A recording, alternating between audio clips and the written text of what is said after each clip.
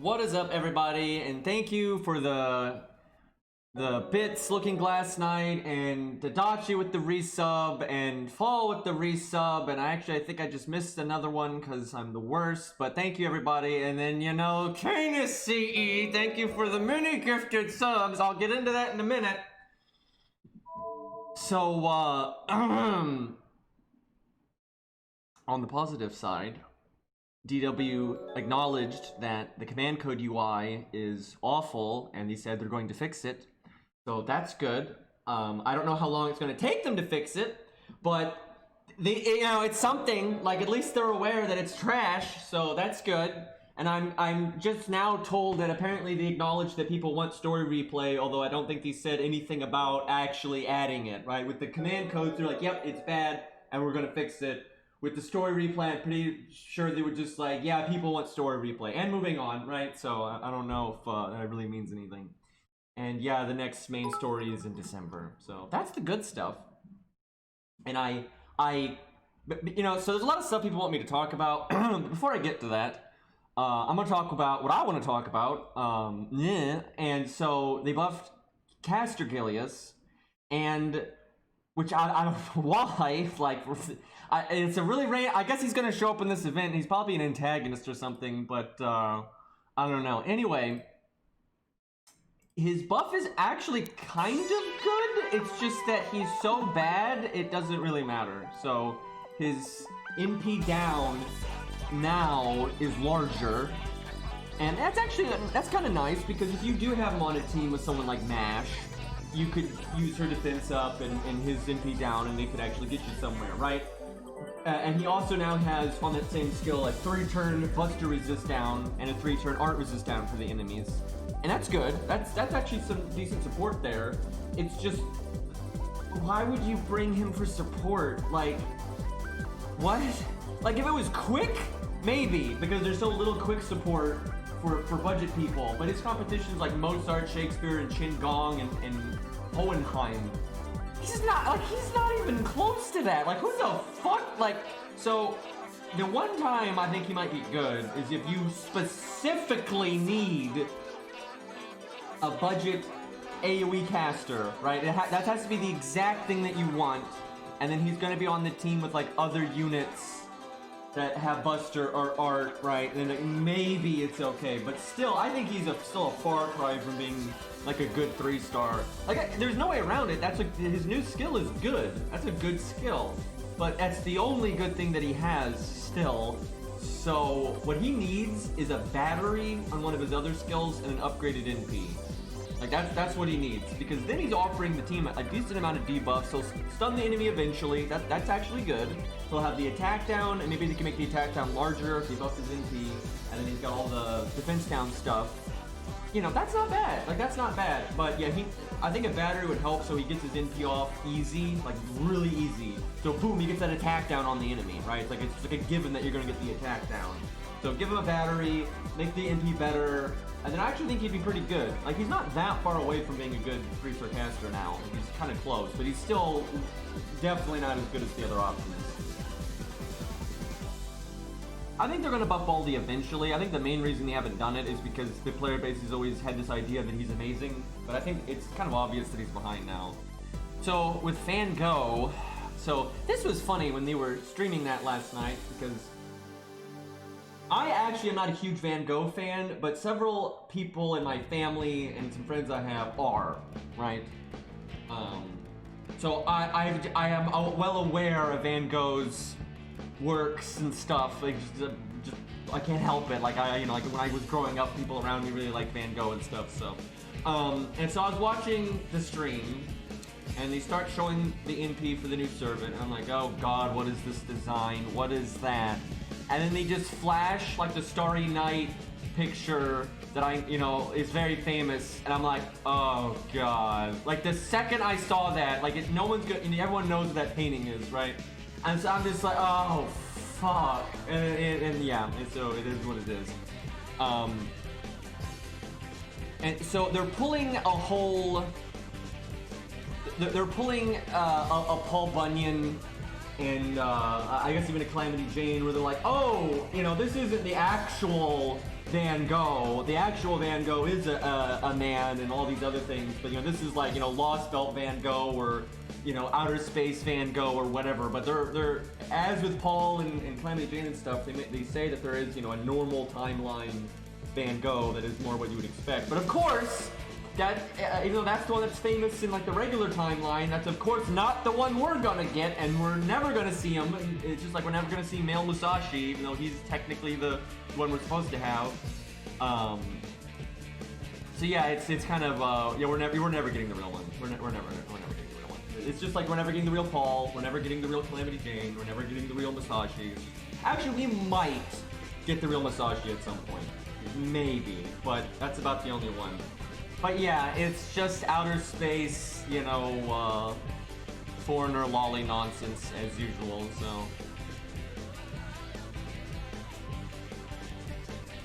But yeah, there is none of regular Van Gogh to be seen in that character. Canonically, anyway. Let's see, what else is to talk about? Yeah, so there's a... Okay, so it's a K-Nis CE, you know, not to be confused with K-Nith. Anyway, thankfully, I don't think it's very meta, so it's probably not going to be brought up very often, which is actually sad, because I like, you know, K-Nis's character a lot, and it'd be nice if her CE was good. And it's not awful, like, it's okay. If you're like a newer account, it's like, yeah, this could be handy. The problem with it is, it doesn't do anything unless you're critting, right? Like, if you don't crit, the CE doesn't benefit you in any way. It doesn't do anything, right? It is full attack, thankfully. We thought it was full HP, but it's actually full attack, so that helps. But so it gives you crit damage up and buster crit damage up. So if you crit with a buster card, you're getting a large bonus, and that's nice. And it also makes 4 stars per turn. But if you don't crit, it does nothing. If you use your NP, it does nothing. Your NP can't crit, I'm sorry to say. So I don't think it's that meta, right? Because a lot of the units that would want it are probably going to use their NP at some point, and they're still going to have turns where they're not critting. The only time I can really see it being meta is if you're doing Merlin stuff, right? Because if you got like Merlin with 20-30, he's making so many stars, you're critting very often, and if the unit also has that CE, that kind of combines with 20-30 and Merlin's NP, and you're going to have just a lot of fucking stars, right? And so that legitimately I think can work, right? Like if you're going to be critting that often, yeah, maybe on Orion, because Orion has his passive star thing as well with Merlin, and then the CE, and then 20-30. That's so many passive stars per turn. You pretty much are going to be critting all the time, and Orion doesn't crit anyway. I mean, he doesn't NP anyway. Excuse me. By the way, I had extreme sleep apnea problems last night, and I can barely think straight because I couldn't breathe last night, and so I was only sleeping for like an hour at a time. So I am delirious. But anyway, yeah, Orion crits a little bit, but he doesn't do NP damage. So yeah, someone like Orion, I could actually see it being good on if you don't need starting NP, which a lot of times you do, but a lot of times you don't, so it depends. I don't think it's like the best CE ever for Orion, but I'm like, yeah, that can work. Like that's solid. Okay, I've done this part. I actually haven't really done this event yet. I did up until you get the 3-star CE, but I haven't, so I've done this stage. I like Borderlands 1 decently enough. Wasn't like my favorite game of all time, but it was pretty fun, and I haven't cared too much though about the games past that. Like there's some funny, you know, writing in like Borderlands 2 and stuff, but like gameplay wise, it's like it's not like engaging enough.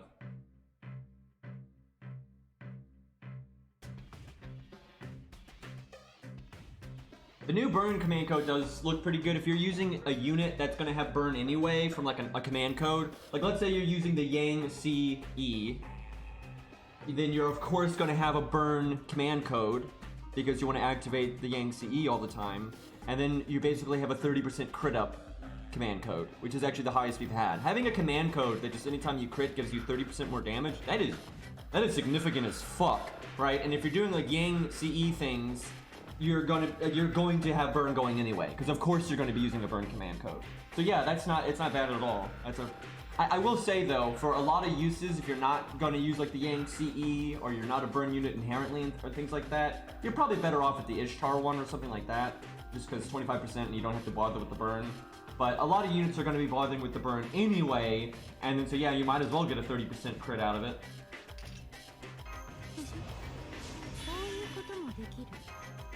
Van Gogh's gameplay basically looks like, you know, throw dots everywhere, get rid of dots, get a lot of MP battery, MP a lot. Like, that's pretty much what's going on there.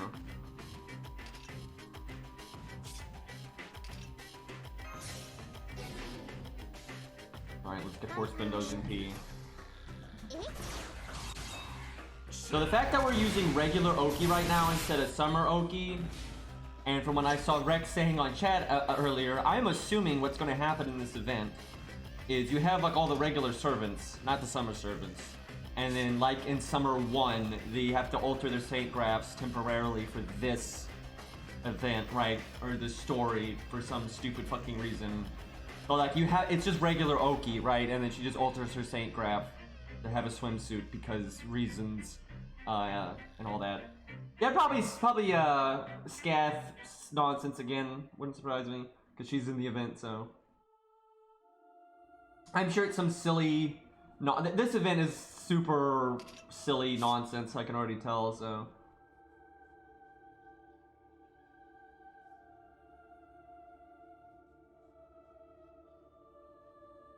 Okay, what are we doing here?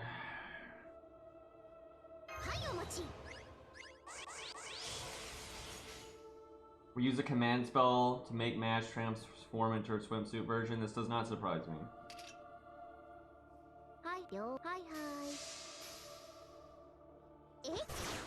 I mean, the thing is, they've had story-related events before that are super silly because they're not actually part of the story. Like people always act like, oh, if the event is like, you know, tied to the main story, it's just like any other main story. It's not. Summer 3 is connected to the main story, and you're making a fucking Dojin, right? Like, are you kidding me? Right, and like, but when someone like gets into FGO, like let's say you started playing FGO a month from now, right? And you just start playing FGO. You don't play Summer 3. It's not part of the main story. Like, there's a reason why every time super silly bullshit happens, it's in an event and not in the main story. People always try to act like it's the same, but the why is it every time you have swimsuit bullshit happening, or, you know, writing dojins, or like fucking dudes wearing Uriel t-shirts, how come that's always in a side event, right? And then every time it's actual main story, it's not. There's a reason for this, right? They keep it separate on purpose, right? Like, sure, it happens in the story, like in the event and stuff, but they obviously keep it separate. They're not gonna have, you know, Wadim there trying to stop the alien god, and in the background you've got like Summer Oki be like, yeah, I'm just passing through. What's up, guys? I'll be right back, right? That's not happening, obviously. It's just like you're not gonna see, you know, Summer or Toria in Fate Zero, right? Like, they keep it separate for a reason, you know, and it goes beyond FGO, right? You know, you've got like Chrono Phantasma, right? Or Chrono Phantasma, whatever the fuck it's called. Carnival Phantasma, that's what it is. Whatever the fuck, right? Lancer died, right? You know what I'm talking about. That stuff is going to stay self-contained, right? And you might reference it in like a joke event or something, but that's never gonna be in like a main story, right? Like, it just doesn't happen.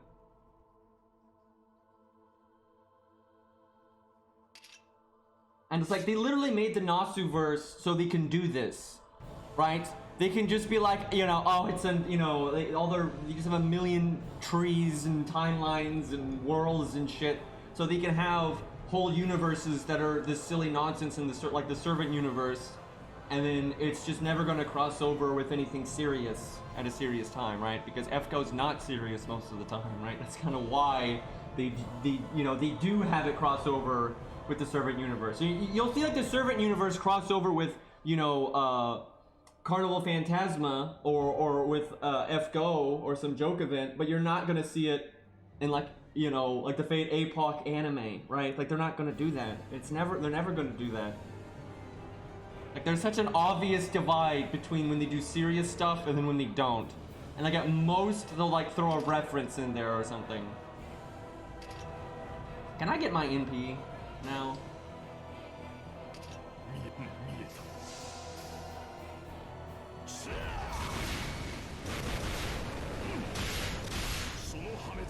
But like, I guarantee you everything that happens in this event is just going to be like start and finish in this event. It's not like when we go do Lost Belt 6, you know, it's going to be so relevant what happened in here, right? Like all the, you know, again, same for Summer 3. You know, Summer 3 is super self-contained. It's like, you know, technically, you know, they're like, it's related to the main story, but and yet the main story never references it at any point. Nothing that happens in Summer 3 influences anything that happens in the main story in any way.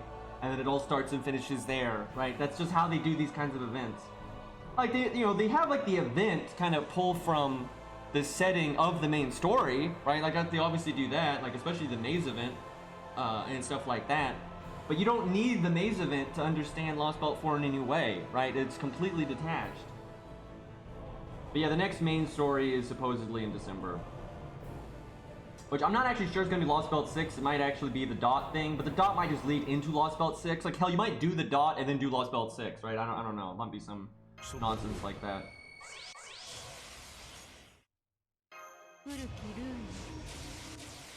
Like, and if you look at like how Nasu does things, like from the beginning, right? It's like he likes doing silly stuff and serious stuff. You know, and he generally keeps them pretty detached. Like, you're not gonna see Magical Amber, or whatever the fuck her Ember, or whatever the fuck her name was. You're not gonna see that in Heaven's Feel, right? Like, it's detached for a reason, right? They don't, you know, again, they might reference it or whatever, but it's never gonna actually show up in, like, the story. Like, it's just not gonna happen. I actually wish I had not killed that one because I could hit 3 targets instead of just 2 here. I think Hello was kind of an exception, but again, same deal. Same deal. Like, during the daytime, they were doing the silly stuff, and then every time they were doing the nighttime stuff that was actually serious, all of that, you know, nonsense, rule-breaking bullshit that you would see in the daytime bits is just gone, and it just doesn't happen. And it just, that's not referenced, it's not talked about, you know, they don't... Ku doesn't beat Bizette by slapping her with a hot dog, right? That doesn't happen, right? Like, there's no, it does, the nighttime parts when they're actually trying to get to the meat of the story and advance the plot, you know, suddenly all the nonsense just evaporates, right? Kill Gil's not summoning a water park, right?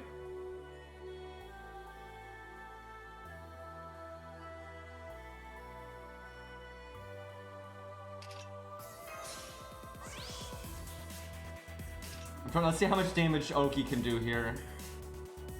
Although I kind of want to use the one Buster card from Scatty. I should have used Force Spindo's 3rd skill last turn, but I wasn't really paying attention, I'm not gonna lie.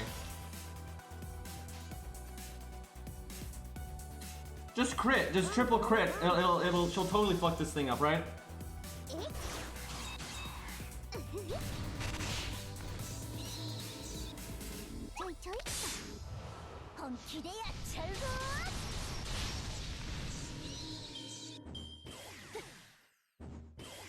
And it's like, has anyone seen Slayers?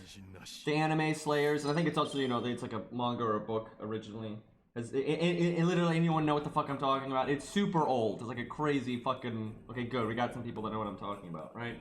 Like, they do the same thing, right? Like, remember what the, like in Slayers Try, right? You had the big bad guy, right? Anytime they were actually doing anything that had to do with the main plot, you know, all this silly, cartoony, you know, antics don't apply anymore, right? But then when they're doing all the filler nonsense, then it's just ridiculous, right? And you beat the bad guy with bad cooking or whatever, right? But then when they're fighting, what was his name, Void Star or whatever, that doesn't happen anymore, right? Like, there's an obvious detachment between the silly bullshit and then the serious stuff, right? It's not like you're actually going to beat Darkstar, that was his name, excuse me. You're not going to beat Darkstar with bad cooking, right? That's just not going to happen.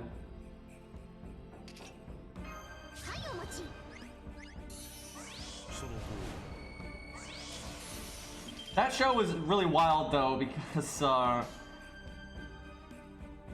the filler versus the serious stuff was really jarring, honestly.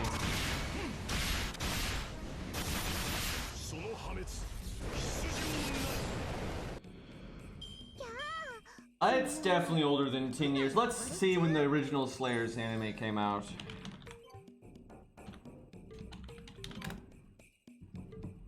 Let's see.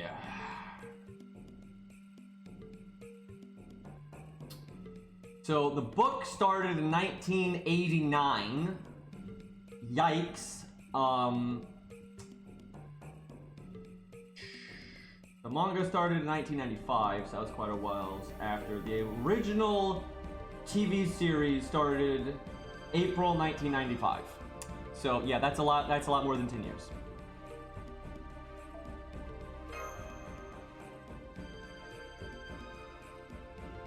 Nemo's gameplay is kind of whatever. Like, it's just get battery really easy, has basic survivability, does big damage, right? If you're on water, it's better, right?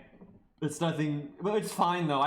It's good to add servants that are just like good, but not like breaking the game. Like, that's fine. They need to do that more often. It's not really all that interesting though. The most interesting thing is just the fact you get huge battery when Guts goes off, right?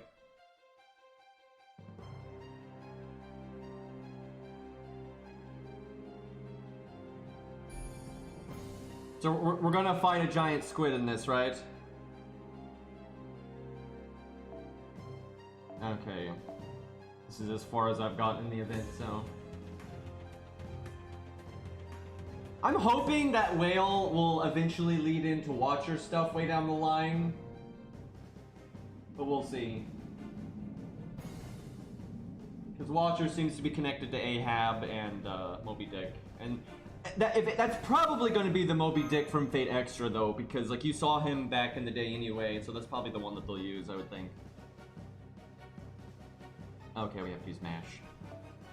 Okay, so this is probably when we use the command spell to make her put her fucking swimsuit on for some reason. Which was probably VR MASH, so we'll do Buster memes if we can here. So on the positive side, the 3-star CE in this event gives sure hit. So, you know, my 1 to 3-star account has missed... There's been many 3-star CEs that have sure hit, and then my 1 to 3-star account has just missed all of them, so I'll try to limit break this one.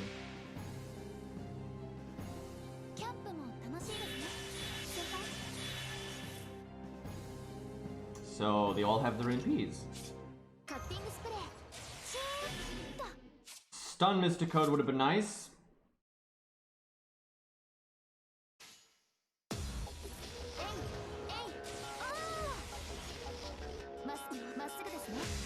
Like chat, I'm gonna bet that if they made a Lost Belt 5 anime, they would not use this version of MASH to fight Zeus. I'm gonna go out on a limb and say that I don't think that's gonna happen.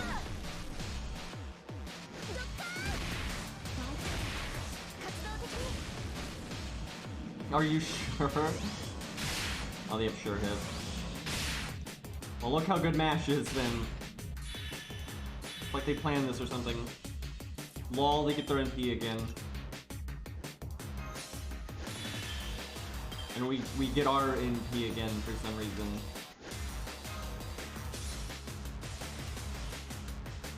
Easy face tank, boys.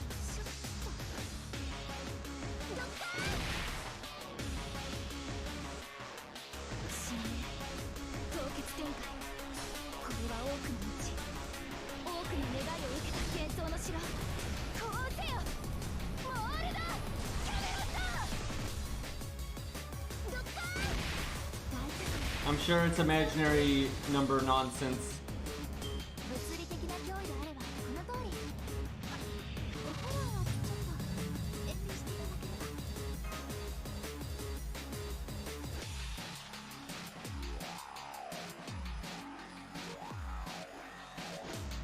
That was really easy. That could have been a lot more interesting if those guys had more health and you had to like actually get meta about... Like, that could have been fun. I get so annoyed with them whenever they do the preset teams like that. Because it's preset and you know, like, what the person is working with, you can make, like, a handcrafted challenge, right? That's, like, designed, right? Okay, you're supposed to figure this out and play it this way, right? Like, that could be really fun, right? We're like, okay, you need to use your, you know, space out your vulnerability and then build up your NPs, so then you can face tank this one and use your Mystic. Like, you can make something pretty fun with that, but they never do. It's always, every time they do stuff like this, they make it so easy that... Like, it's, why even have the gameplay, right? If you're gonna make the gameplay that easy, where literally no matter what, but I'm pretty sure MASH would win that, even if I was trying to lose, right? Like, never cast a skill, never use your Mystic Code and do like quick artillery or something, you would probably still win, right? It's like, why even make it gameplay then? Okay, well this is better. These have more health. Also, our team is awful, and for some reason, Scats can't use her NP, so that's great. So these guys have like a damage reduction or something. Well, literally the only person that can do damage is Oki, right? Because Scats can't get her NP, so we'll just try to get NP game here. The question marks, I'm guessing everyone's just neutral.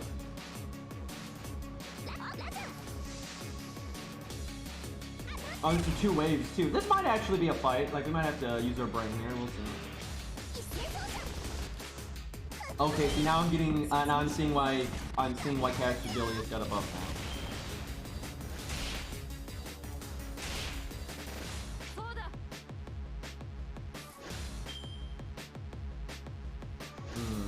I'm not sure I care about Scat at all here. I feel like she doesn't do anything. So I guess you hit them and they lose their shields and then you turn into an actual mob. I don't really get that, but okay. And now I'm a real boy. So literally, Operation just keep Oki alive, no one else matters, pretty much.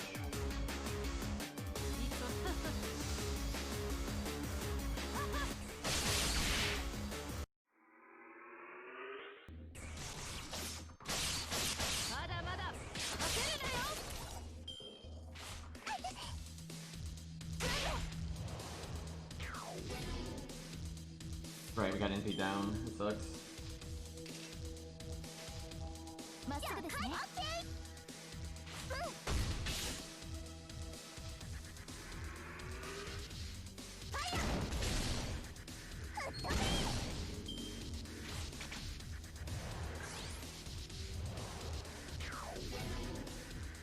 Wow. Oki not doing so hot. I like how I haven't taunted with her or anything, but like she is just getting every debuff ever here.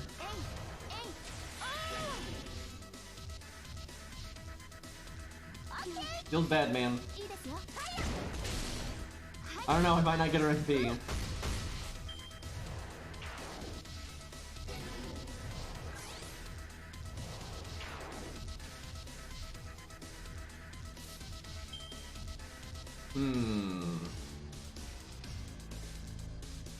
Can probably kill that one.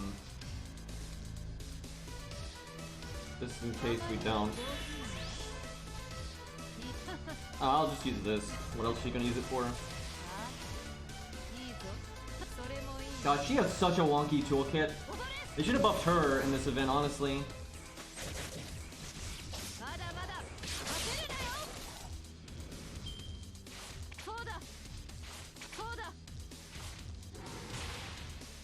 I think an upgraded NP would actually make her a lot better. Because if she has an upgraded NP and that large quick up, and she's NP 5 because she's a welfare, you got some pretty nice nuking there.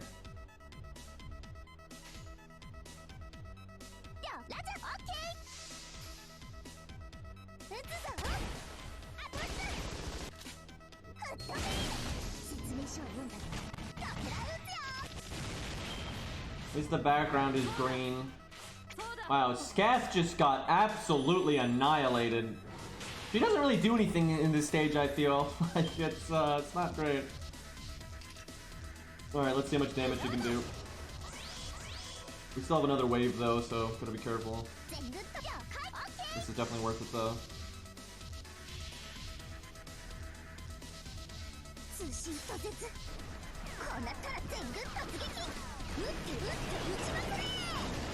Guys, it's totally serious.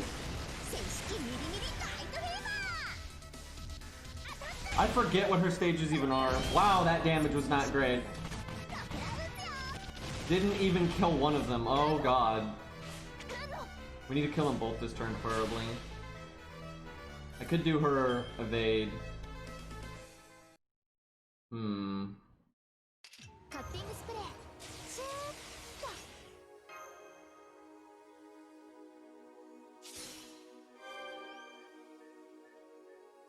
Just in case. We're not gonna... Honestly, if Nash dies, it's kind of a good thing. Like, I don't know what the final wave is, but whatever it is, I'm sure I'd rather be in an Oki solo than have a teammate that doesn't do anything.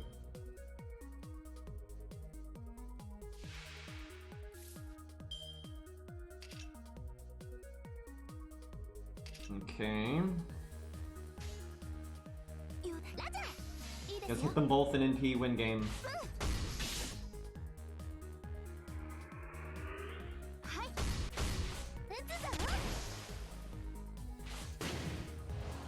That's kind of funny. I just realized they actually changed the stance of MASH for VR MASH, because VR MASH is normally like super hunched over. Like for the swimsuit version.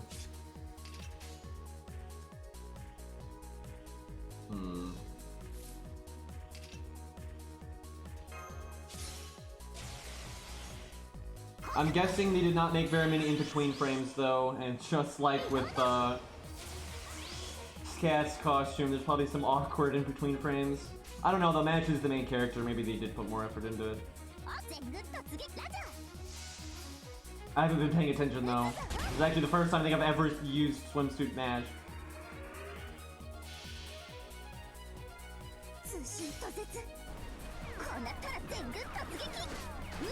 Actually, a lot of joke characters don't really have infernal launchers, honestly. Like Paul.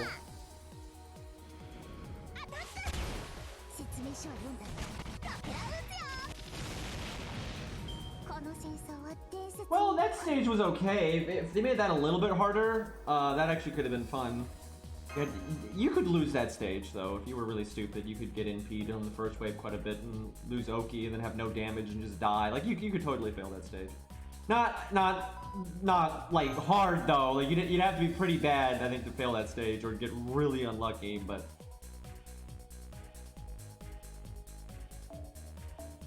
Well, I would say Oki's not a joke character. She's just a silly person to a degree, I guess, would be the best way of putting it. But like, you know, she's a canonical, you know, that's how she is, like the main story, right? If you just summoned her in APOC or Fate Zero or whatever, that's what she would look like. Not the summer version, but the normal version. And like, just her interactions with characters can be very gaggy, but like, that's, you know, every character, really. Okay, this would actually be interesting if you weren't fighting Berserkers, so I think this is probably going to be really easy.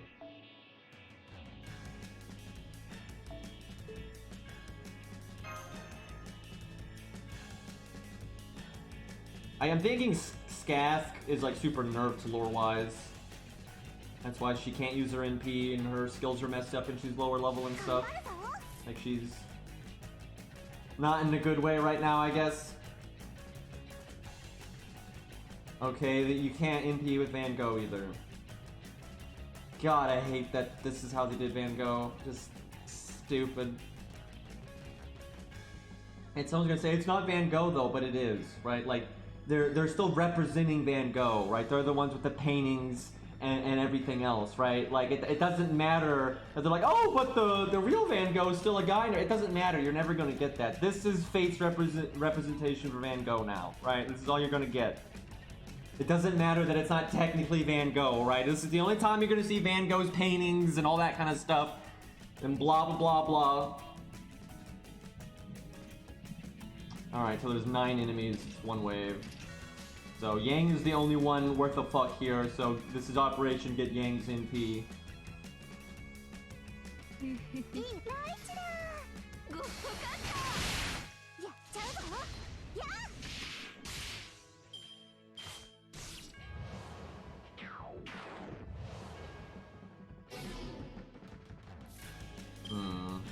Honestly, I might just taunt with Scath because I don't care if she gets debuffs. She doesn't do anything.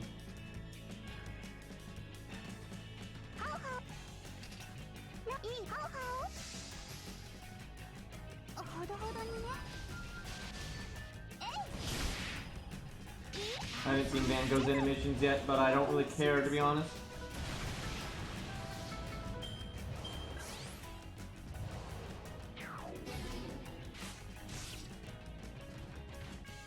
I guess I'll try to show them off just for the stream's sake. I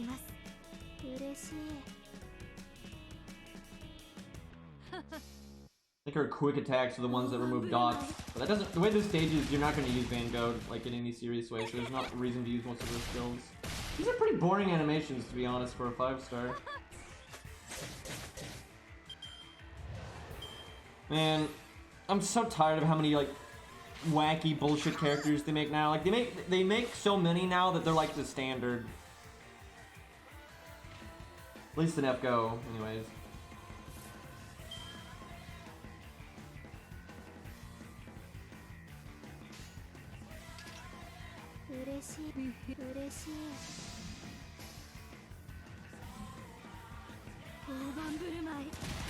Weirdest shoes ever. I really feel like Van Gogh deserves better than this.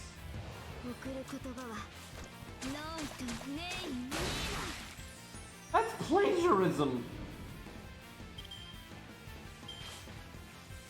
I really feel like Van Gogh deserves better than this. Like, Van Gogh is being represented by like a child doing finger painting, basically.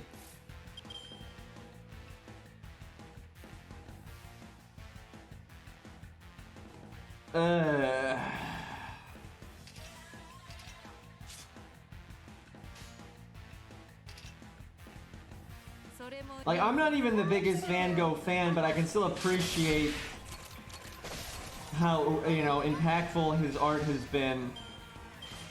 I'm like, I hate when they do this, man. Like, that's what I'm talking about. It's like a crapshoot with Fate, man. It's like, half the time, they make something that's pretty respectful and is like, you know, taking something from reality or history and still making it very anime, right? Still making it very anime, but then still respecting their roots and, you know, building on what it's actually based on and making an anime version of, like, the source material, right? And that's awesome.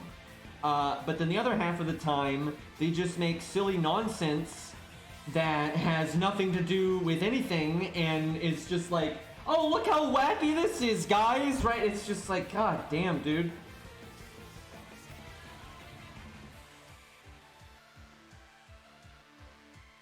Yeah, Attila the Hun could have gone better. That's what I'm talking about, right? Like, sometimes you get things like, yeah, you know, this is an anime version of the story. And I'd actually say, and now every time people bring this stuff up, you always see people like, oh, Fate's always been silly. What are you talking about? Fate's never been, like, historically accurate and stuff. That's literally a lie, right? That's nonsense. If you look at, like, the overwhelming body of work from Fate, especially before FGO, overwhelmingly the characters were based pretty soundly on what they were based on, what they're, you know, referencing, and then made more anime, right? And like, yeah, of course there's some liberties here and there, but like overwhelmingly, you know, Fate did a pretty good job of, you know, sticking to the source material with, you know, only a couple of exceptions, you know, a couple of exceptions, not half the fucking cast, right? And it's been annoying to kind of watch Fate, you know, go from Fate Stay Night, Fate Zero, Fate APOC, you know, and then all of a sudden now we've got this right on the screen. Like, it's just like, it kind of sucks.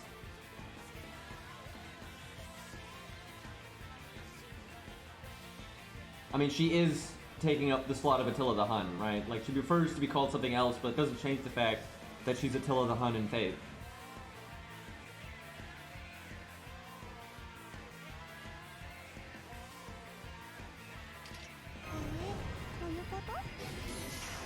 And I feel like some of it is because FGO is like this ongoing video game, and they feel like they've got to do new things to get people to get excited or whatnot. You know, I think they feel like they need to be outside the box with their designs now, because we've had normal designs, and so we got to get people like, oh wow, look how crazy this is, but you never thought this would be in Fate, right? Like, I feel like they've been chasing that kind of vibe for a while, and it's just getting so diluted. And like every once in a while, you know, you kind of expect to do something a bit more wacky, right? But they just do it all the time now. Yeah, there's still 6 enemies left. They're actually probably not in P. There's probably going to be an enemy with more health than any of these.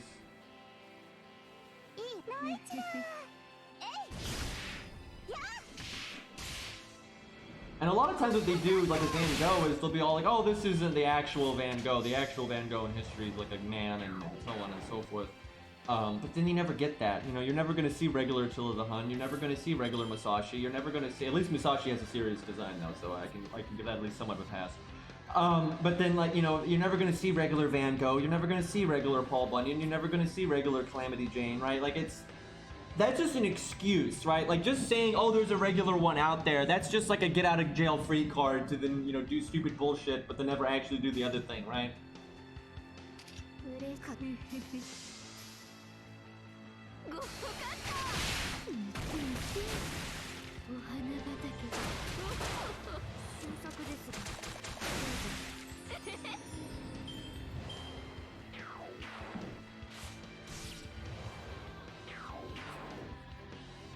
I mean, to me, it's just more, look how wacky and what the fuck this is. It's so crazy, right? It's kind of like when, like, you see, like, anime or video games, like, trying to be meme-y, and it's just cringy.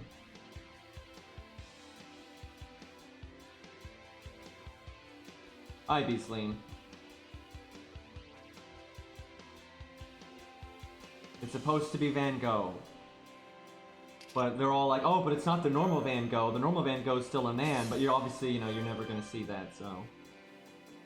Alright, these are the last 3 enemies.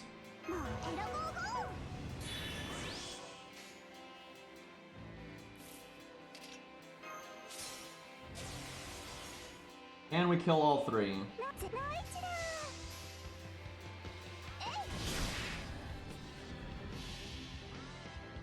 Like, and one reason why I don't get annoyed with, like, Summer Servants that much is because they're just alternate versions, right? They give you the normal one, right? It's like, imagine if Mordred was just her summer version, right? That's Mordred, right? And yeah, they might say, oh, there's a serious Mordred out there, but they would never use it. And every time they put Mordred in anything, it was always summer Mordred, right? That's stupid, right? Like, that's dumb, right?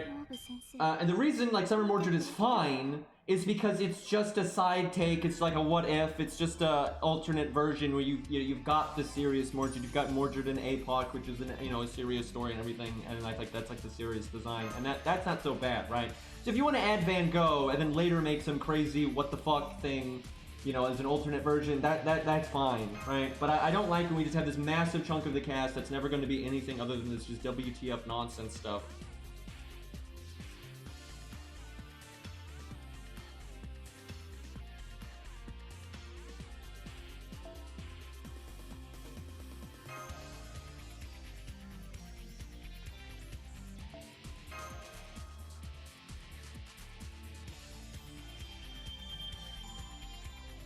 I never said that. It just happens all the time where people like just come at me and say I said something and I'm like, I never said that. Like, I'll say something that has like a degree of nuance to it and then someone will just turn it into something completely different. I'm like, okay.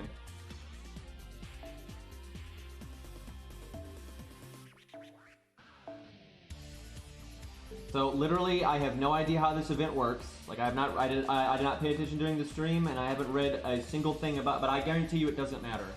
Like, I guarantee, I have not touched. I'm literally am going in blind here.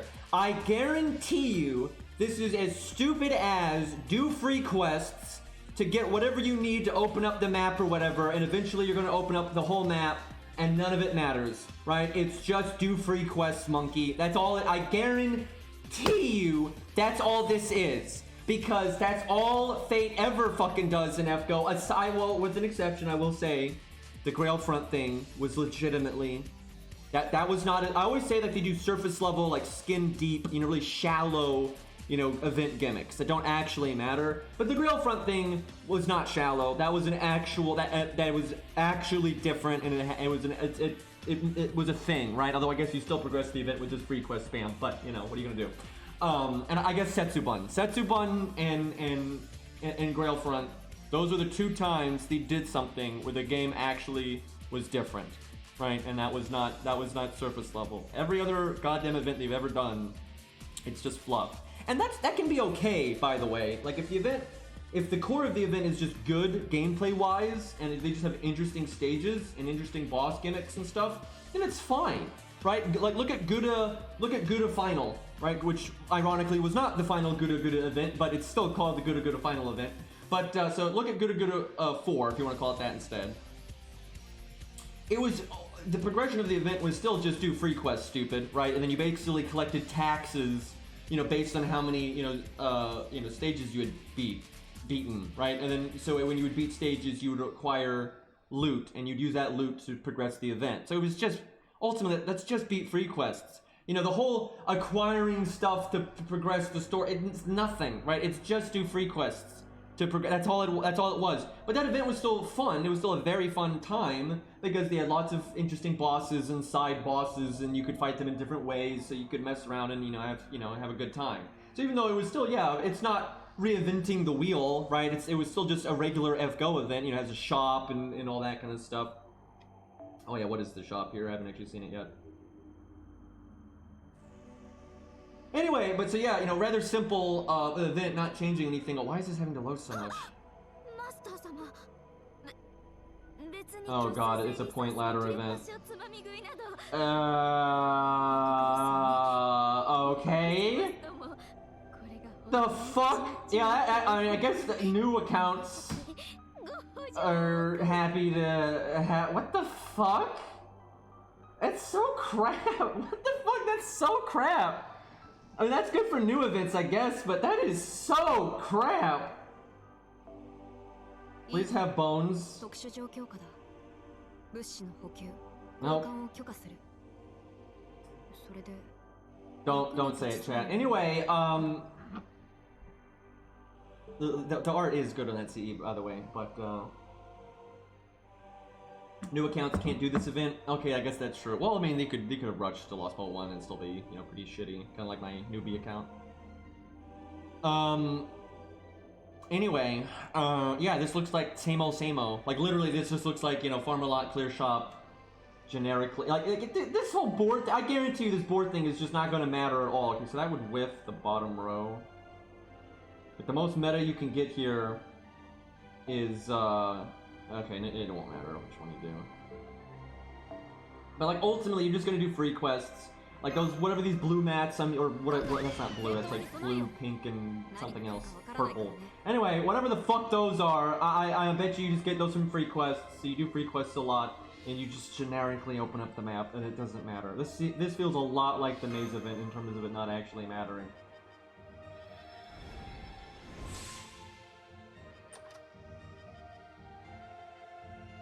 That is pretty funny that the flare saw you throwing Oki at it. That's kind of funny.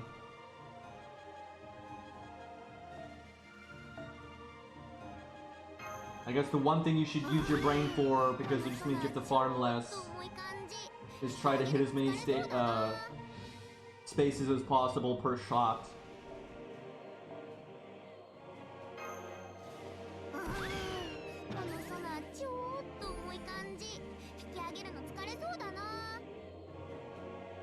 Let's just get free stuff.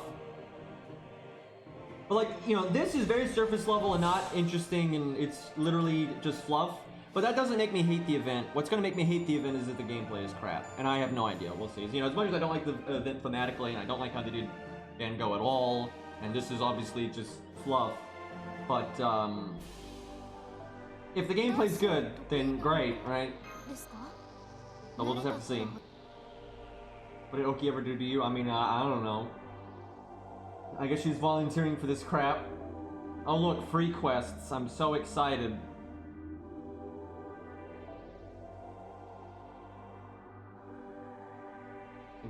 Scatty's a bonus servant. Alright, so this is just my regular ult account. I guess you probably didn't even know that yet because we've been using preset teams this entire time. But I think that there's like bonus drop characters. Yeah, it's like every summer servant ever. I don't really need bond on anyone on this account. God, I am so not in the mood for just another generic farm a bunch event. Oh yeah, the Sakura thing is an event CE. I should probably bring more bonus servants than this, but I kind of just want to see what the stage is first. Do I need to level any C? Yeah, I'll level that.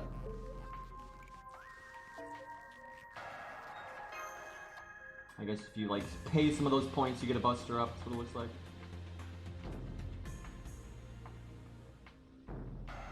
Yeah, they should have given him an animation update. They should give a lot of people animation updates, but they don't bother. I like how they added 2 5-stars, no 4-star, no welfare, by the way.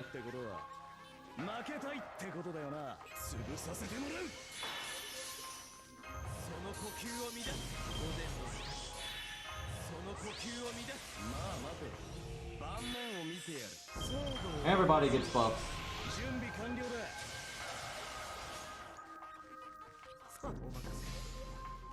Yeah, adding 2 5-stars, no welfare, no 4-stars, like really?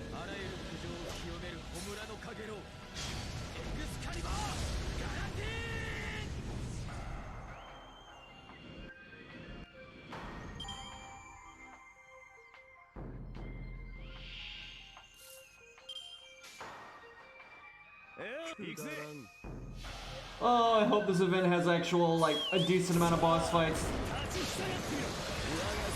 That's all I need to enjoy an event, really. This is not a main story chapter. That's not until December. Guys, remember when main story chapters were time-limited events that had event shops and you just spammed free quests?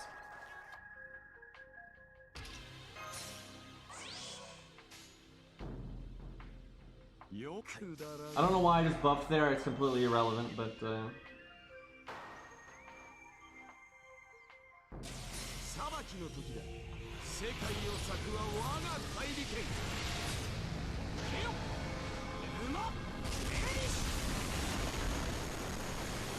oh great, so I can get spooked by Nemo now. Oh joy. Yet another 5-star I absolutely do not want. This is why I like my 1 to 3 stars. Let's think about this. I'm not even sure. I'm trying to think what like the thematic, like how have I, because although I like less golds than not, I would say. Like I'm either neutral or I dislike most golds in this game, right? There's a lot that are neutral though. Like there's a lot that are neutral. But then there are absolutely 5-stars and 4-stars that I do really like. You know, like Beowulf and Gilgamesh Achilles, right? I'm trying to think, what have I grailed between these two accounts, right? Like my dumbass old accounts don't really matter. Let's see. So we've got, you know what? Let's bring up the notepad, boys. Let's get meta about this because I'm actually kind of curious because I've never really thought about this. Like looking at my what I've done collectively here. Let's see.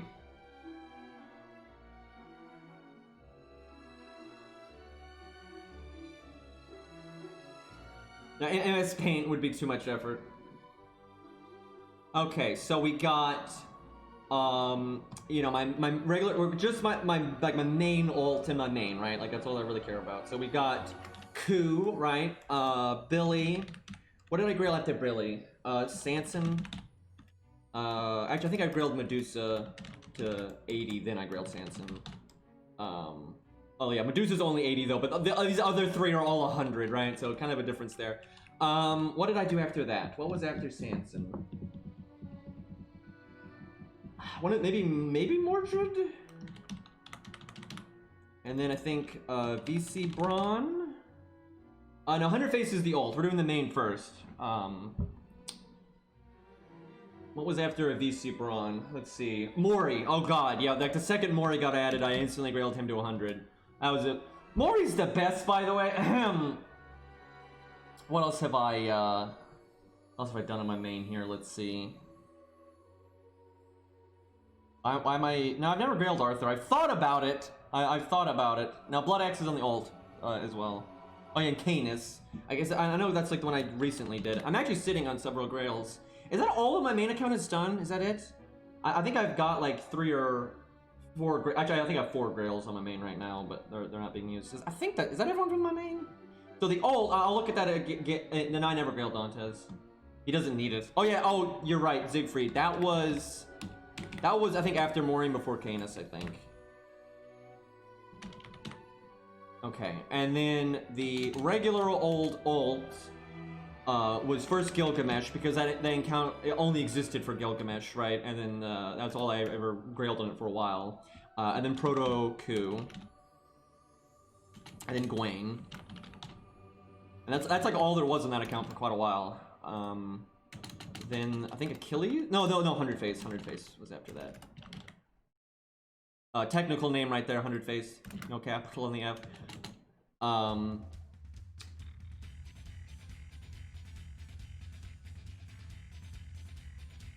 Blood Axe was really recent. I'm sure. What was after 100 Face? Gilgamesh, Proto, I guess it was Achilles. That's not how you spell that, but was it Blood? Is it just Blood Axe? That can't be right. That can't be right. And I've grailed all of those to 100. I didn't grail anything to like 80 or 90, so of course there'd be less. But that, I swear I'm forgetting something here. I'm clearly. What am I forgetting? Wait, I'm on the account. I can just look. Okay, Gwaine, Gilgamesh. Oh, regular. Of course, I grailed normal Ku again, right? Okay. It was technically before Blood Axe, but fuck it. Yeah, I guess this account just hasn't grailed as much stuff. Okay, yeah, that's it. Okay, so one, I'd like to point out that I didn't even realize it was this slanted. I grailed dudes a lot more than the ladies. It's not even, that's not even close. That is a slaughter right there. I mean, my main account is mostly low stars, and the ult account is actually kind of, you know, mixed. But, you know, Gilgamesh and Achilles have a lot of weight there. Fionn is not grailed, and Tezel's not grailed yet, but he probably will be. I'm thinking about grailing him, like, literally right now, because I have enough grails to pretty much make him 100 right now. The only reason I haven't is because he's in P1. Like, the second I get him in P2, I would start throwing grails at his face. But yeah, really, it's mostly low stars, I would say. Just you get Ku, Billy, Sanson, Medusa, Avicii Mori, Proto Ku, 100 Face, Ku again, Blood Axe. Those are all 1 to 3 stars. And then there's, you know, a few 4 stars, which are kind of in between, right? You got Canis and Gwaine. But yeah, so then the high stars would be Mordred, Gilgamesh, Achilles. That's pretty much it. Oh yeah, and Siegfried's 4 stars as well, so that's kind of in between. So yeah, I really definitely favor the low stars quite a bit there.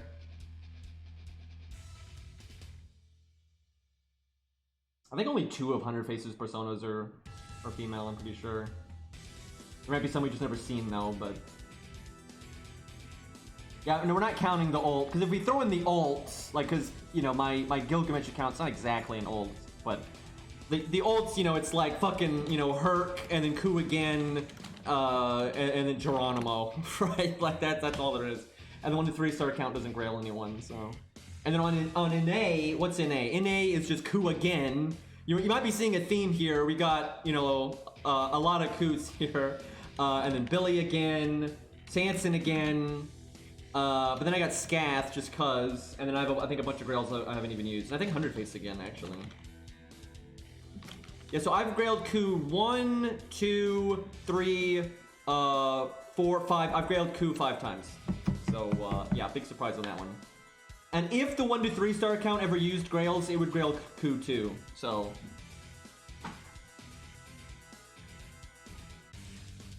but yeah, definitely favor low stars, and clearly favor guys. But that's just because the guys normally they're more like, I literally have no issue with female characters, right? There's no problem, right? It's just male characters generally have the kind of design that I'm looking for more, right? And they're normally more serious in that kind of thing, right? And so it just works out that way.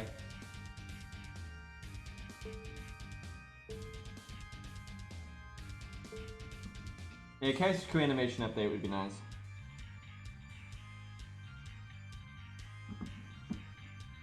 I haven't seen that yet, Fury. I'm not gonna lie, I haven't been like...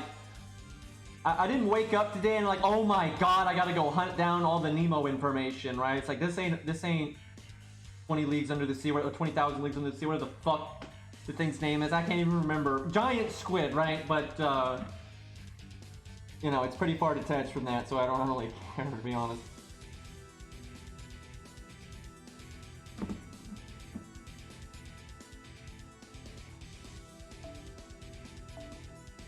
What's with the red stuff? I guess you can't go in the red areas. Okay. I guess these are like the stuff you do that aren't free quests. I'm going to assume that these aren't for farming, and I'm not going to worry about bringing bonus drops.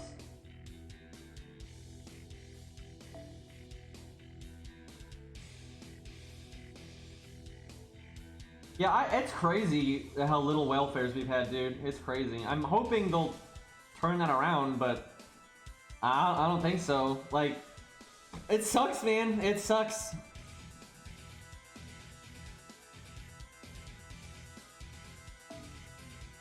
Well, I have no idea what I'm fighting, so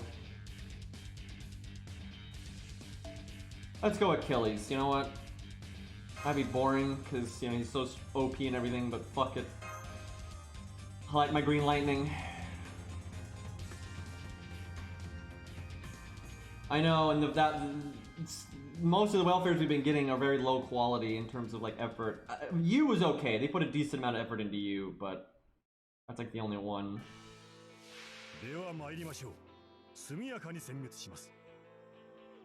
Man, they just cannot be bothered to do any Elder. I am so annoyed that, like, every time they do Outer God nonsense, they have to make it a lolly.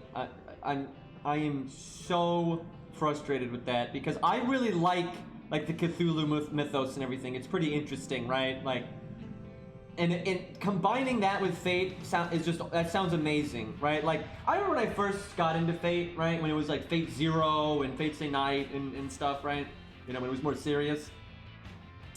And I remember just thinking, like, man, it'd be cool to have, like, King Arthur, like a normal version of King Arthur fighting, like, you know, like a badass anime version of Blackbeard. I remember having that exact thought, right? And you get it because, you know, Arthur's got the water walking stuff, and you can have, like, I'm imagining like this just badass version of Blackbeard with, like, the fumes in his beard, right? You know, with his ship, and Arthur's on the water, and so that'd be awesome. And, you know, they eventually gave us the prototype version of Arthur, who's just regular, you know, King Arthur, and that's nice, you know, like, got that half of the wish, right? Then they added Blackbeard, and I did not get the other half of that wish, right?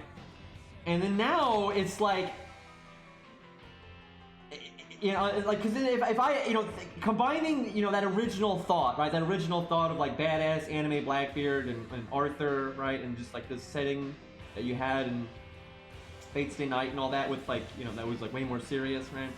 Like, that like, kind of taking these, you know, epic, you know, mythos things from the past and having them be summoned into the modern day, right? But then you can combine that with the insanity that is, you know, like, Lovecraftian stuff, and make it anime. That sounds so awesome, but instead, it's pancakes. And it's like, that's not exactly what I was thinking of, right? Like, that's significantly less awesome. And what really annoys me, it's because it's every single one of them has to be that, right? They just can't do any of them seriously, right? They just can't have one badass take on Lovecraftian stuff. It always has to be stupid, right?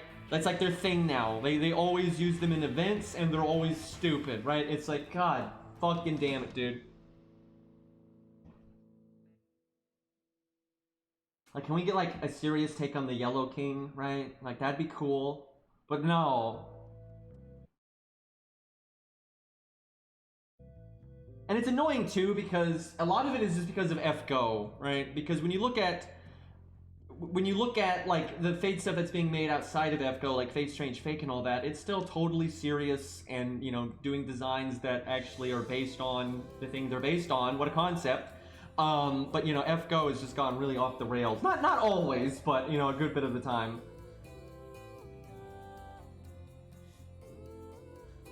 I'm not happy about Van Gogh either. I'm not even the biggest Van Gogh fan, but I still think he deserves better than that, like, Jesus. Okay, they've got the whole, hit thing again.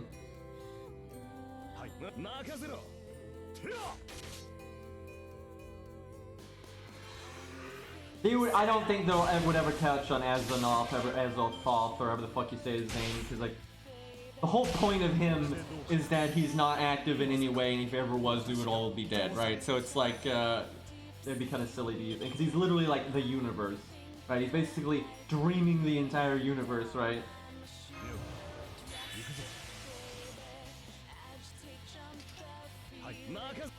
Wait, is this it? Is this it?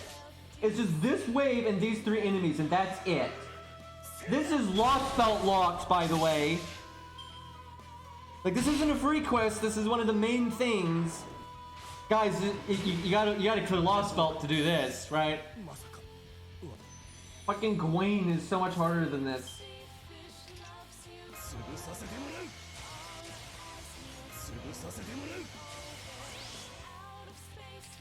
Yeah, I really don't like when they do things, because like I say, Van Gogh can still have, you know, living connections and stuff. Like, I think you really have to do better than that. Like, because especially like they're like altering some of his paintings and stuff. I'm like, no, that's like normally normally when Fate does stuff really like, okay, Paul Bunyan, right? I really dislike how they handle Paul Bunyan. I think it's a waste of the story.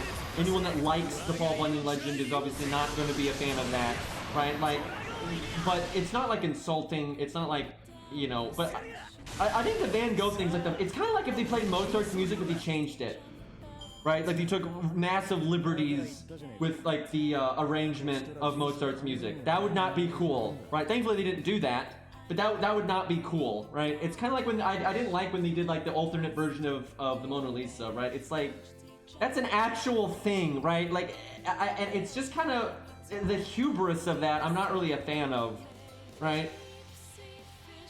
It's kind of like if you change Mozart's music, that's like, you know, obviously even Mozart's music in its day was not always played the same way, right? You're going to have different, you know, because the way classical music is, you're not going to have it played the exact same way every time, right? So there's obviously going to be some, you know, differences and whatnot, and that's fine to a degree.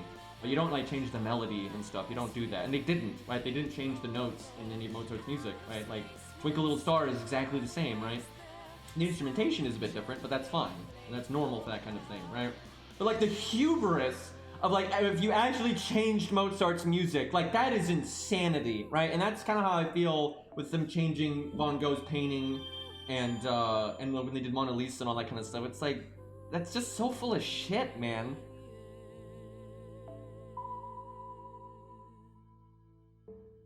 I wouldn't say all FGO stuff is lacking depth. I would definitely say there is definitely a lot of stuff in FGO that is lacking depth, and it was kind of just slapped, you know, together.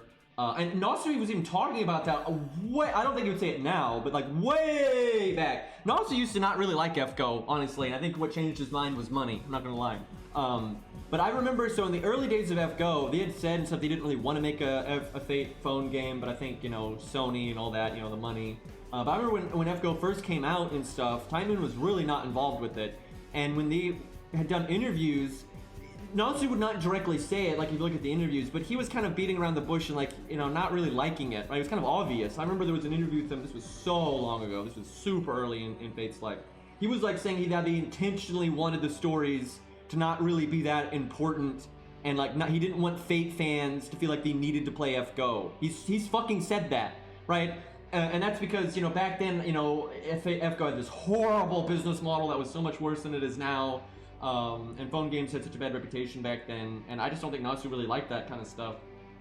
And so he's basically saying, you know, they were intentionally making the stuff not that deep. But then Type Moon started getting more involved, and they did start to make things more like, you know, flushed out. Because seriously, look at Day 1 FGO and how unflushed out everything is. Like, it was so shallow. I remember because when FGO first came out, I didn't play it, but I kept tabs on it, and this was, you know, fucking, you know, 5.5 years ago, right? Almost every FGO specific servant had like the most brief bio that didn't explain anything. You know, the early stories are just this like super ABC, you know, no nuance, no depth, no character arcs. Like it's just so surface level, right? And they did that on purpose, for God's sakes. And it still is like that sometimes, but I would not say that I don't think it's fair to say like everything in FGO has no depth. I don't think that's fair to say. There definitely are things in FGO that have no depth, and they definitely make things from time to time that they just put it out, and it's just like a hollow, you know, waifu archetype. That happens, right? Like that happens. But they do make a lot of characters that are fleshed out, and you know they do put effort into, and a lot of times are based on, and even some that I don't like, I can still recognize that they put, you know, effort into the writing and fleshing out the character and stuff, right? Like there's plenty like that. Yeah, New Year's servants generally have a bad way in that department. Like I would say, like where they do their best is generally with the main story. You know, they've done a lot better with the main story over the last few years. And Lost Vault 5 and Lost Vault 1, those are really good. And normally when they made, like, you know, I'm not crazy with the way they handled Mothman, but they at least weren't lazy about it, right? Like they put plenty of effort into his characterization and everything. You know, I don't think that's lacking in depth. You know, I don't think Canis is lacking in depth. I don't think Limbo is lacking in depth. I don't, you know, like most of that stuff. You know, like the Wonder Twins, right? I don't think they're lacking in depth either, right? Like generally, there are plenty of characters that they really flush them out. They do a lot with them. Same for Orion. You know, honestly, Orion they did quite a lot with his character. And like for God's sakes, the old Orion gets a bunch of voice lines when you get Super Orion, and gets voice lines that kind of continue Artemis's view and everything for when you beat Olympus and stuff. So like, you know, there's plenty of stuff that they've done a good job with. Like there's plenty of stuff that they've done a good job with. Wait, what is this team? Oh god. I forgot to change my team back to the farming one. So I just brought I brought Scatty and Achilles and then St. George for our farming stage. Whoops! I mean, it'll work. I mean, Achilles will you know, do just fine here, but we're not really getting any bonus drops, and it's not going to be as good as it could be in terms of speed or something like that. So. But so how I kind of see it is a lot of times when they throw out a character for just like a banner that's not really connected to anything serious, like a main story, a lot of times that stuff can be lacking in depth. Like a lot of event stuff and a lot of like when they do things like Yang and stuff, because Yang just came out for a New Year's banner, right? And there was no like story connected to it. She just existed just cause, right? When they do stuff like that, it is really lacking in depth. Like it just blatantly, like even if you like the designs and the voice acting and all that, it's kind of obvious. Like there's like the backbone of the character is rather lacking, right? And like the characterization and everything isn't really there. Like it's pretty vague, right? And a lot of events, you know, can be like that as well. But you know, as much as I get annoyed with like the way FGO handles its characterization and its story and all that from time to time, they also do take it seriously sometimes.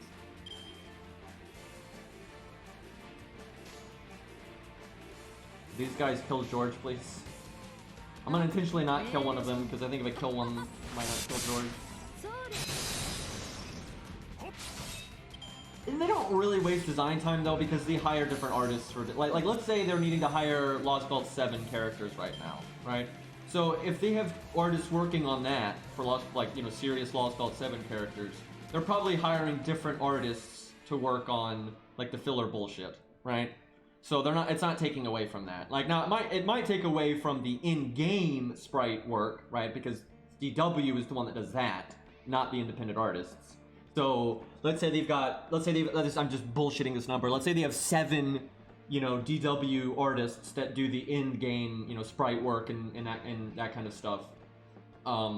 You know, if those 7 are having to work on Van Gogh or whatever, that is going to take away time from working on other things, right? Like, but the actual art, like designs and all that kind of stuff, that they're independent artists. So the thing is, the art for Calamity Jane from way back when, that's obviously the design they went with, but they ended up changing the art. Because it's kind of, what's rather obvious with Calamity Jane, just like Saber Deermid, she was supposed to be in America, the American Singularity, you know, many years ago. And that's what she was designed for. And then, because they didn't have time or whatever, she got cut. And it's quite, I'm not, you know, reading between the lines here, this is just obvious, because, like, when America was added, there was data files that were added with that patch for Billy the Kid and Geronimo for having voice lines for Calamity Jane. They were never used, and even now that Calamity Jane is in the game, those voice lines still aren't used. But those, you know, Billy and Geronimo are obviously both from, you know, North America, right? and they were both added in the American Singularity, and they both had voice lines for Calamity Jane, right? And the Calamity Jane already had this design, but it was never used. It's just blatant that she was supposed to be in America, and it just didn't work out. Like, maybe they didn't like the story direction, maybe they didn't have time. I'm guessing they didn't have time. You know, she just got cut. And then they just found it later, you know, way down the line, they revisited the concept and reused it, but they changed her art a bit, right? And games do that kind of thing all the time. I think the same thing happened to Saber Deer Mid. I think Saber Deer Mid was supposed to be used in America. They even I think, was it A1 Studio that did the American anime trailer? I think it was them. But no matter, whatever anime studio they got in contact with to make the trailer, they obviously had to do that, you know, well in advance of America coming out. That's just the industry. That's just how the industry works, right? So they probably shared with A1 or whoever, you know, the designs and stuff they were planning on using, and so then they started animating that stuff. And then between then and then actually making America, Saber Deer Mid obviously got cut, right? And they're like, well, okay, that's not going to happen. We'll just use Lancer Deer Mid. And, you know, but then the anime trailer, it was too late to fix it, and then, you know, that's that.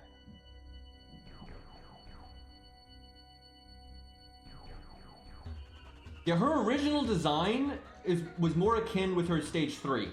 And her Stage 3 actually isn't really spacey, it's carnival-y, circus, right? And it's because she did work for a circus, right? And so that's what they were kind of playing up. So you can kind of see how that's kind of the take they went. Like, what her Stage 1 and Stage 2 are in Saber Wars is that they may not have used, right? That they may have made up for Saber Wars nonsense. Because the only art that they had for her originally was her Stage 3, which that they still did use, though.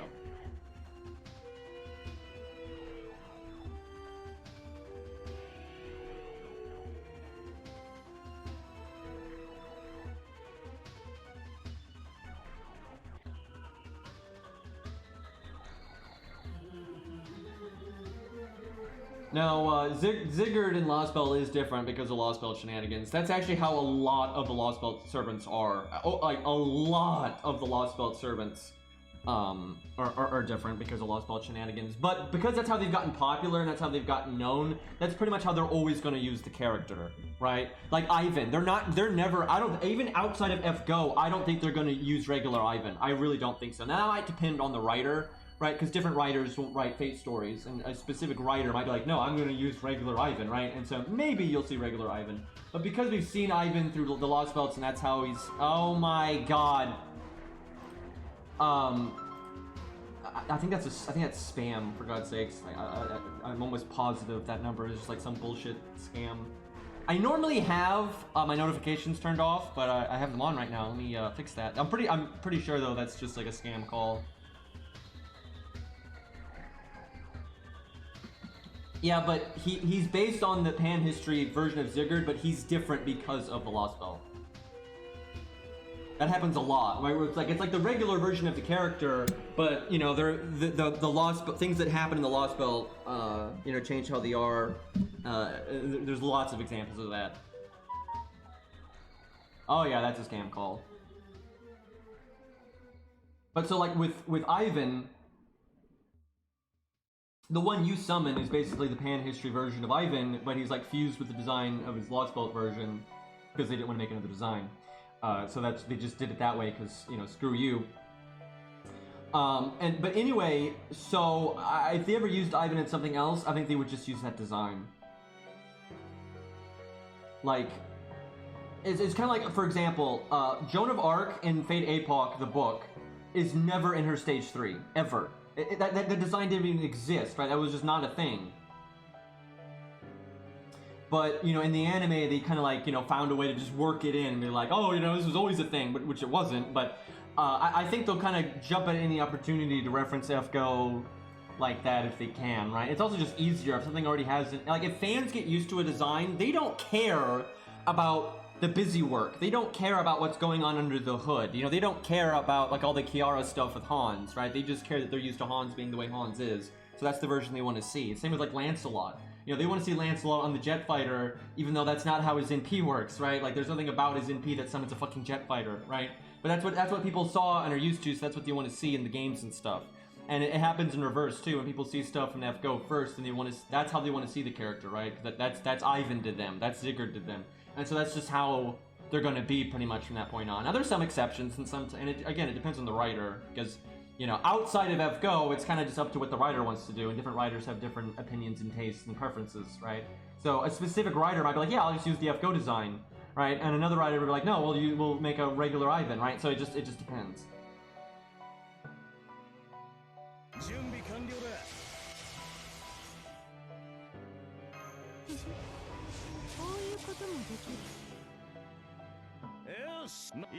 Because the Lost Belts are generally like based on something very ancient, but they've gone up to the modern day, right? Like Lost Belt 2 is set in the modern day. As weird as that is, that's how pretty much all the Lost Belts are. And so they're all, you know, have like a more technological advanced twist, which I don't really like, to be honest, but that's kind of the aesthetic they're going for. By the way, apparently I am told that in that interview they just did, they said 3.0 is going to be shorter than 2.0. And I think that's a good thing because, oh my god, the amount of time it's taking them to go anywhere with 2.0. I much prefer more condensed stories that are like boom, boom, boom, right? Of course you need time to breathe and everything, like, of course, but like, the amount of filler and like drag and, you know, between like major like events that actually pertain to the main story beats in Lost Belt have been kind of ridiculous. But yeah, I don't know, it's hard to say though. Them just saying 3.0 will be shorter than 2.0 doesn't mean much, right? Like you know, that could be 6 months shorter, right? Like that in the grand scheme of things, that's not that big of a deal. So.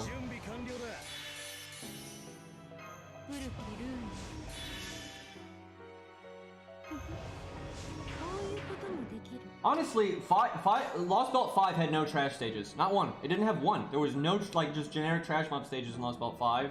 So, you know, I think they did an excellent job at that. So, now, some people didn't actually like that, though, so they may go back. Lost Belt 6 may have a bunch of trash in it again. But that's a huge part of why Lost Belt 5 is my favorite singularity. Lost Belt 5 2, anyway. 5 1 was going to say nothing. But 5.2 is the first main story that just all action, right? Every stage mattered. Every single stage mattered. They all had their gimmicks, and even when you fight trash mobs, it wasn't like, oh, you're fighting 3 waves, 3 mobs per wave, you know, LOL. Like, it wasn't stuff like that at all. It'd be like, you know, one pretty tough trash mob, and then after that being like 2 really, really tough trash mobs, and like, that'd be different classes, so you'd have to approach it differently and stuff like that. That's like, anytime you fought trash, it was like way more interesting like that. And then you didn't even do that very often. You know, it was mostly boss fight, boss fight, boss fight, boss fight, boss fight. So that was great, right? That was awesome. And that was the last main story they did.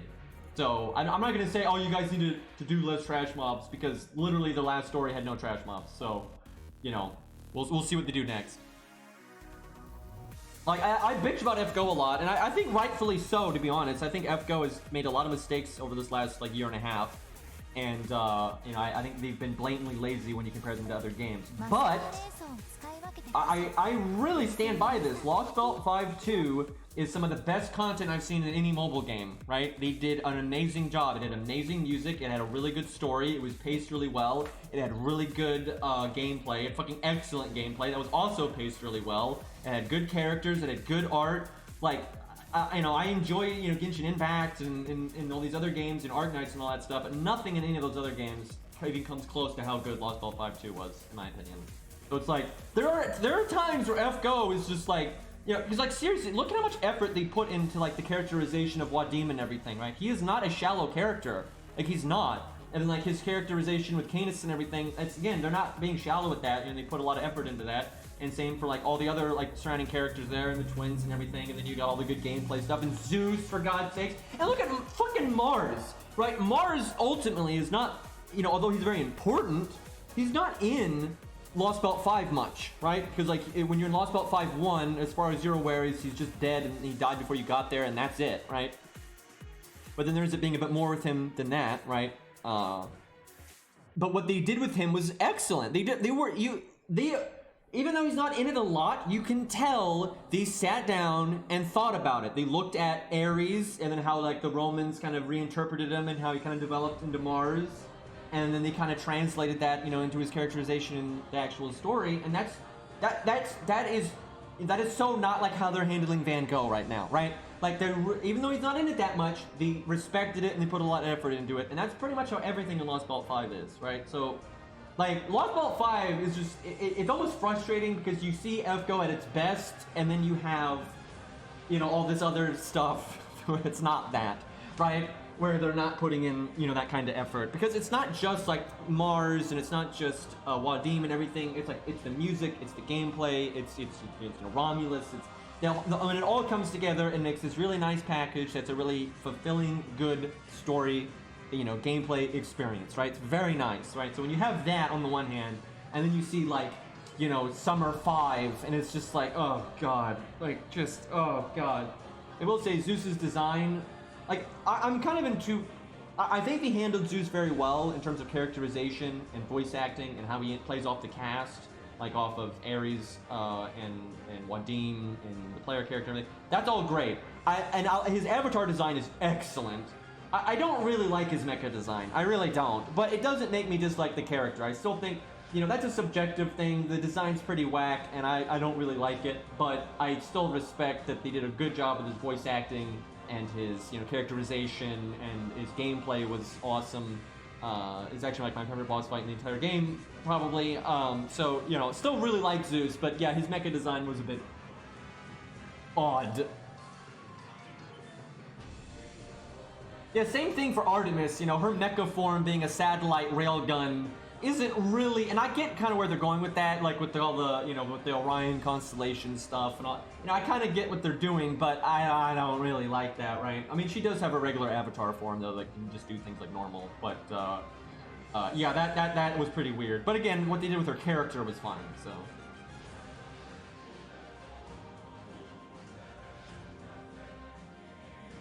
I actually thought Romulus's depiction originally was totally fine. The only issue was just like how he was used. And a lot of people didn't like that he was just a 3-star, but there's nothing really wrong with Romulus's depiction originally. It was just kind of, they didn't flesh out his character a lot, I'll say that. Yeah, Fion's fine. I think Fion is decently based off. The only issues with Fion is the fact that Scath exists, and they took half of Fion's accomplishments and gave them to her because ma waifu has got to be popular. But there's not much they can do about that at this point. But in terms of like his, you know, design, his characterization, it's fine. I do like his design more from Fate Zero though, to be honest. But they're both, from the way Nasu's talked about it, they're kind of both canon, and you know, don't look into it too much, basically. And I'm fine with his FGO design. I don't have an issue with it at all. My whole issue with Fion is just they don't use him well, right? Like, his characterization is fine, his voice acting is fine, his art is fine, his powers are fine, although, yeah, again, he's been robbed a bit by Scath, but, you know, what are you gonna do? Who knew Scath was a tomb robber, by the way? Anyway, but yeah, I just wish they would use him, it's his character in the story more seriously. Like, that's the problem I have.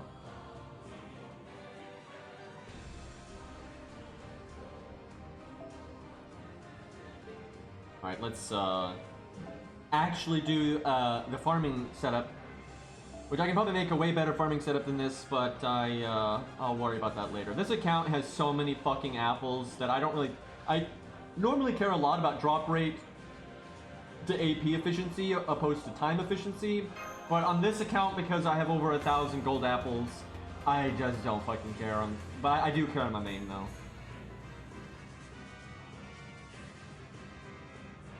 Yeah, Fion is the one that's supposed to be immortal and tied to the land and you know, like a god slayer and all that kind of stuff. Not Scath at all. They literally just took that from him and gave it to her because, you know, waifu. And I mean, and to be fair, they kind of, if you want to make Scath a serious character, you kind of have to make up something, right? I do not think people realize how much of a not character Scath is in the actual, like, legends and mythology. She doesn't even exist in most of them. And then the ones she does exist in, she is very brief, right? She's, like, not much of a character. He kind of has the god-slaying stuff in FGO, but not really. It's way more of a thing on Scath. Like, Scath is just copy-pasting how Fion is supposed to be. Like, with Fion, they're kind of just vaguely referencing it. Like, they really... And really, I think they only did it because they kind of had to. Like if Fionn didn't have any of that, I think that would have been too unreasonable.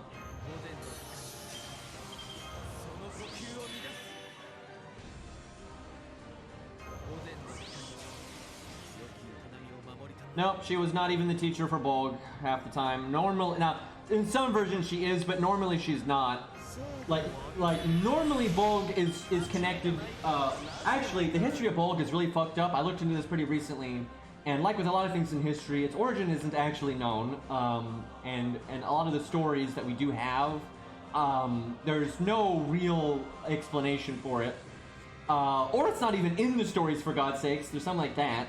And then the ones that it is, they never, as far as I'm aware, none of them actually explain where the fuck Bolg comes from. Like, they do explain that it was crafted from that sea fucker that was killed by a different sea fucker, but as far as I'm aware, none of the stories actually explain how the damn thing got crafted or any of that.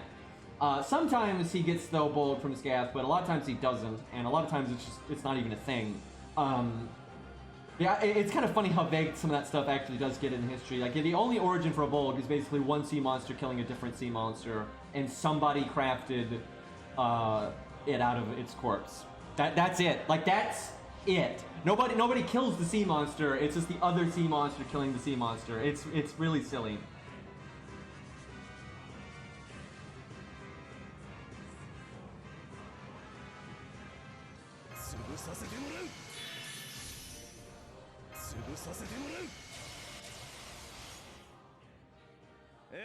But generally, you know, Ku learns from different people, and just has varying ways that he gains experience throughout his life and different adventures he goes on and all that. And Scath is just like one of them in a few versions of the story. She's not even in a lot of this, like even mentioned in a lot of the stories. And then again, it's just very brief. And they decided to try to turn this into like one of the main characters, like for FGO to focus on in like the early days. Why did I just cast that? I have no idea. Anyway,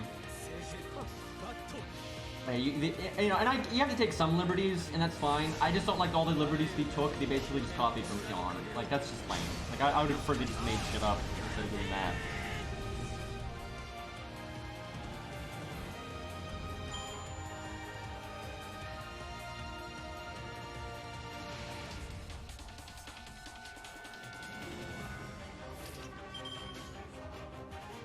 And you gotta remember, FGO, when it was released, was in a very different climate to what the Fate franchise is like now, right? When Fate Grand Order first launched, and even before it launched, like when they were putting out the anime trailers for it, like there was one for Scath and Darius and that kind of thing. They were kind of marketing it to kind of seem like a Grail War or something, right? Oh yay, CE drop on the wrong fucking account. Anyway, they were trying to make it look like, this is the caster and the lancer, right? And like Ushi was the writer, right? Like, even though that wasn't a thing, but like that's how they were marketing it. And I don't think they even knew what they were going to do with FGO for most of it. And back then it was really just, it was Fate Stay Night, Fate Zero, Fate Extra, and APOC I think was starting to come out too, and that was it, right? And so basically they were like, we Ku's popular, because let's make female Ku, basically, right? Like, pretty much what they did, right? And because, like, seriously, look at how they handled things back then. Like, it's crazy how, like, there's a lot of good things in older Fate stuff, but there's also some really stupid stuff. Look at I'm serious, look at every Lancer, the main Lancer in all the original stories, right? Fate Stay Night is Ku, got his, red spear that looks like Bolg, okay? Then you've got Fate Zero, this is the second Fate story. You got Dear Mid, who has a red spear that looks exactly like Bolg, even though it's not, but it looks exactly the same. That's okay. And then you have Fate Extra, right? Has Ku again, who just has Bolg again, although it looks a bit different, but it's still just, Ku again. And then Fate Grand Order was coming out, and then they just did female Ku with Bolg again. It's like, okay, right? They were just always trying to make the Lancer like that, right? They were trying to make everything like that. It's just like all the sabers used to be saber faces, right?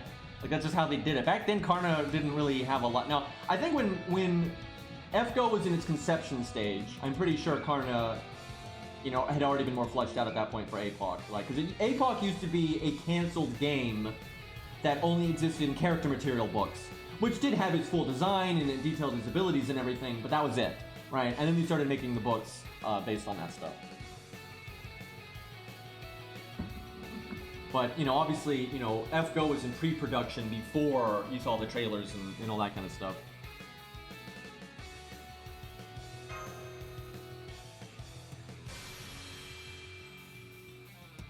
Why did this have to happen? I like Canis, you know, she's cool and everything. You know, I have a Grail for God's sakes. But this is going to cause so many problems. The only good thing about this is the fact that I don't, outside of 1 or 2 units, I don't think Canis CE already blew the load, right? So we don't have to worry about that. I don't think this is going to be a very meta CE, so I don't think it's going to come up very often, but now that it exists, it's just going to make things work. The art is really nice. By the way, never going to be a costume because this game is stupid and they don't make costumes. You realize how silly it is, right? Like, so you have all these other games that make costumes and monetize them so they can make lots of costumes, like in League of Legends and so on and so forth, right? And like, they don't even have to design them, right? A big part of like costumes, you have to get an artist to design them, right? That takes time and money. They already have 5 million CEs with like designs that people would pay, you know, 5, 10, 15, 20, 30, 40 bucks for, right? Like they already have so many. Like they have so many. There are so many CEs that have like so much variety in the designs that they would never have to make a new fucking like skin design if they didn't want to, right? But you know, they just that's not gonna happen, and because they already set you know, the standard of making costumes free, you're almost never going to get any of them. Yeah, you got the Nightingale one, there's like a million Christmas ones and Halloween ones and just random like formal dress ones. You got like Bedivere in his suit. Like, who the fuck wouldn't get that? Like, I mean, it's just crazy. Yes, as far as I'm aware, this CE is, when it's limit broken, I think it's 15% crit damage, and then I guess 20% maybe Buster crit damage, and then 4 stars per turn. Which, if you do crit with a Buster card, you're gonna hit like a motherfucker, right? And I will say this, so every time you don't crit, or every time you NP, you're basically losing damage compared to something like Golden Sumo or a generic Buster up, right? So every time you don't crit, you're losing damage, but then every time you crit, you're gaining damage. So you have to crit enough to make up for it, right? But, because of break bars, sometimes burst damage is all that matters, right? And at key times. It's not just burst damage, it's burst damage on the turns you need it. So there are times where like this CE for like a Buster crit unit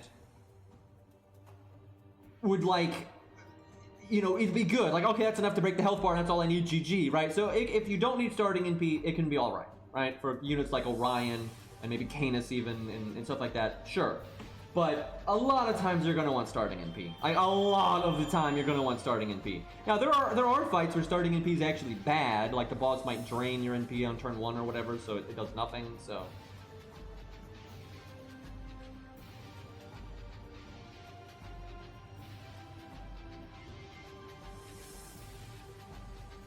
Yeah, I want to point out, with high heels, originally high heels were almost exclusively male nobility, right?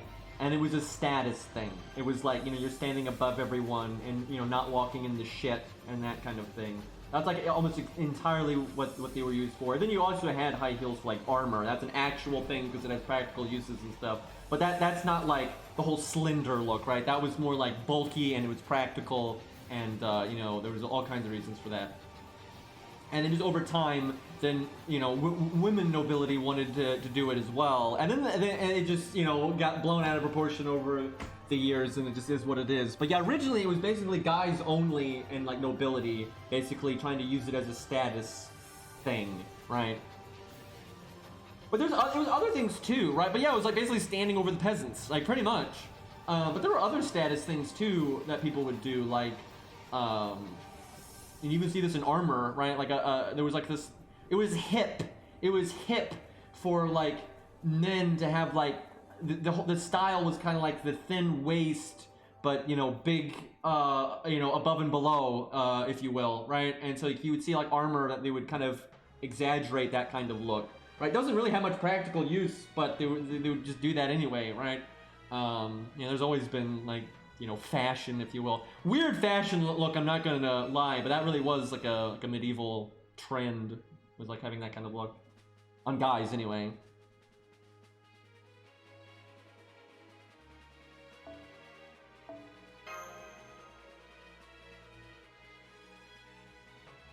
That's not really drumstick. It's like I don't the male version. I don't really know how to describe it. It's like it's weird, but it was very much on like the slim waist, but not like so much big chest, more like big thighs and that kind of thing. And then like, you know, I guess chest and like stomach too. But you know, like if you look at a lot of like armor, they would go out of their way to like exaggerate that kind of stuff, and like a lot of the fashion for like the pants, like the fluffy pants. Around the thighs and stuff, it was kind of the same thing. It's not exactly big belly, but it kind of.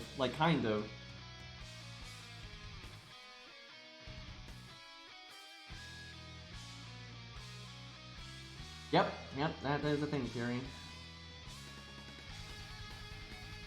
But like, yeah, like some of the like the nobility, like, and just rich fucks for like male pants is really weird.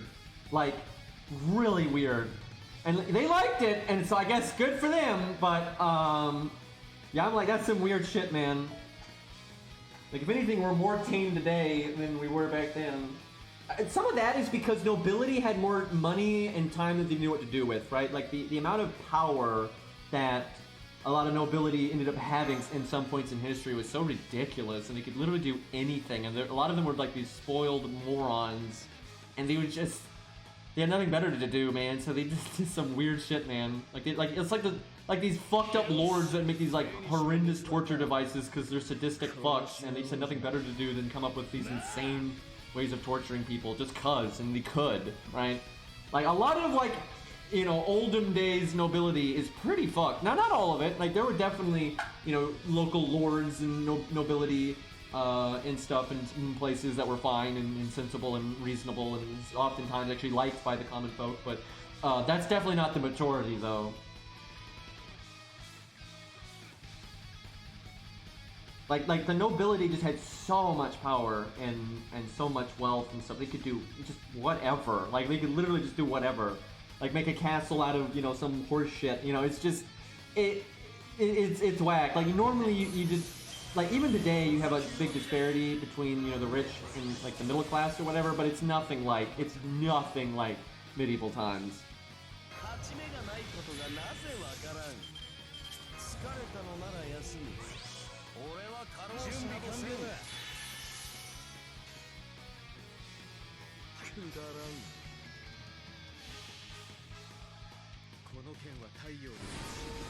Yeah, it's funny too because you would have, it was because being overweight was actually very difficult to do in those days, right?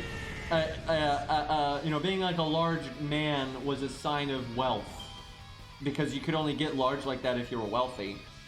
And you would, and now still, obviously there's limits to that, but you would see things like imitating that, like people that weren't overweight, like trying to almost have that aesthetic because it would like signal having wealth, right? Very, very strange, man. Very strange stuff, but it is what it is.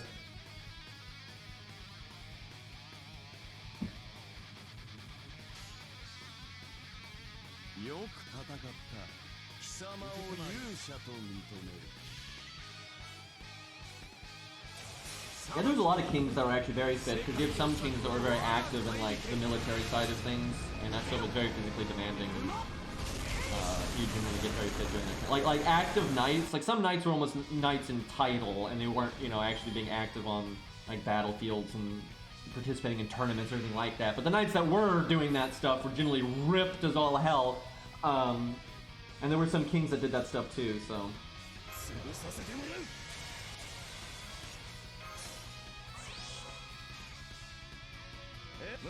Gillies' spot in the tier list might change a little bit, but like I said, it's like the buff is good, but he's still so, everything else, where he's buffed is in areas that other servants still cover really well, so why would you use him for that instead of those other ones, right? Him having the art and bunch of resistance down doesn't make up for the difference between him and like Casterku or Babbage at all. Like not at all. So it's not going to change it much. He'll change it a little bit.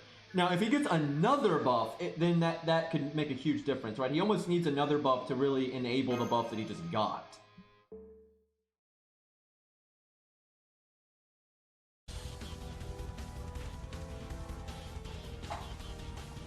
I mean, he's a 3-star, so you wouldn't be using him on a 1 to 2-star. They just added to his NP damage down. They made the NP damage down larger, so if you're like using it with defense up, it could actually matter. And then he gives 3-turn Buster down, resist down, and 3-turn Art resist down, 20% each. Which is good, but again, so he's an AoE damage caster with then, you know, Buster and Art up for the team, essentially.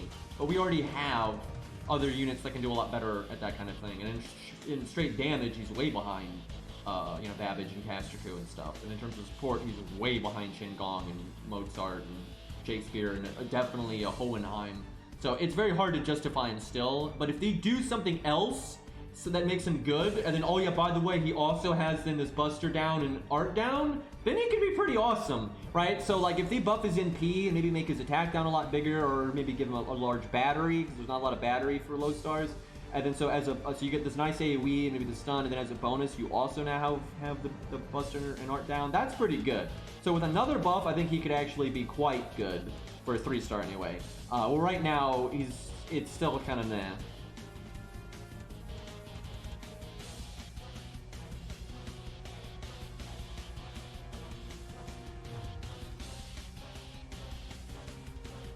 No, they did not give him an animation update because that would require work, you know.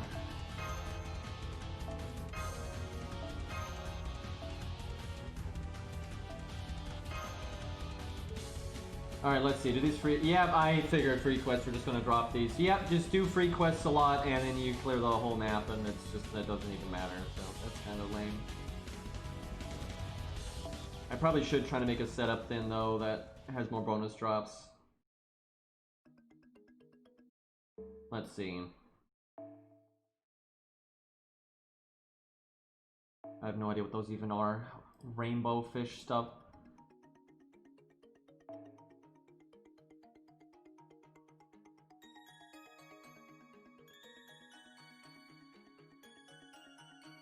Probably make a setup that doesn't really need a support. That way I can summon whatever and put it in the back. Why does everyone not have bonus stuff out yet? I guess that'll take a minute.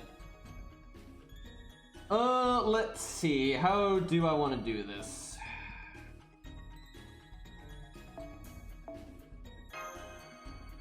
Wait, what drops here again? God, I hate the UI in this game, dude. And then when you go back, you have to fucking undo everything. It's great. So it's like a fin and like dog tags. It's obviously not dog tags, but that's what I'm seeing, so fuck it. Okay, so Scatty is a bonus. Drop to this.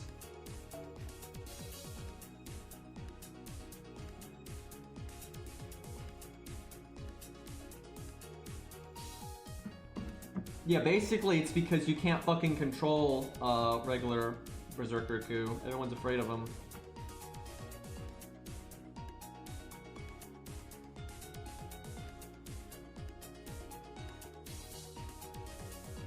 Ku alters just like you don't want to summon that, like, because they pretty much just straight up say he's just as likely to kill his master as an enemy. So pretty much, I bet you'd have to use like a command spell on him to not get turned into meat.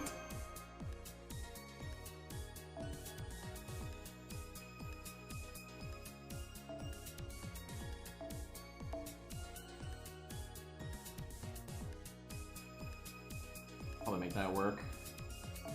Do I still need Achilles Bond? I think I do, but I can worry about that later.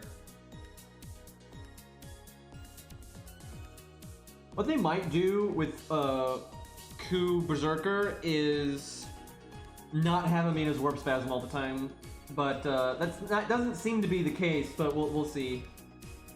Oh yeah, I could do that too, actually. That way I wouldn't care what support I summon. she get bonus drops? Yeah, I think she does. I hate these events, dude, because whenever you can't just look at what their bonus drop is. You have to have them tell you for the millionth time that they have bonus bond and bonus damage. It's so annoying. So both of them don't give the bonus drop that I want.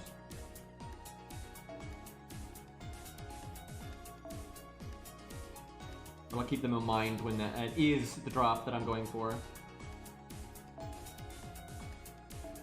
Everyone I have leveled is the wrong mat. I might bring one of them anyway, because I don't know if I have that many of the right bonus drop anyways. God, everyone's dropping that thing, which is the one thing that doesn't drop on this stage. Holy fuck! Okay, that's one. That fucking Abigail, Jesus. I have someone that's got a lower team cost.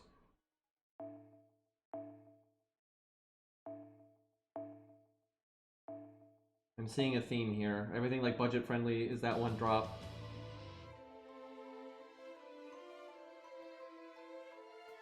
Yeah, I'm gonna have to farm a lot to get the drop on my main. Gotta get that done.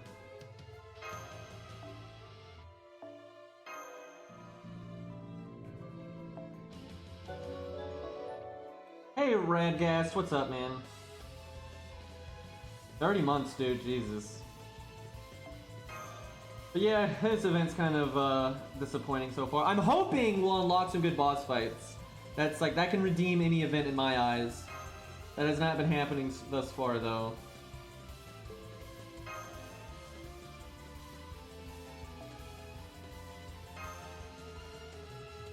Like, I don't like the story, although I haven't looked into the translations yet, but I can tell what the premise is, and I don't care about it very much. And then I don't like the servants. I'm so used to that, though. Oh my god. Like, every time they stream something, I'm like, it's just gonna be them talking about nothing, no good updates for systems, and then they're gonna show off the NP of some, like, waifu that I don't care about. Like, that's generally how the streams go. Although they did say, they did say that they were wanting to update a lot of, like, the systems in FGO. Like, they kind of acknowledged how out of date a lot of it is, so I'm hopeful that, and giving them some time, that things might get better. Like, they said it. They said the command code UI is bad, and they're gonna try to fix it. So, like, that's good. That, you know, I'll give credit where it's due. That's really good. So, I just hope it doesn't take them a million years. Yeah, they need a pity system pretty bad.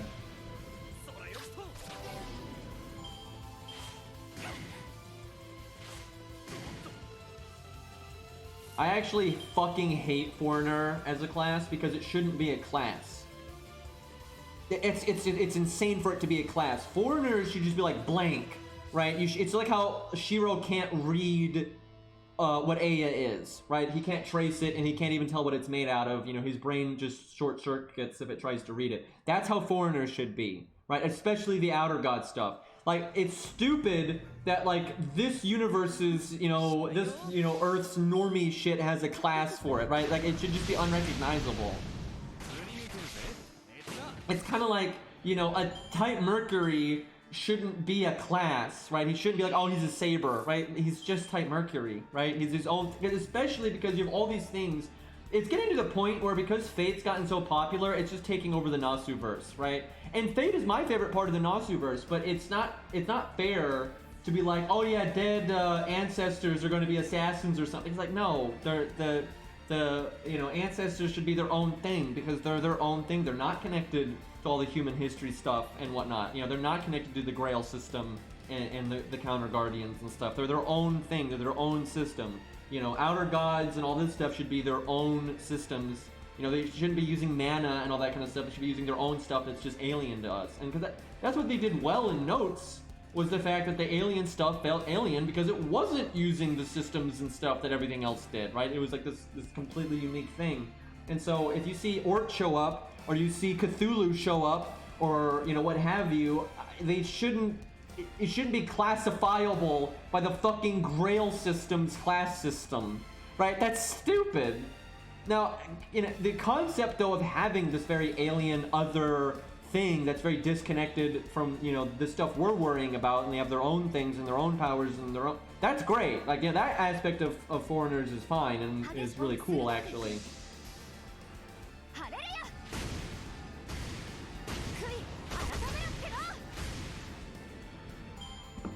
I mean, if they're gonna do another coup, I'd prefer them to do Berserker coup, because Berserker coup was the first alternate class version of a character that they ever confirmed, and it is part of his story and everything, so it'd be nice to see that. Obviously, it's really easy to give him a Saber or a Rider version, and they've already confirmed he's got a Chariot Noble Phantasm. That'd be fine, but I'd prefer them to just do the thing that they already established, really. I might not like it, though. Like, I think, you know, if they follow the legend, I wouldn't really like him, to be honest. That's just, you know, I like, you know, monsters and that kind of thing, but not that level of ooga booga, right? Like, that's too dumbass hit hard, right? Like, that's not generally my style, but I think they'll hopefully make it cooler, but who knows, they might not. I think Hawaiian Shirt Coup just needs to be a costume for regular Coup, because Hawaiian Shirt Coup in Fate Hollow was just regular Coup, right? So I would prefer that. Obviously, I want Hawaiian Shirt Coup really bad, obviously, but yeah, I don't want like 5-star Hawaiian Shirt Coup that's a Rider, because then you're gonna have Hawaiian Shirt Coup with like his Chariot NP. I just want good old Bulk and all that stuff with the Hawaiian shirt, right? Like, let's be real, his Chariot in P is never going to be as cool as Bulk, at least not to me, so.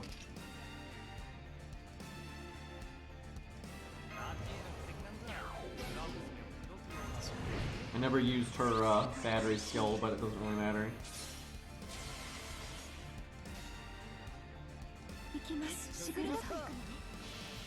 I don't have a very strong opinion about this event because I'm not far enough into it. Right now it's same old, right? Like, the whole, like, event gimmick is super surface level and doesn't matter. It's just do a lot of free quests. It's fluff. It's irrelevant, right? So I don't care for that, but I never care for that. And thematically and story-wise, I don't really like it. But gameplay-wise, I've barely touched it, so, it's not, so far, not impressed. I'll say that, but there's plenty of room for it to impress me, right? The first bit of Gouda, you know, finale didn't impress me either, but then it became one of my favorite events. So, you know, we'll just see. Yeah, I know, the new command code is pretty strong, though. You have to use it with that. That's another reason why the Canis CE, I can't believe I just said that. Anyway, that's another problem with the Canis CE, is the Yang CE exists. Like, why would you ever...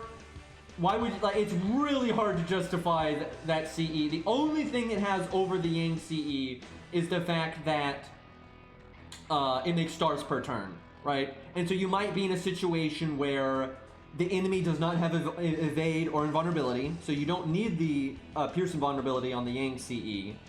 And then you're going to be critting a lot, but you need the stars, like if you're using Merlin. Really, if you use Merlin a lot, I actually think the Canis CE might be kind of good, right?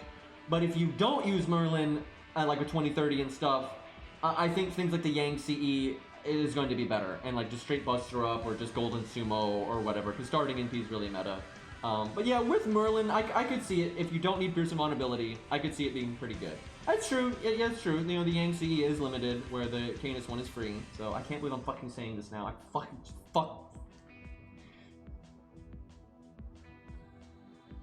At least the K-Nith, and to be clear, I'm saying K as like the letter K, K-Nith, but it is still a very meta CE. And it's so meta, I don't think it's ever going anywhere. Like, seriously, I just can't see a world where that CE is gone, right? It's so good. It's such a good CE. I love that CE, by the way. It's very fun to use. I like Canis, he's cool. It's really fun to use like David with stuff like that, or you do like a last man standing with it. Like, I really like that CE. I've always enjoyed it because it's like a CE, and because it's fair, right? Anybody can get it. It's an unlimited CE, so you play the game enough, you're gonna get it, and anyone can be pretty excited when they roll it, and it opens up like a whole new gameplay option, right? Which is kind of like Poster Girl, except Poster Girl's limited, and is probably too good, right? It's like a reasonable Poster Girl. It's like, oh hey, this can really change the way you set a team up. But anybody can get it at any time, and it's also not so good that like you have to have it, right? So I really like it, and Canis is cool, and so I'm kind of, because Canis is never going to be in the game, like that's like his representation is like this really meta CE that you actually see a decent amount, right? And it's nice. I like that because I wish Canis was in the game, but he's never going to be. But you know, at least he's got an awesome CE. I guess I can summon whoever, really. Wait, what drops here? octopus nonsense, which I think is this one. But yeah, I think tomorrow we'll roll on the 1 to 3 star account, and we'll try to limit break. I'm gonna try to limit break the 3-star CE and get 1 extra copy of it. That's the dream, because that's gonna help that account out a lot. Although we've already gotten past a lot of the stages that I needed it for, but things will be added in the future where that I'll need it, so. My newbie account doesn't need it because I'm pretty sure it has at least 1 copy of the Taiga CE. That's the thing, only an account that is limiting itself to 3-star CEs only would care about a CE like this. Everybody gets the Taiga CE eventually. Every fucking body. Like, it's just an unlimited 4-star CE, right? You're gonna get it eventually. And even if it's not limit broken, it's good enough, right? So, and then if you limit break it down the line, even better.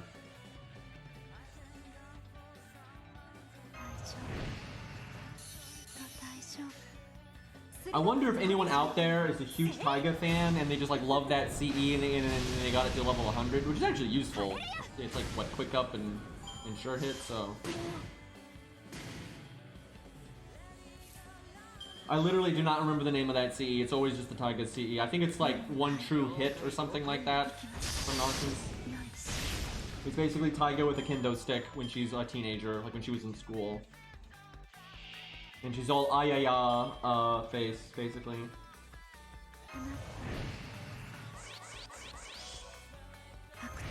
But yeah, that's a great, I love that CE because there's a lot of CEs that can outclass it, but they're not CEs that you're necessarily going to have, right? That is just a nice, easy to get 4-star CE that's unlimited and it gives you sure hit if you need it, right? Like that's good. The CEs like that make me happy because they help the player base out a lot and they're reasonable. And so even if someone's using a stronger CE with sure hit, right, it's easy to kind of, you know, replicate that kind of thing with the Taiga one. So that's really good.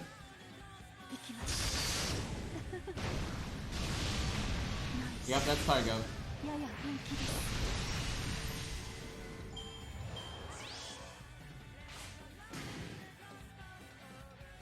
Origin Bullet's really good too. That CE is almost too good. But thankfully it's unlimited as well, so, you know, fair enough. But it's a 5-star, so it's a bit harder to get. But, I mean, if you play the game long enough, you're gonna have it sooner or later. It can take a minute, though, for sure. But that one's really good, because you get Pierce and Vulnerability, which that alone is good, and then as a bonus, you fucking wreck casters. And if you're a rider, now you're really wrecking casters, so that's a really strong... I'm glad that CE is unlimited, because if it was limited, it'd be kind of bullshit. But thankfully it's unlimited, so it's like fair enough. But that's so powerful that if someone has it versus someone that doesn't, that's such a difference. And same for the anti-berserker one. The anti-berserker one is definitely stronger than I think it should be, but what are you gonna do? But it's unlimited, so.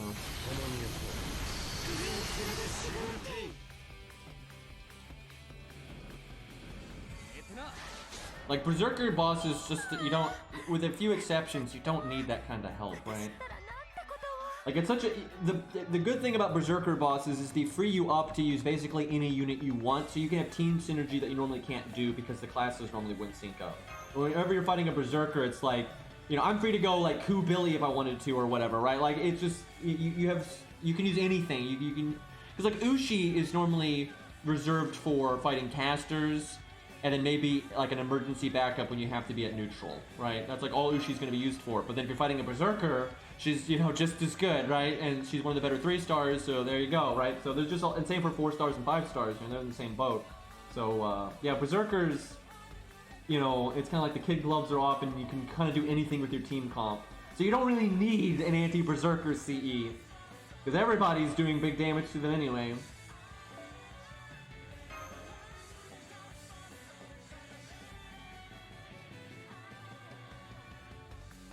I will say though, from a practicality standpoint, you definitely want to get the anti-Berserker CE because it also comes with ignore defense, and that's a really big deal in some fights. And if you have a Berserker boss that has the defense up, it's just like, okay, well now we're in business. Yeah, at this point, they might eventually just make an anti for every class, and I guess that's the only ways you can balance it then, because, you know, right now certain classes are just a lot easier than others because of that, because foreigners are already like a way too, like, Berserkers were not designed to have a proper counter class, that's obvious, right? So foreigners are already like massively advantaged. a foreigner versus a berserker is way stronger than like an archer versus a saber. Like it's just not comparable. The way berserkers are scaled, you know, just a proper counter class is way stronger. And then so then you can have a foreigner who's already got a leg up, and then they also can have the CE, and now they have a super leg up, and it's just disgusting. And then the enemy might actually have a defense thing going, right?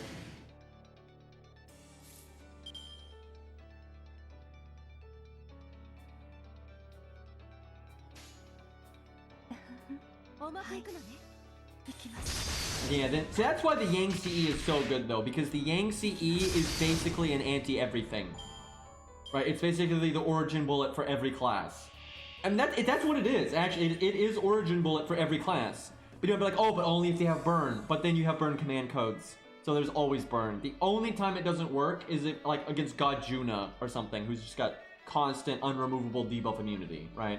So occasionally it's not going to work out, but I mean, seriously, dude, the Yang CE is just disgusting.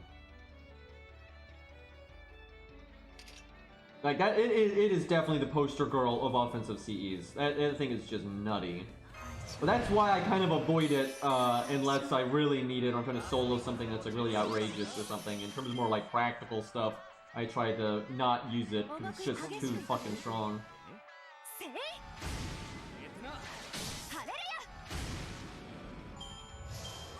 The thing is, if it had to be paired with a specific servant, it wouldn't really be that good, because a lot of boss fights or farming setups or whatever that you're doing, right, are just not going to allow to like specifically use Yang or specifically use Jolt or Summer, Jerker, if you will, right? A lot of that stuff just won't work out. But because there's there's fucking 3 command codes that apply burn, it's easy to get burn literally with anything in any setup. You can do an art team, quick team, buster team, crit team, you know, just your best low star team, whatever, right? Anything can get the ball rolling really easy.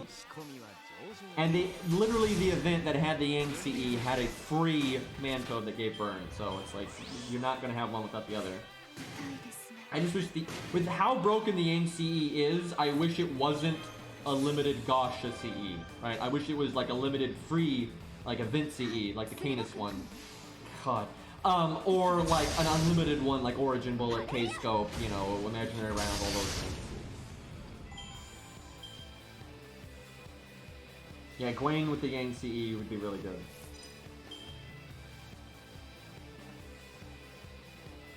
Yeah, this soundtrack's fucking 10 out of 10, man.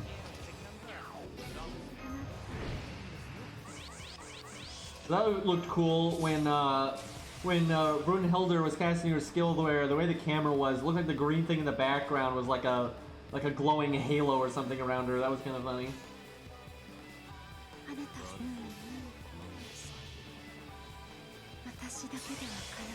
I said this last stream, I stand by this so hard. If you're an NA player, or if you're playing JP now and you're gonna wait for the rerun or whatever, if you like any of the Summer Servants to like any degree, you're like, oh yeah, they're pretty cool, I really recommend you roll in whatever that servant is, because all of them are rated up with the Yang CE. It is so worthwhile to get the Yang CE. And if there ever was a CE you want to limit break, that's definitely the one, right? So if there ever like a Gasha CE to go for, it's definitely that one. And if you, on top of that, you're happy to get a Summer Servant as well, then you're not really wasting your SQ because you're rolling for a servant you want as well. It is the value.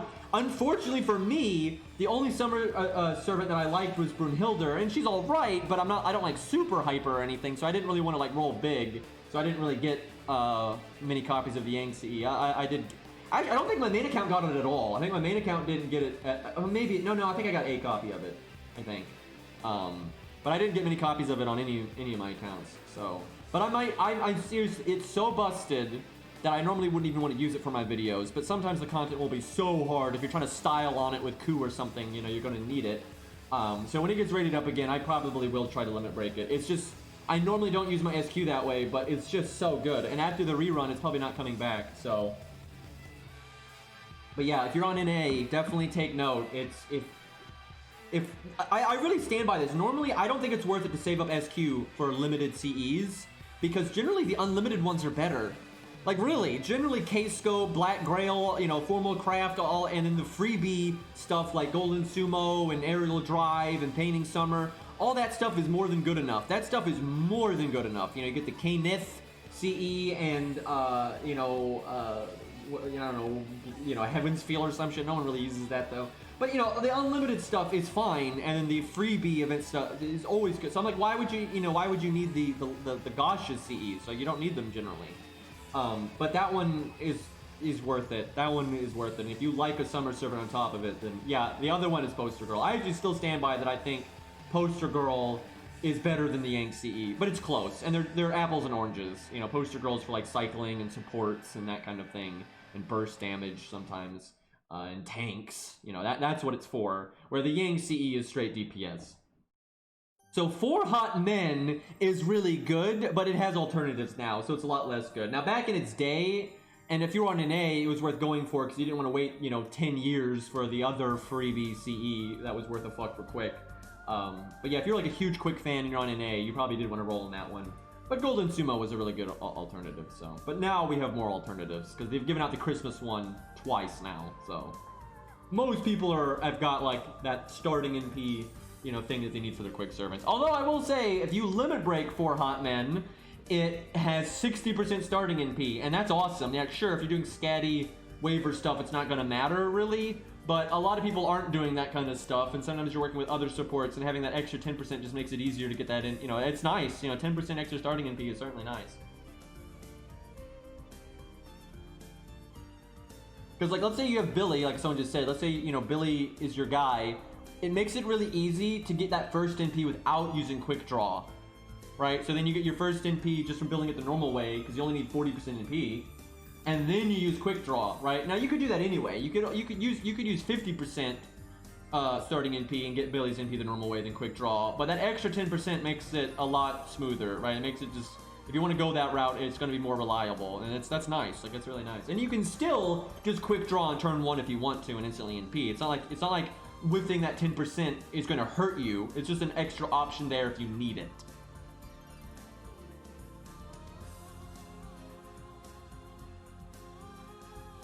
But yeah, Golden Sumo and whatever that Christmas one is called, they work really well for quick units as well, so. Yeah, I always hate that you have to farm the 5th copy for some of these events. Some events make it easy and some don't. Let me, now I'm not, I swear to God, I'm not trying to pick on you or anything, but truly, the person who's asking about the new servants.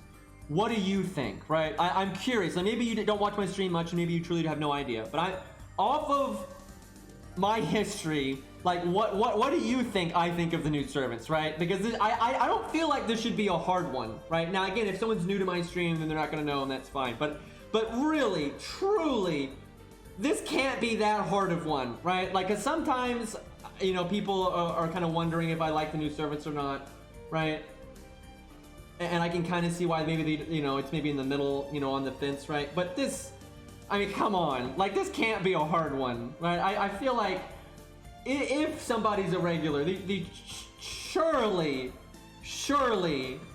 must know how I feel about these new characters, right? Like, it's really, there's some things that I'm really obvious about, right? And not liking lollies and that kind of thing is kind of one of them. So, obviously, I don't care about the new characters. Now, if you're talking from gameplay, I guess that's different. And again, I'm not, if you're newer to the stream or whatever, or you don't follow me, that's totally fine. That's reasonable, really. Not following some random FGO guy is probably the normal thing to do, right?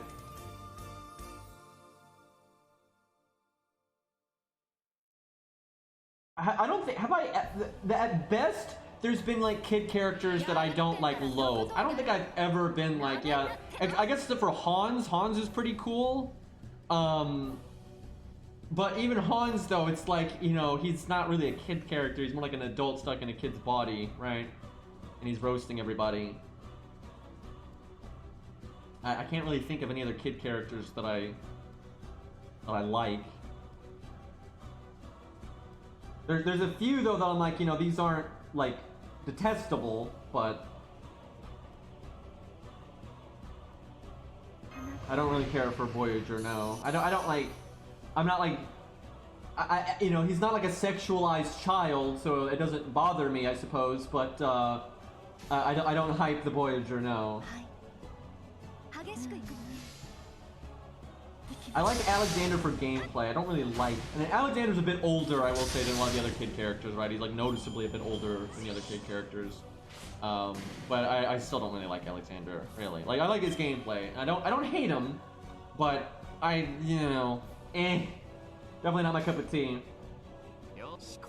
But he's bearable.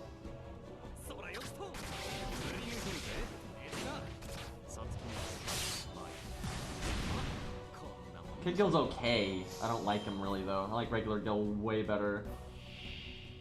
You know, again, passable. You know, I'm not like puking at the sight of Kid Gil, but I'm not like, yeah, Kid Gil's awesome. Like, not at all.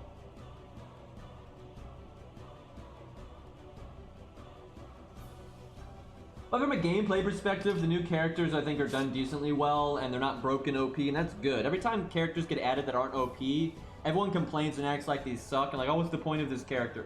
A character does not need to be meta-defining to have a purpose, right? That's just not, if every character is being meta-defining, you're literally power creeping the game every patch, right? And that's horrible. So thank God they don't do that. So I'm glad that like gameplay-wise, they're both like, they're good. If they're your favorite character, they're good enough that you're not going to be crying, and that's great, right? If Nemo's your favorite character, you can totally make teams with him where he's going to be able to, you know, NP decently often, and you have some synergy with the team, and you know, have the buffs and everything. That's great. So that's good. But yeah, he's not so good that he's like, oh my God, guys, you have to have Nemo, or you're not going to be able to be meta, right? He's not like that at all, right? And that's fine. That's okay. Like, so in terms of gameplay, I'm glad with the new characters. I think they're good. They're not gonna let anybody down, but they're not breaking the game, and they're not like defining the meta, and that's good. So no problem. But obviously in terms of design, I don't like them because I never like good characters, and I don't generally like characters that are very historically whack, or just all the what the fuck BBQ nonsense. Himiko's not even remotely broken. She's good, and you can enable her to be very powerful. Like most servants, you can enable them to be very powerful, with the exception of a few. But most servants, if you set them up proper, can be enabled to be very powerful, right? But that doesn't make them broken, right? She's no Orion, right? She's no God Juna, like not at all. But what's good about Himiko, this is like the most unique thing about her, is that she has synergy on stall teams, and then can still give stall teams decent damage. She's not going to give them damage like God Juna or Edmund or some of that, just God Juna. She's not going to offer the kind of damage that God Juna is going to, that quick, break 3 health bar nonsense. But she can still throw out really big damage, and she can still break health bars, pretty quickly and stuff, especially in single target situations. And then she's not going to hold a stall team back too much, right? If you're going to go full stall, she's not like the best thing you can slap on a stall team. She's not, but she's fine. And then you also have good damage, right? So she's like the damage dealer for stall teams, right? That's kind of, I think that's what they were trying to do with her, and they succeeded, I would say. So she's not the best stall option, and she's not the best damage option, but she kind of lands in the middle.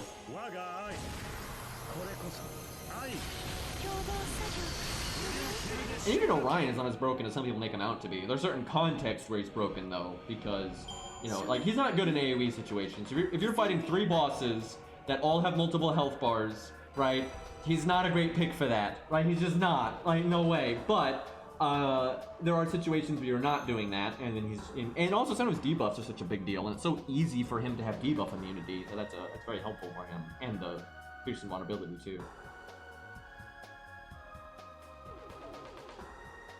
But like everything I've ever seen people do with Himiko to try to say she's broken, other servants can do better. Like I've never seen a setup with her that's actually like broken, like not at all. But she's still good, and that's fine. Like I don't like Himiko as a character all that much. I don't like hate her, but her voice is pretty annoying to me, and she's just not my style of character. But I have no problem with her gameplay, and I think it's designed decently well. Oh yeah, you have event bonus. Yeah, she's kind of broken with the event bonus, but that's how everything is, so. Yeah, her voice is not my cup of tea, and I just, kind of whatever. I especially don't like her later ascensions, because it gets all that fancy nonsense, and that's not for me.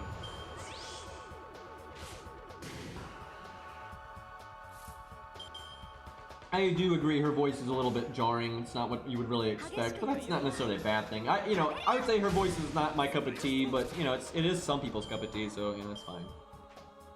Not everything has to be to my liking. Actually, almost nothing is to my liking, to be honest. It's very rare that I'm like, yeah, this character's up my alley. Right? That doesn't actually happen very often. I'm gonna be right back. I need water. I'm out. Gotta reload! So far, though, this event is Snoresville.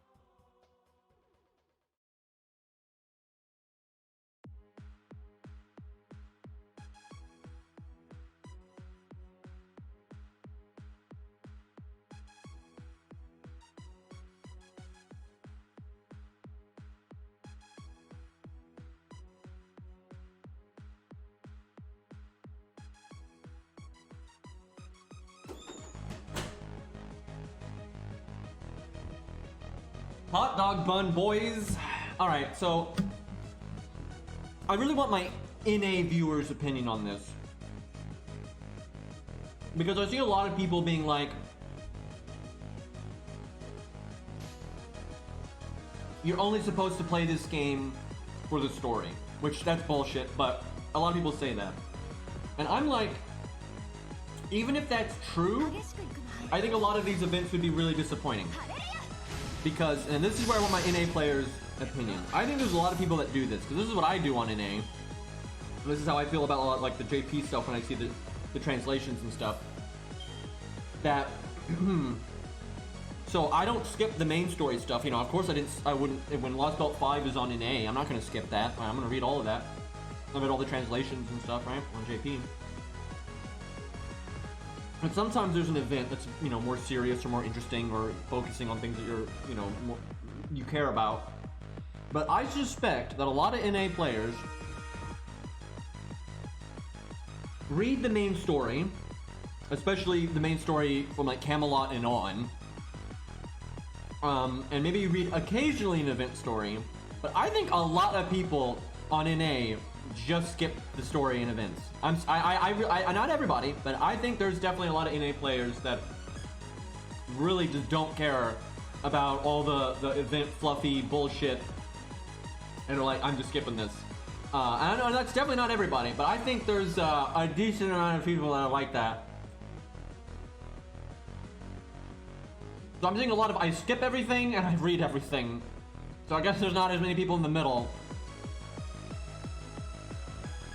Like, I know a lot of people definitely read the events, like, absolutely, but I'm thinking, I guess some people is either just read all or skip all. That's what I'm seeing the most of. I'm not seeing a lot of depends, but I'm seeing a lot of people saying they skip certain events. Okay, I'm actually seeing a lot of variety. There's a lot of like, I skipped some events.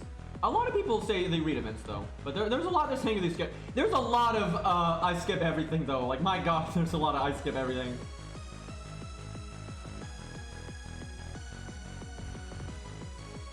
This would be a good time for a poll, yes.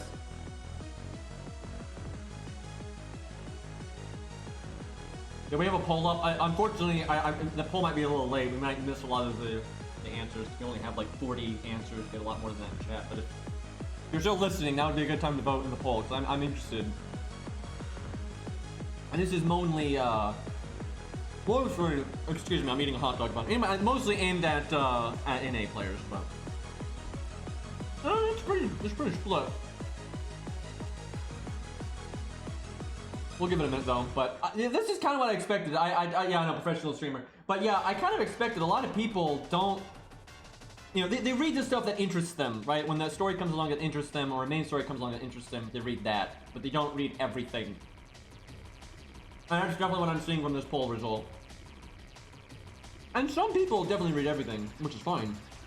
But I think, like, it's obvious. Even if you're somebody that reads everything, and bless you, there's nothing wrong with that, but it's obvious that a lot of other people only read the stuff that interests them specifically, and then that they're playing the game for a lot of reasons other than just the main story. And I think it's been that way forever. Really, because in the early days, FGO's story was horrible. Like, holy shit, like, you know, Septum and all that stuff. You know, the olden days was quite bad. I forgot to use her battery skill. Oops.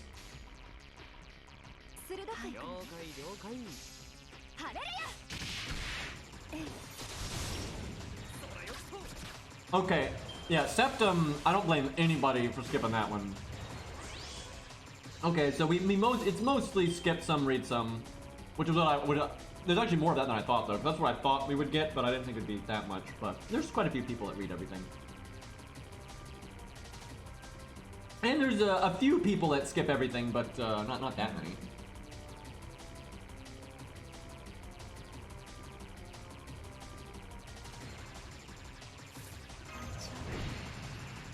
Who do you think has the best NP animation? Edmund, probably.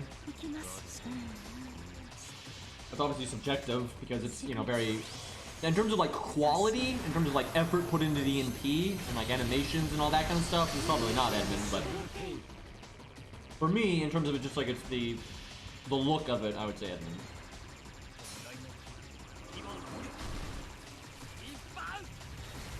I actually think the game version of Babylon is better than the anime in certain areas. Obviously, the production value for the anime is better because you can like actually see the fight scenes and stuff. But like Benkei's story arc is blatantly better, I think, in the visual novel take, you know, in the game take versus the anime. Like they just neutered the hell out of it in the anime. There's actually a lot of stuff I think is better in the game. I think the anime is way more palatable, right? You can just sit down and watch the damn thing. You don't have like loads of filler, you know. So I think the anime is infinitely more palatable. But like Tiamat's characterization is not very good in the anime. They didn't explain anything. They didn't give any of her motivations, and like there's a difference between like what she wants, like her own will, versus the like beast system. You know, none of that's there. The fact that she was trying to restrain herself and all that, none of that's there. So that's just, I think that's just better in the game because you know, Tiamat's an important part of the story, and she deserves to have her, you know, proper characterization and you know, clarification, right? And that's completely absent in the anime, and that's pretty lame. You know, all the like interesting stuff with like Gilgamesh, you know, kind of commenting on Tiamat's gone, and now he just says shut up and die. You know, that's great. You know, all Benkei stuff is mostly gone, and doesn't even use his fucking NP for God's sakes. You know, most of his like, you know, triumph, if you will, is removed and given to Quetz because, I don't know, reasons. Well, there are a lot of things that are better in the anime in terms of just pacing. And, you know, they flush out some of the fight scenes better, like with Ushi, you know, against Gorgon and stuff, right? Like, that stuff is, like, a lot more flushed out, where in the game it's just like, this sprite's shaking and this sprite's shaking and oh, now they're dead, right? You know, that's crap. So...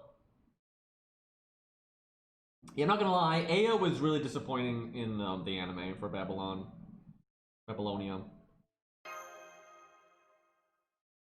So I'm not kidding. I remember. Oh god, this was when did Fate Zero come out? The I'm gonna look. When did the book and the anime came out? I'll look at the anime first because that's what I'm talking about.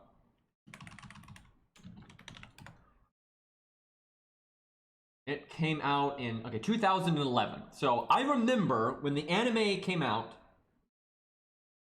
At that time, it was pretty hyped because it felt like they were never going to make Fate Zero because Fate wasn't that big back then, right? If Fate wasn't this like juggernaut, like it was a popular visual novel, but visual novels are so niche that doesn't really mean a lot, right?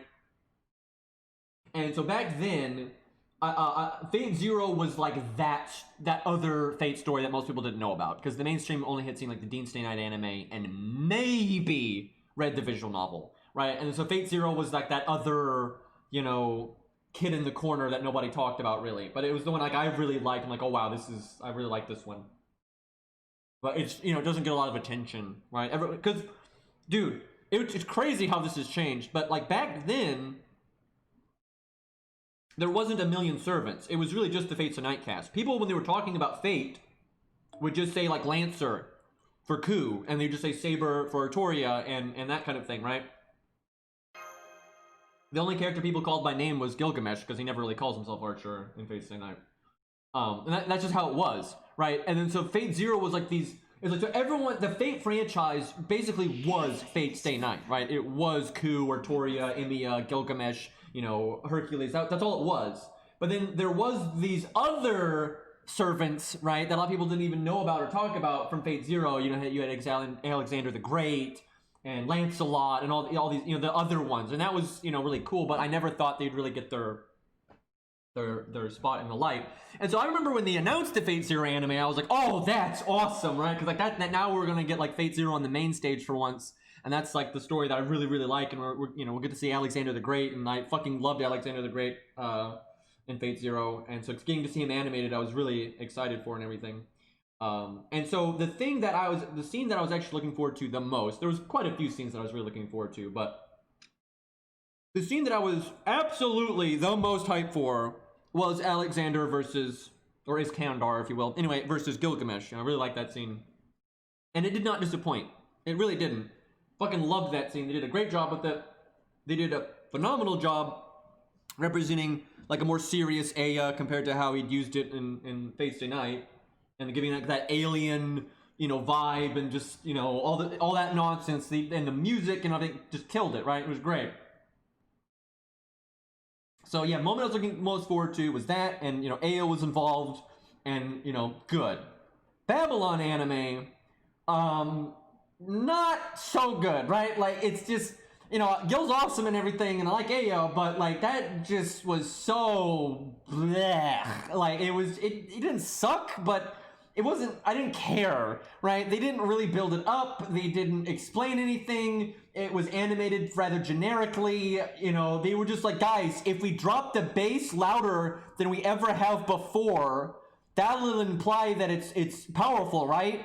Like if we crush everyone's eardrums more than we've ever crushed them before, that makes it awesome, right? Like which it doesn't, right? And to me, I'm serious. I think the game and the CCC, the game, did a better job with that take on Aya, right? Because that version of Aya is like shooting the, you know, space discs and all that nonsense. You know, Gil being like a super serious or whatever. But I think CCC with like, seriously, if you just, never mind like when you unlock Aya in CCC the game, right? Never mind that. But like when you just generically use it in gameplay, right? And it has the music kick in, and it shows like the moon cell virtual reality stuff being dispelled and everything. So literally just the generic scene that plays every time you use Aya in CCC, I think actually captures Aya significantly better than the Babylon anime did, right? Literally just anytime you use Aya in gameplay in CCC, I'm like, that's way better than the you know, the big build-up that they did for it in like the music and everything. Like it was just so generic in the anime. It just felt like a generic, you know, red beat stick. And yeah, Gil can use Aya like that sometimes. That's kind of how he uses it in Fate Stay Night. But that, you know, when you're being more serious with it, that's not how he normally uses it. And especially against Tiamat, I thought that was pretty lame. Like that was pretty disappointing. Now, what was not disappointing in the Babylon anime was like the Leonidas fight scene. You know, they made that way better. They actually animated his NP properly, where, you know, the game, for a lack of a better phrase, doesn't do that.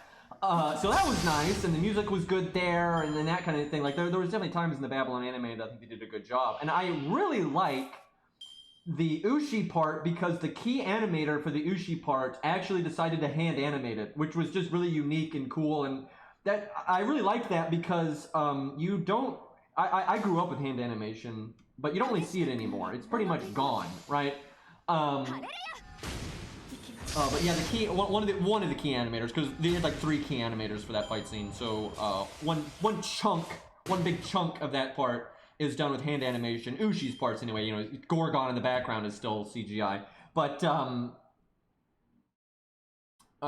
that was really cool to see. It was really nice to see hand animation again, and it was done pretty well, right? It wasn't like the best animation I've ever seen on the planet, to be fair, but I'm sure they had time restraints and budget and everything, so it was still really good. And the music was good, and blah blah blah blah. So that was great, right? So there's definitely parts of the Babylon anime that I thought were done really well and tastefully and all that kind of stuff. But if you've seen both, I don't see how anyone can be like, oh yeah, they totally characterized Tiamat well in the anime. They clearly didn't. Like, they didn't even touch on her character at all, right? And that's kind of lame. And even if you personally don't like Tiamat, I personally am not like the biggest fan of Benkei, really, but like I still think he deserves his fair shake, which he didn't really get.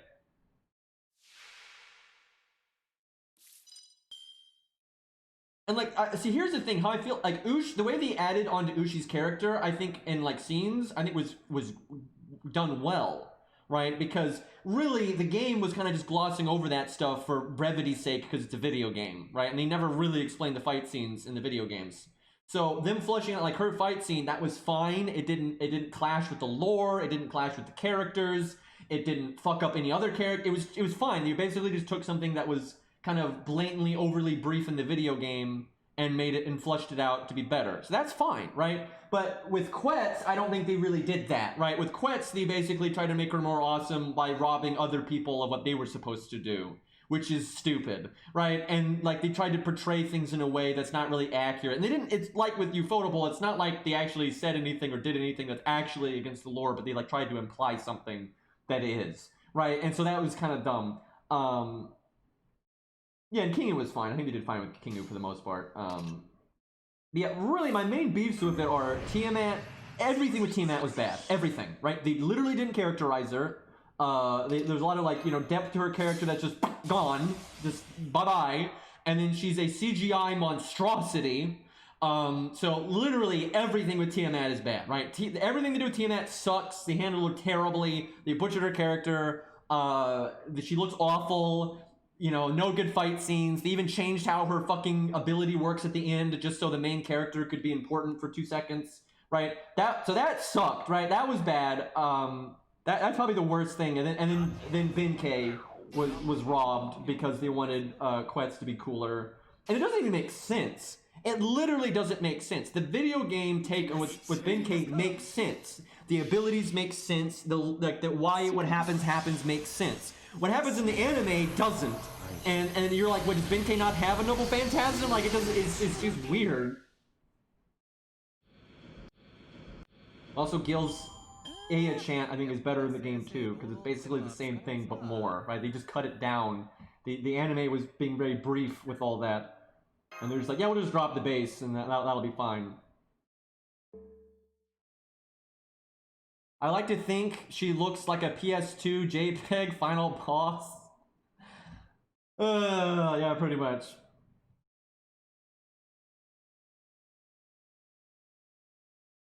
Yeah, I don't know why they decided to screw over Benkei so much. I guess it's because he's just unpopular. I don't really know. But they could have done both, really.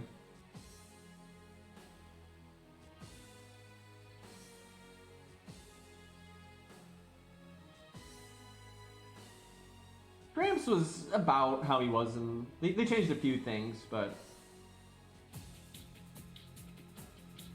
no, I don't know how you can think it's better in the anime, because he barely says anything, and he pretty much just says the generic chant that he always says, like in CCC and FGO, and they cut all the Tiamat specific stuff, and instead he just says be silent and die.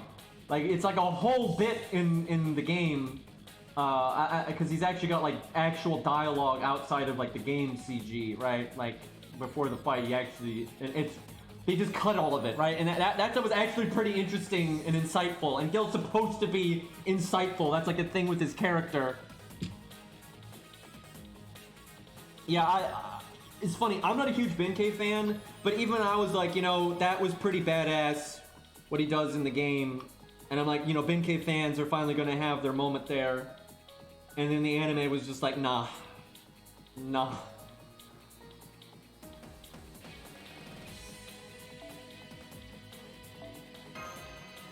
We'll do some of the event in a second. We'll do one more free quest, then we'll start fucking around with the map or whatever, assuming I have enough materials to do that. Oh, whatever, I'll summon that one. I think you might need 50 of each, in which case I need to do a different one. So, in the game, Benkei actually has 2 fight scenes. He's got one before the big final, like he shows back up before, like the very end, you know, after deserting, if you will. And he's like trying to save a village or something. And he gets a bit fucked up, but he doesn't die. And he fights like Corrupted Ushi a bit, and you know, Tiamat's kiddos, big smiles, you know. And then he shows back up again at the end, and he uses his NP, which I have a feeling the person asking in chat doesn't even know what Benkei's NP is, because it's not in the anime. Anyway, and he's the one that takes out Corrupted Ushi, which makes complete sense because of the way Corrupted Ushi works. You can't really kill her with just straight brute force unless you have something absolutely ridiculous like, you know, Aya or you know, Karna's NP or something. But what Benkei's NP does, it basically, it's like a soul attack, right? It's like a soul cleanse, and it like takes you to their soul to Nirvana, right? Which is obviously, you know, it goes with the story and everything, right? And so he's able to get rid of, you know, Ushi by basically purifying her, if you will, which again makes sense because it's like the you know, Ushi and Benkei have a lot of like characterization off of each other, right? Like, because they know each other and there's like good and bad blood there, right? And so like Benkei to be the one to take care of Ushi makes a lot of sense, right? Especially when she's kind of gone into her darker side and everything, right? Like it makes sense thematically, and it makes sense with the abilities Benkei actually has that can actually, you know, cleanse her soul, right? That's the point, right? Where in the anime, it's just LOL, Benkei stalls and Quetz kills Ushi because reasons, and there's no like character arc happening there. Because like there's a whole character arc going on with Ushi and Benkei in the game, and it's not really in the anime, and that's kind of lame. And it's, yeah, Benkei has an EX rank NP, by the way. It's really powerful. It's like his whole thing. He's got such a strong and unique NP, and yeah, the axed it, so. I was honestly shocked at that. I truly did. And I think, I'm curious, Fury, if you're still here. I imagine you felt the same way. Because they had made Ushi's fight scene better and Leonidas' fight scene better. I was like, oh man, they're gonna make, like, Benkei already had a pretty cool bit in the game. They're gonna make it even better though, and we're gonna get like, you know, really cool NP animation for him, and you know, all that. Nope. Like, I was so sure because they did Leonidas and Ushi, you know, the low stars, you know, pretty well. I was like, oh yeah, they're gonna do Benkei really well, right? Like, totally, he's gonna come back and people will be like, oh wow, Benkei's actually got a really powerful NP, right? And then someone would be like, oh yeah, it's actually EX rank, right? But nope. They didn't do that. They were just like, no, Benkei's not actually going to NP at all, and he's not even going to win.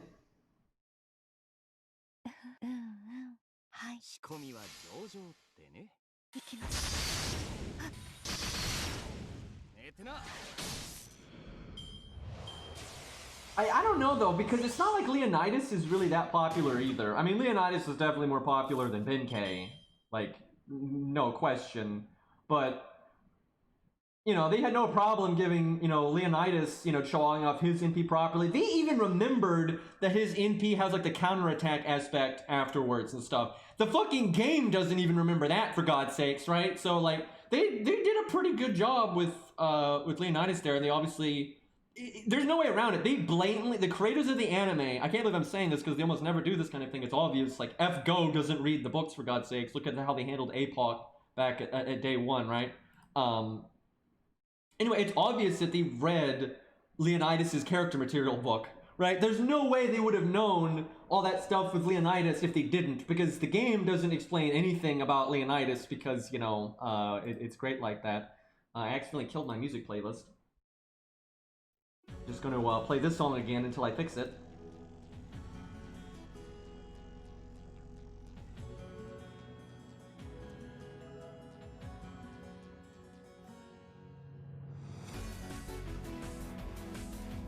I mean, no, it's not too hard to animate. Like, just because there's nothing about that would be hard to animate. That's silly. Like they animated, they made, Ushi and Leonidas use their NPs all super fancy like, where they normally don't. That wasn't a problem. They did Aya, they did Quest's NP right there, and there's not. His NP is actually fairly simple to animate. It's, mostly the swirly nonsense and stuff. And yeah, you're gonna have to do like some spacey nonsense with the whole soul thing, but that's not hard at all. That is clearly not the reason.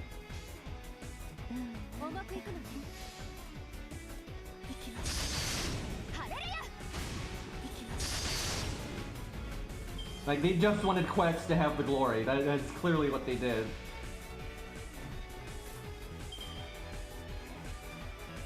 You'd have to do more than just the symbol, though, right? Like, because all the soul stuff and, like, actually representing, like, what happens during the attack, you'd have to do a lot more than the game does. Let's be real, the game doesn't do a good job with the NP. So, I mean, you definitely have to do more of it, but there wouldn't be anything particularly difficult about it. I mean, any more so than any other NP.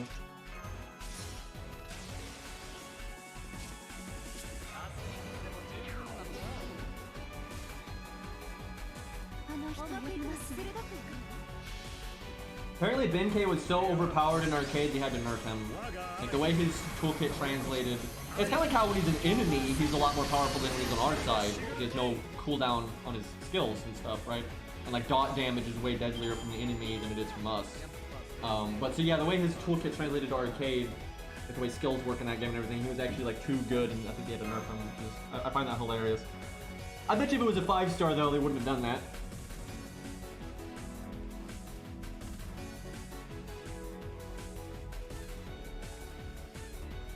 No, Gil did not get his animation update with the Babylon anime. I think it was with Gilfest or something.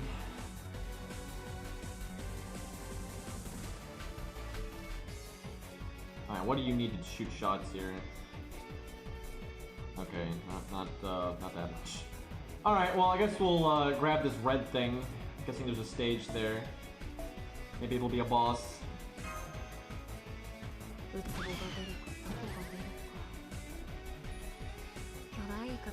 Yeah, obviously, because arcade is PvP, yeah, you have... Not only do you have to worry about balance more, you just have to be more careful with what you release, period, right? Like... Let's see if Blood Axe can do this.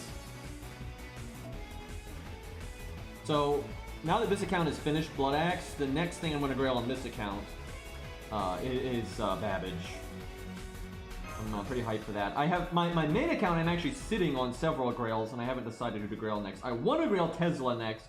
Because I only have him NP1, I'm not so sure, so I haven't really decided what to do over there. But yeah, this account's going to be Babbage. I'm really excited for that. I've been wanting to grail him forever. The main reason I didn't is because then I ran into Max, and Max has a Babbage that's way better than mine, so I was like, oh, okay, I'll just use that instead. But yeah, now I'm like, okay, it's time to have our own Babbage. Are people having trouble with YouTube? It does seem to be the case right now. Okay, hold on. I'm gonna bust out. I've got like I got my physical music here. I'm gonna bust that out. I got plenty of stuff. Give me a second. Well, I think it's on my external hard drive, and I have to actually plug that in.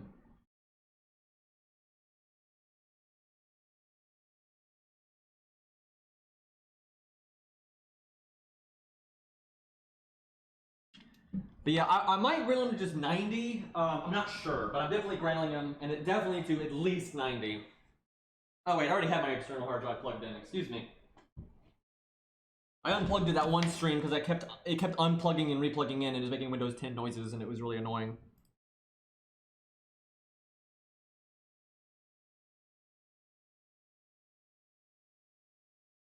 Wait, is it the other hard drive? Oh god, it might be the other hard drive.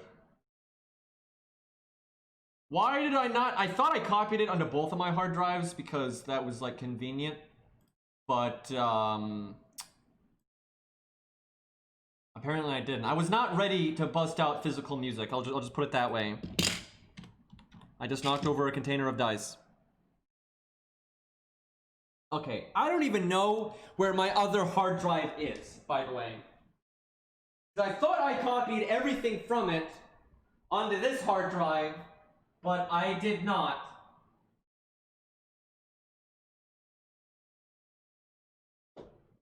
really professional streamer right now. Trying to find a goddamn hard drive. I swear, this is weird. I feel like I've been really irresponsible here because I've lost an entire external hard drive now. I mean, I'm sure it's somewhere. There it is. I found it. Okay. I should have clearly kept this in a more visible spot.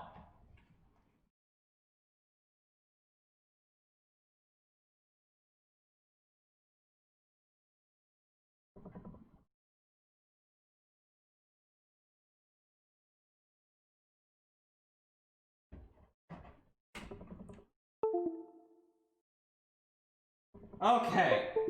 I think I got it. Maybe experiencing minor technical difficulties right now. See, I don't have two good eyes though, so that's the problem.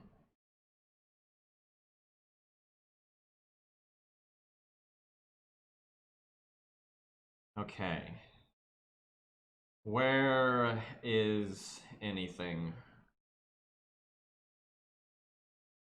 My god, this hard drive, I have got like, wow, this is memory lane for me right now. I've got fucking like video files from before I even had a YouTube channel when I was like just getting used to editing and stuff.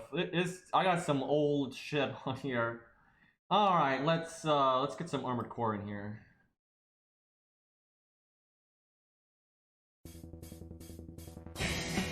Be a little loud. There we go. Okay, we're back.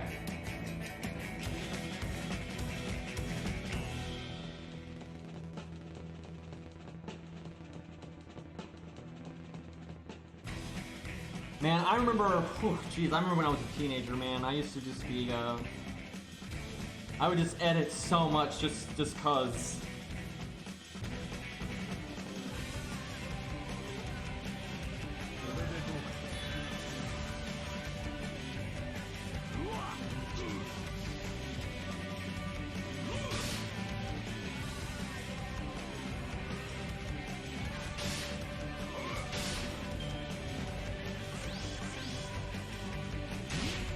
Why are you all talking about me having a level 100 ball? Because I don't have one of those.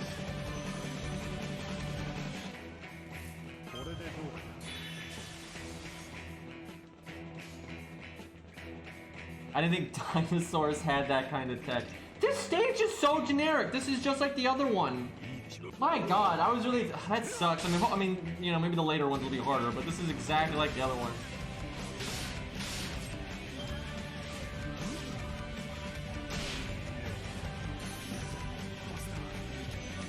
So, this is kind of sad, but it is what it is. And I still enjoyed it to a degree, but so, when I was younger, I didn't have a lot of friends, right? Like, I didn't get out, because, you know, my mother was like a religious zealot, and, you know, we didn't really get out. You know, I had my friend Kai the Gamer and all that, though, but, I did not have a lot of friends, and then when then I started to know a lot more people though, like when I got to know my father and I started living with him and everything, like through like the MMA and all that kind of stuff. But I still didn't really have like a lot of close connections and stuff at that time. This wasn't really a thing. And so this is really depressing, but it's fine. It was a long time ago. But like when my father was dying, you know, cancer was horrible, and it took quite a while for him to pass, and which, you know, really sucked.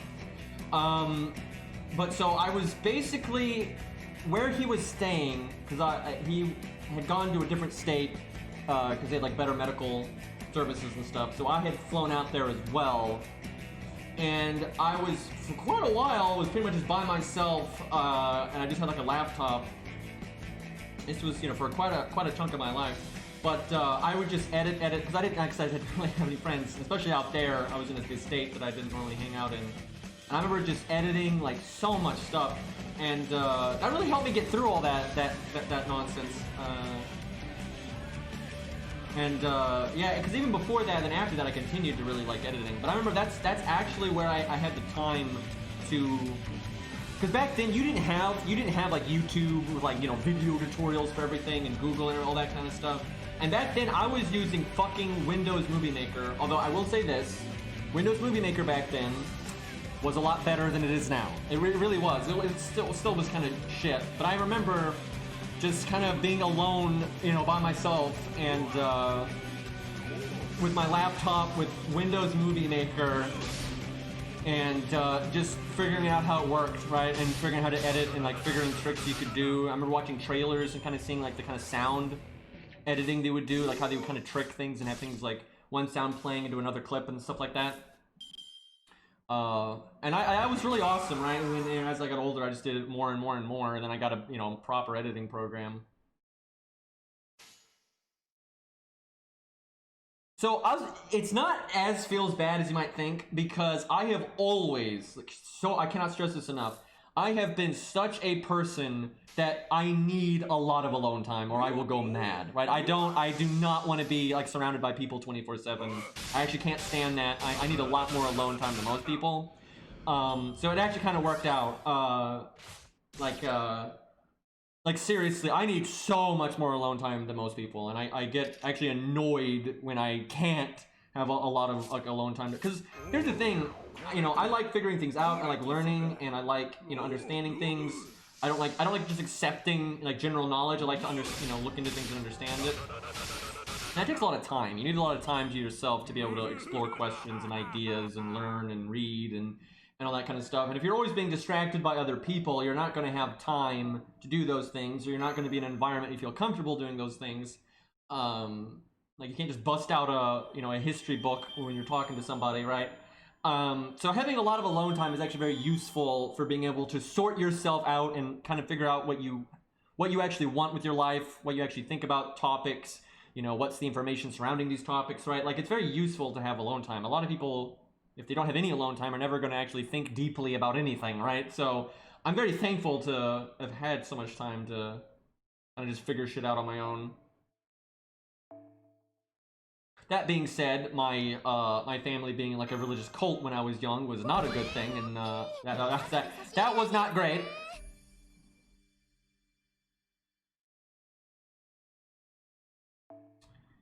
Free loot. Okay, I kind of figured there'd be something in the corner. Oh wait, I gotta like manually do the music now. I gotta be like a DJ or something. Fuck. Quick, just use all the Armored Core music. That's like my easy mode button out.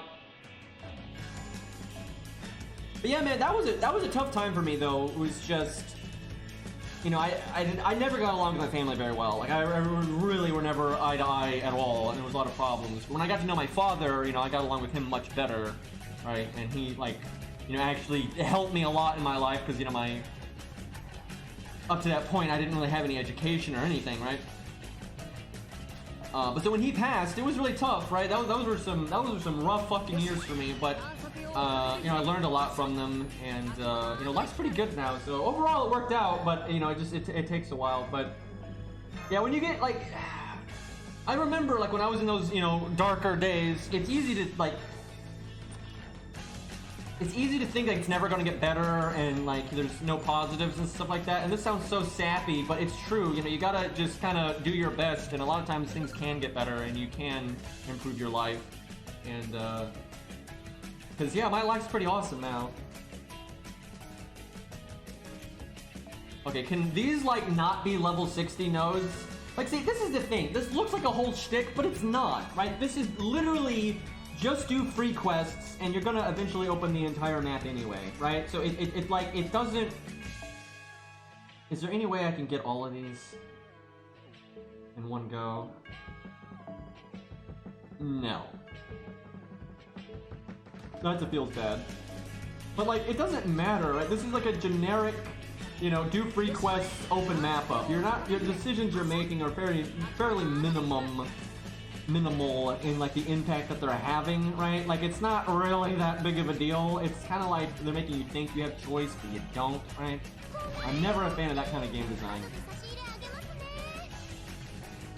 But yeah, I'm talking about this because I know I have a lot of viewers, you know, a lot of times that, you know, or a bit, you know, they're in hard times, right? I've talked to my viewers, and some of them are in hard times, right? And, if I can help, I want to, right? Because you know, I've had, you know, bad times in my life, and like when you're lonely or you feel disconnected and things like that. But you know, there's a lot of positives you can take from them, and like that's because the thing is, shit's not gonna get better if you don't do anything, right? Like life doesn't just turn around and suddenly like, oh well, problem solved, right? So if you're in a bad spot, you got to try to, you know, get what positive you can out of it.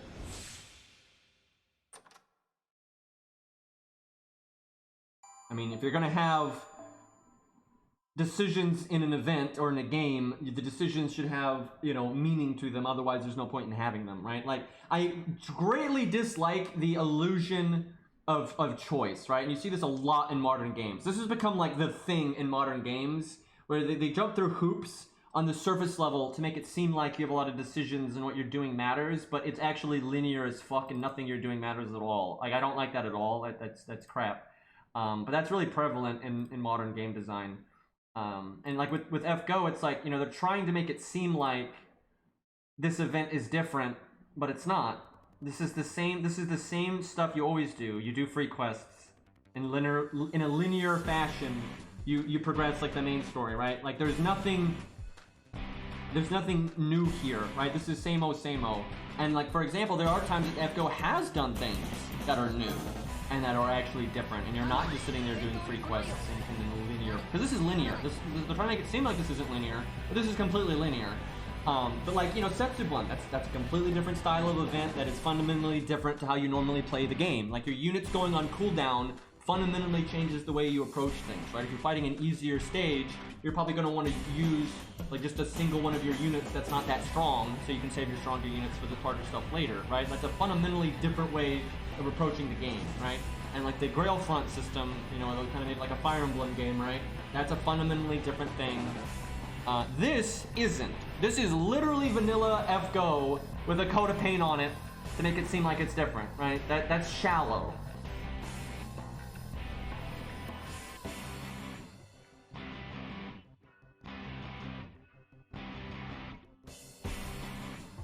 I don't think I have a single favorite event, but I like, you know, Guildfest a lot, like especially the second one, because the second Guildfest was, like, it's funny, when the second Guildfest came out, I was crazy busy in my real life, so I didn't actually get to play it that much. But Guildfest 2 was literally Guildfest 1 with even more boss fights, right? There was loads of, you know, boss fights that were pretty interesting. And obviously most people are just obsessed with doing the lottery, but I don't really give a fuck. But yeah, Guildfest, Neurofest, you know, those were fun. Setsubun was fun. Amazon event was fun. I think Setsubun was a bit better, but Amazon event was fun. Gouda Final was... I really like Gouda Final, especially when I played the rerun and I could really sit down and look at it. And I played it on different accounts and everything. Gouda Final was a fucking fun event. I really like, you know, Gouda 4 now. No one calls it Gouda Final anymore because it wasn't actually the final. Anyway, but that event was really good because if you wanted it to be harder, you could not use the story supports, but if maybe you wanted it to be easier or you were a newer account and you needed the help, you could use the story supports. It made it a lot easier. You had loads of boss fights, lots of main story fights, not that much farming, right? It was really not, it just paced really well, right? And lots of like fun things to mess around with. So that one's really good. CCC's good too. There's too much farming in CCC though, but CCC did have fun bosses. Like, I think CCC was a good time if you kept up with the farming each day, right? If you, so funnily enough, Fury, I actually don't have Song of the Ancients on this playlist, actually, or in this MP3 file dump. I have it on other ones, but not this one. Hi, Ari. Let's see, what other good events were there? Not Go West, that was garbage. Not the Maze event. Pretty much, like, every time they do an event where the game, like, there's no good boss fights and the gameplay is boring, and then they're just, like, doing these like the maze event. That wasn't a maze. There was no going the wrong way. There was no navigating it and figuring out, oh, this is the way you need to go. You just go everywhere, right? And you just do all the free quests, right? That's all it is. It's like, it's fluff. It doesn't mean anything. But like with Setsubun, you know, it was actually something different. It's funny too, because a lot of people hate Setsubun because it was different. But I've seen though, the player base is really split on that one. A lot of people really dislike Setsubun. They didn't like having to switch up their units and having units go on cooldown and everything, and some people really, really liked it. And then there's also a group of people that liked the concept, but they didn't like the execution of it. And to a degree, I actually agree with them. I don't think the execution of it was that great. Like, instead of having 200 floors and like 50% of them were kind of whatever, I would have preferred like 120 floors, you know, that were all a lot more meaningful. Right, like that would have been better in my opinion. You know, 200 floors, just you're not gonna have enough content that's good in 200 floors, in my opinion.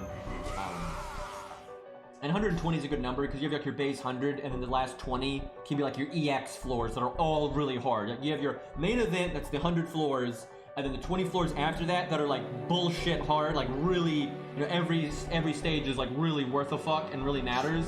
So you're going to want to bring good units to beat the floor, but then your units are on cooldown, you get these different units, right? So that would have been really good. Have 100 floors that are kind of, you know, what you expect from Setsubun, but a little bit more condensed and maybe a little bit harder because there's only 100 floors on 200.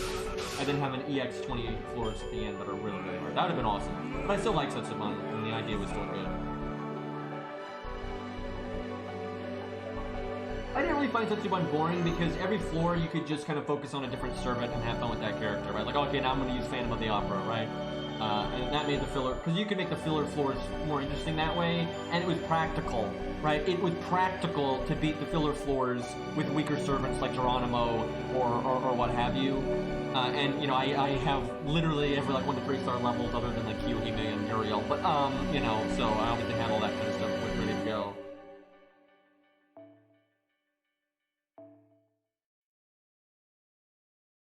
Because that event incentivized you to be minimalist and to spread out what you were using, right? Which made it really fun for me.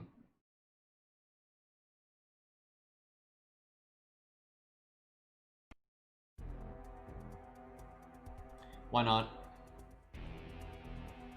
That's a fluffy boy right there.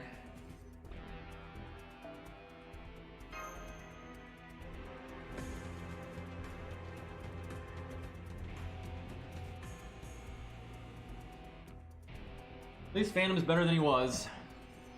He still needs more help, though. Yep. Yeah, Ari. I'm not happy that Van Gogh at all. I guess I'll talk about this again because there's probably a lot of different people here now. So, you know, one, they're doing the cop out of, oh, but it's not the real Van Gogh. Just like, oh, it's not the real Paul Bunyan, or it's not the real Musashi, or not the fake Musashi. But you're never gonna get that. Like, it is the representative of that story or legend or character, right? Like, we're never gonna get regular Paul Bunyan. We might get regular Musashi, but I doubt it. At least female Musashi, though, is at least a serious character, though, right? And they put effort into, like, the character design and the characterization and everything, right? With, like, Paul Bunyan and a lot of these other ones, you know, just because, like, oh, it's not the normal one, but you're never going to see the normal one. So it basically is the normal one. So that's irrelevant. That's like fluff. Everyone's like, oh, but it's not Van Gogh. That doesn't matter. You're not getting regular Van Gogh. That's the Van Gogh that you're getting, right? And then, so, one, I don't like the design because it's so wacky and ridiculous, and, you know, it's just so unserious. And every foreigner just has to be a lolly for some fucking reason. But, like, so, Ari, I really want your opinion on this, because to me, there's a real difference between, like, just when they do a bad job and it's not to my liking, right? Yeah, that song really drops the beat there. But so there's a real difference between, like the difference between Paul Bunyan and Van Gogh here. Oh, I see. This is using it. There we go. I fixed it. It's using a different volume slider. That's why. Yeah, I was lowering it, but it was the wrong one, so it wasn't actually changing it. Anyway, so, you know, Paul Bunyan, although I don't think respects the legend very well, and I think people that like the actual Paul Bunyan stories are not going to really be happy with what they did in FGO, but I think Van Gogh is worse because they're basically plagiarizing the actual work, right? Like how they modified the painting, you know, like with the, like, that's just, I really don't like that. Like, I really don't, it's like I said earlier, it's like if they changed Mozart's music, like the melody, not the instrumentation, but if they changed Mozart's actual music, right? Like, that would be absurd. Like when they played Twinkle Twinkle Little Star, it's like, oh no, we can make it different, right? Like that would suck. You know, I really don't like when they do that. Like, I don't like how they did that with the Mona Lisa either, right? I don't like that. I really don't, because those are real things that people actually made, right? I'm not a fan. Like, I really am more annoyed with Van Gogh than almost any other thing that they've made, because it's basically Paul Bunyan, but then, like, actually insulting to a real person's work. Like, I'm really not okay with that. Like, they've never done that really before, outside of, other than, like, maybe Mona Lisa, and I'm not down for that. Like, because I think if they had changed Mozart's music, right, I think people would have been pretty pissed. And rightfully so, and, you know, they didn't.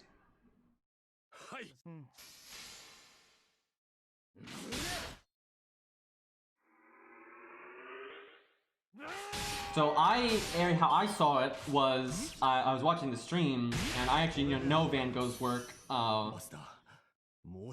and so I see, okay, we've got some stupid space lolly again, because, they're showing the MP animation, and then I saw, the famous painting, and I was like, oh god, the second I saw that, I was like, you gotta be fucking kidding me. Like, gender bent, lolly, space bullshit, silly design, like, just why?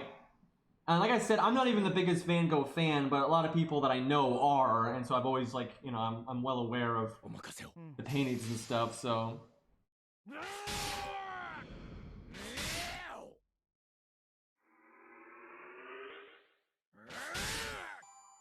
I like how I went in detail about that a minute ago, and then people are saying the exact... It's fucking...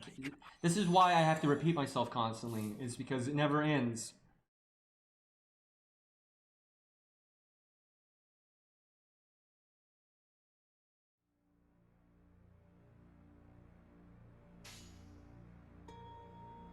Like, I literally just explained that, right? And then it's like, I'm just gonna have to repeat the same bit of information over and over again, but I'm not gonna do that, obviously, so it's like, there's no winning.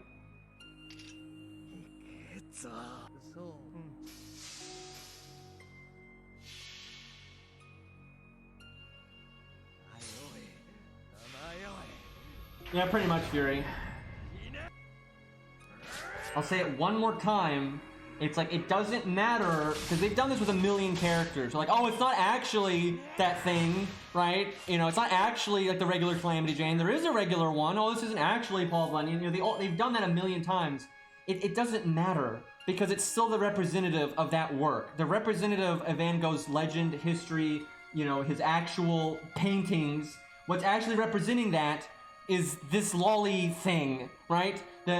What's actually representing Paul Bunyan is this lolly thing, right? It doesn't matter that there's actually a regular Paul Bunyan out there in the Fate universe. You're never going to show that. It doesn't matter that there's a regular Masashi. They're never going to show that. The representative is the representative. The details don't matter, right? No one cares about that. What matters is what you're actually getting, and everyone's seeing this as Van Gogh, right? And so it doesn't matter if it's someone else, or it's an alternate timeline, or it's a lost spell. That doesn't matter, right? What you're actually... Because those are excuses, right? You gotta understand, from the creative standpoint, it's not like they designed this, it's cart before the horse, right? They wanted to represent Van Gogh as a lolly, and then they made up things to justify it, right? So it doesn't matter. The excuses are just excuses. It's just the details, right? It's just what they came up with to justify their design, right? It's not the reason they made the design.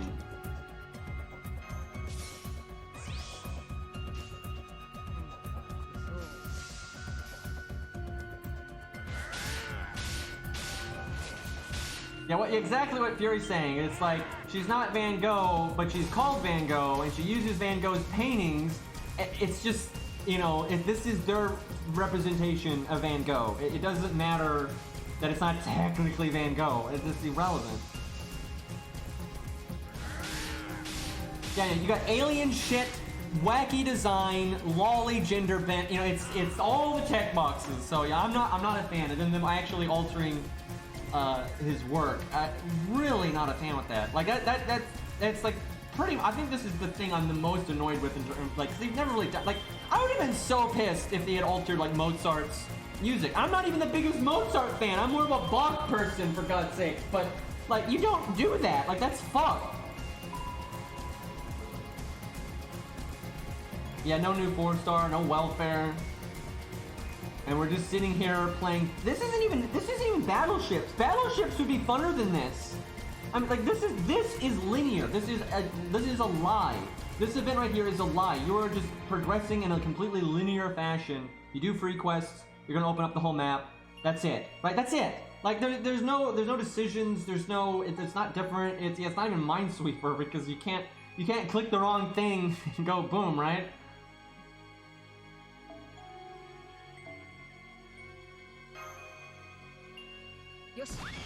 I can't believe how few welfares we've had this year.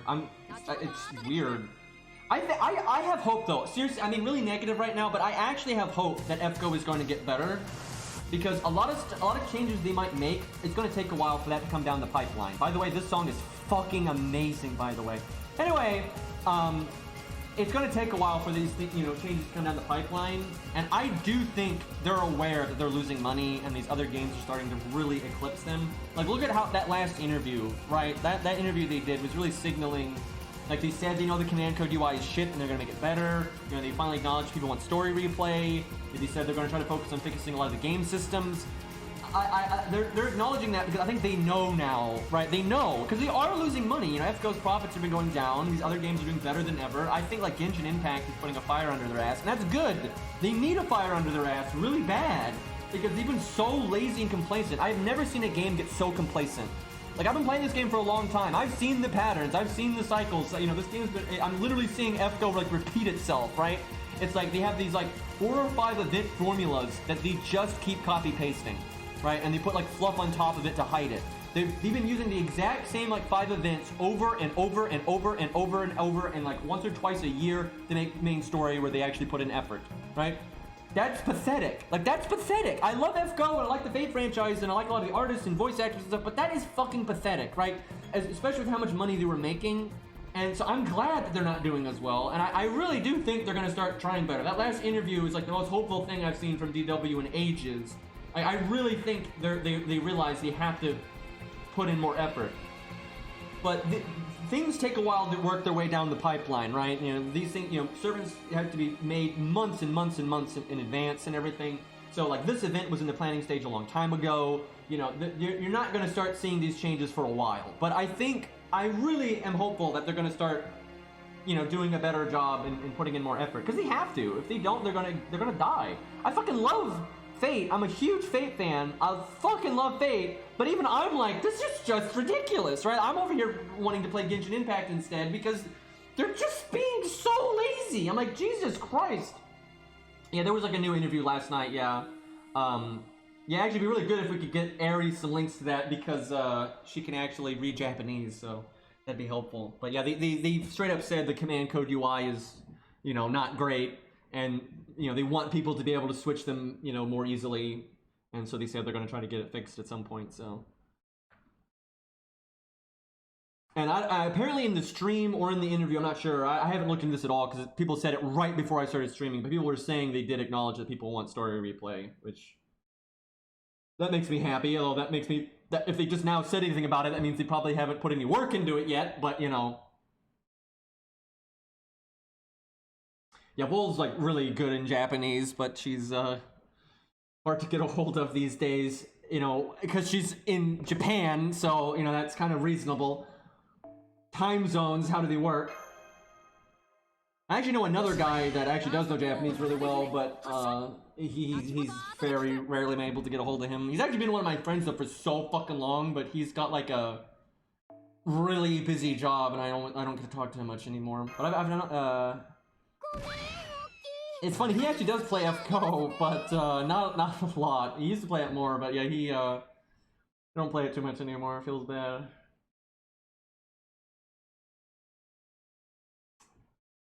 What do we get? At least we get free loot in this event. I guess that's the thing. Let's see if YouTube is done shitting a brick here. I'm actually lucky. I know a decent amount of people that know Japanese. Oh, like, my sister speaks Japanese, for God's sakes. So yeah, I'm kind of lucky that I have so many people that I can get access to translate shit.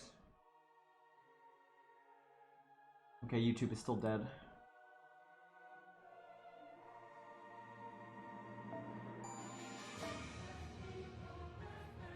I haven't found the. I've only done one bounty quest. I did the highest difficulty one you could do, and I didn't really find it hard. But yeah, they're kind of neat. I think the bounty quest is a system that'll be better later because they need more enemy types. That's Genshin Impact needs that so bad. Like I said, imagine how much more exciting it would be to open up the bounty UI and it shows a bunch of like mini bosses you've never seen before, right? But it just opens up a bunch of mini bosses you've already seen it, you know, a million times. So that's Genshin Impact's biggest problem is they need to get off their ass and make more enemy types. And I know they've added some. I haven't seen any of them yet, but I've heard that they've added some, and so that's good. But that is blatantly something they could improve on, though.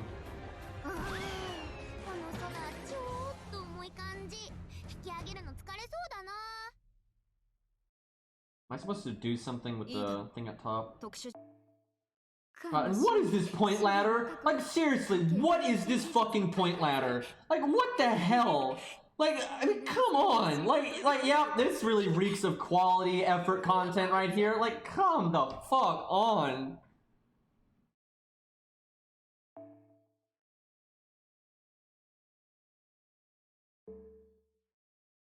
Yeah, I don't really need QP either. I kind of need it on my ult account, which is this one, but every other account, not so. Okay, let's. I'm just gonna murder the sabers here. Fuck it.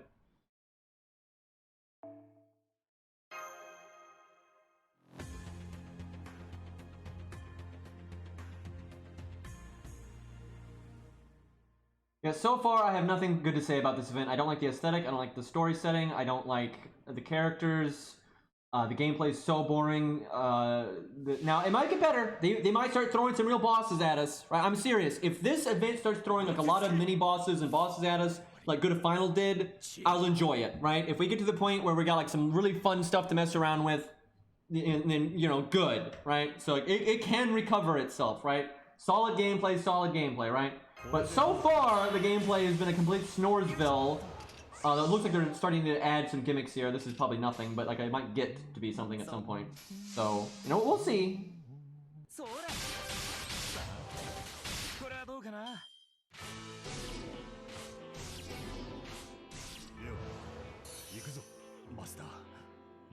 I thought it was Lost Vault 1 locked, but is it 2? I don't even know. And Nemo's gameplay's fine. I was talking about that earlier. It's like, it's not like, I'm like, wow, this is awesome, but it's fine. And I'm happy because he's strong but not overpowered, and I'm happy when they add units like that. I don't like when they're adding units that are always like, you know, oh my god, look how OP this is. You know, that's stupid and it makes power creep. Where Nemo is like, he's good, but he's not breaking the game, but you can totally, you know, do some really strong stuff with them, and that's fine. So gameplay-wise, I have no problem with Nemo. It's totally good for the game, like no issue there. You know, I subjectively don't really like Nemo at all, but gameplay-wise, they did just fine. I have not seen his animations yet, though, so I don't know like if they put effort into those. I should try to summon somebody as Nemo just to see his animations.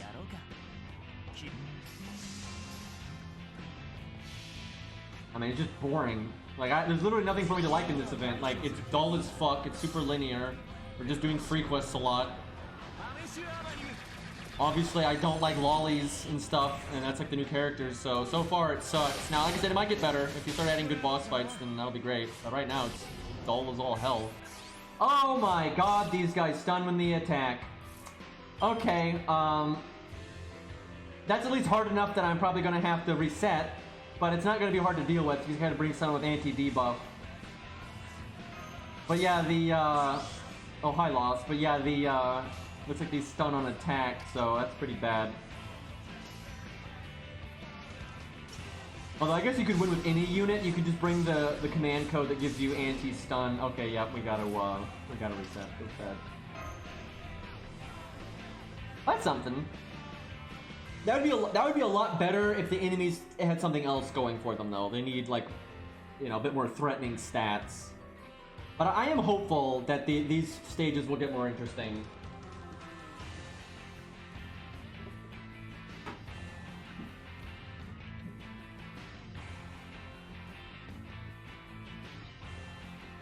It's not the first time someone's lost to crabs. I imagine most people beat that anyway, though. Most people probably did not bring any units with anti-debuff, but they brought 6 units, so it wouldn't be hard to kill them. It's probably still more annoying, but Let's see. Do I have anyone that I could use that would not require the command code? Because the command for soloing, the command code is like obviously the way to go, or just team play. But do I have anyone like Protoku's rough because he doesn't have a guarantee anti-stun? Let's see what. Oh no, and they're sabers. Fuck. That would make it really hard because yeah, they are beasts. I'm pretty sure. So I kind of want to try with Protoku now because they are beasts. That's going to be really hard. Because them being sabers, but his anti-debuff is not guaranteed. That's going to be rough as all hell. Let's try it. This is a terrible idea. I will say this: if you give Protoku the anti-stun command code, I don't think this would be that hard.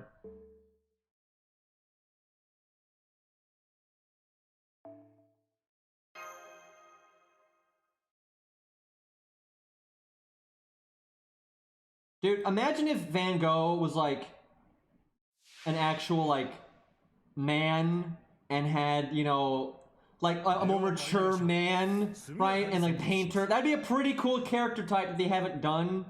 That'd be pretty awesome, honestly, but no. Like, not having, because we don't have that many older characters. We really don't. And obviously, Van Gogh, you can't necessarily represent him as that old, but you could. And even just middle age, just an adult, somebody that's not, a teenager or in their 20s, right? That'd be nice. Okay, it's time to bust out the big boy music here.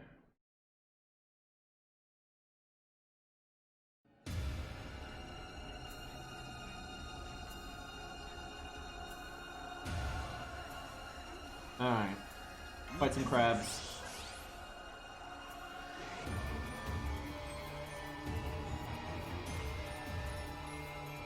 Yeah, no, like some more stuff like Shakespeare, please. Like, come on.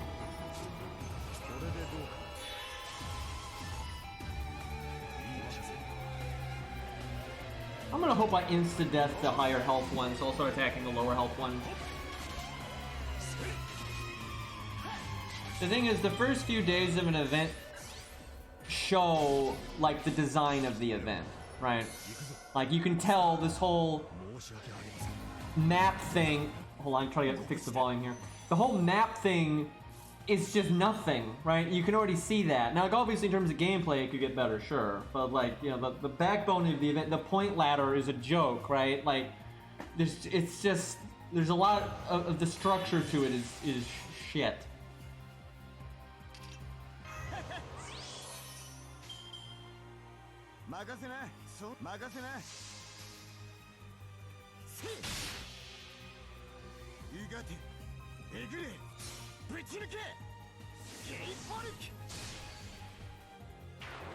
$14,000. Boy, I wish we were regular coup for that one. Would have done way more damage.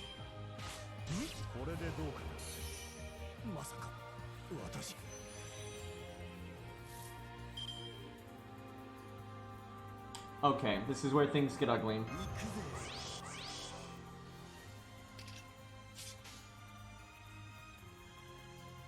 Do I just spam my NP and hope for insta-death? I feel like that might be the only way.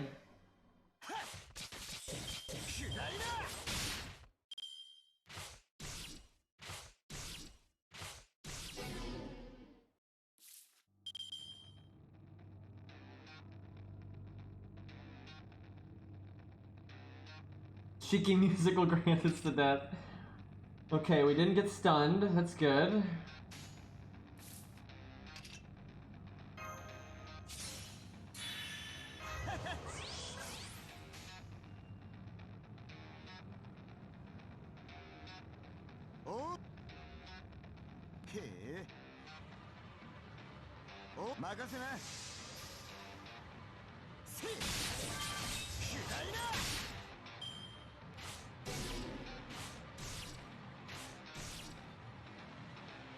Are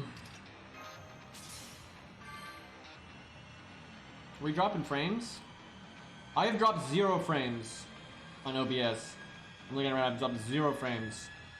So, if something's happening, it's either like the internet in my area or Twitch or something. Cause yeah, I don't have any drop frames, so that's not a good sign.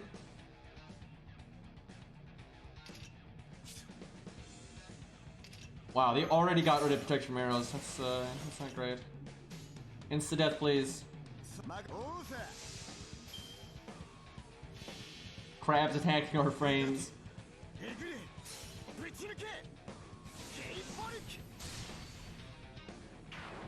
Could also just be a local server issue because, you know, you've got a different Twitch servers and stuff, so. Could you insta-death ever, bud?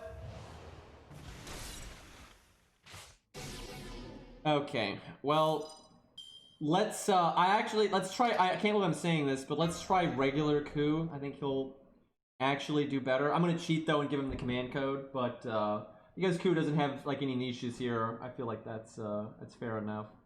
Give me a second, I gotta switch accounts here.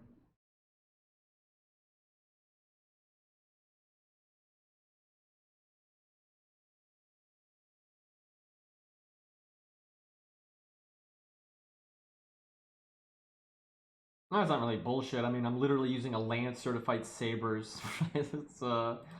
That's the main issue. I'm not gonna fit the screen perfectly because I'm just gonna switch back to the other account, so I'll just get it vaguely in the right spot. If I have to suffer through the command code switching process, you all gotta go through it with me.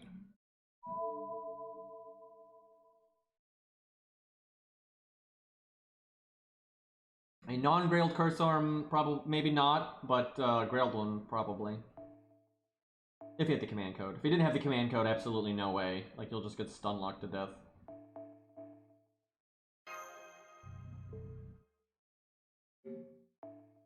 Yeah, いらっしゃいだね、マスターくん。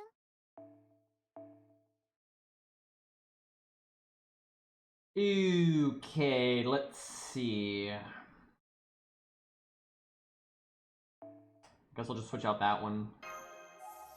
Actually, thankfully I don't actually need to switch that many things, so this shouldn't be too bad. And hopefully no one else has it equipped so I can just put the damn thing on. It's, isn't it like the mirror? Yeah, that's it, okay. Hand being useful.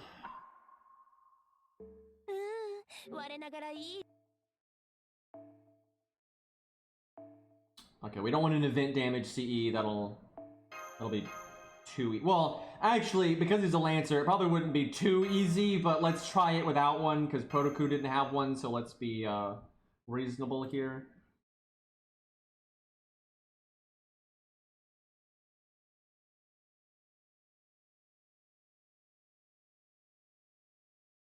You know what I might do?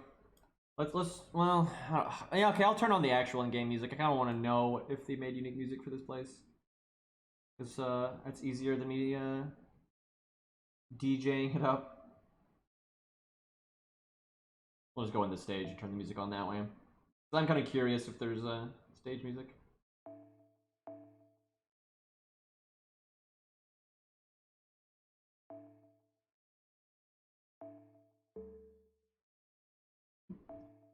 Alright.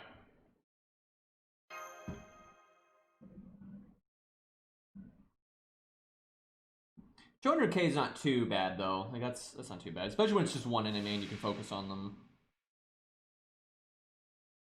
Yeah, YouTube is fucked apparently.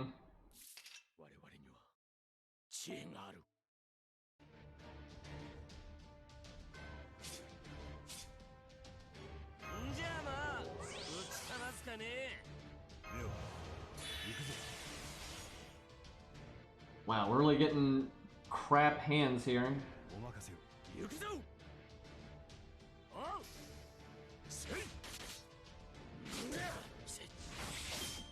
In case in P.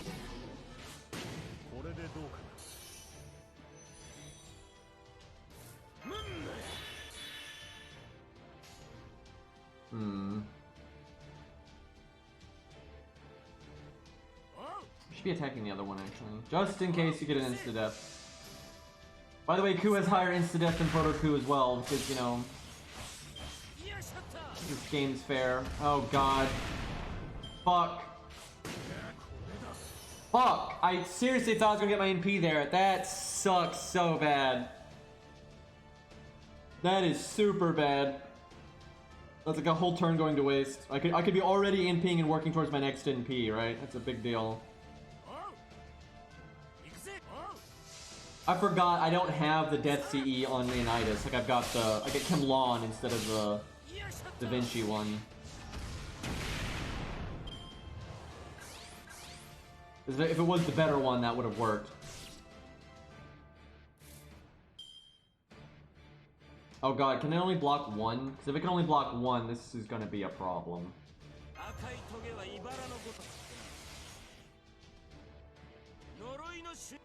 This is really bad because I could have already used my art card and have it like the cooldown coming back, so that's messed up. Why am I NPing this one?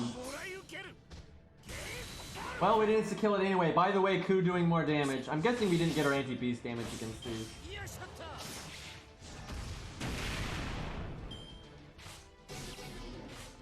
I forgot to use the thing. Thankfully, I can just use Atlas.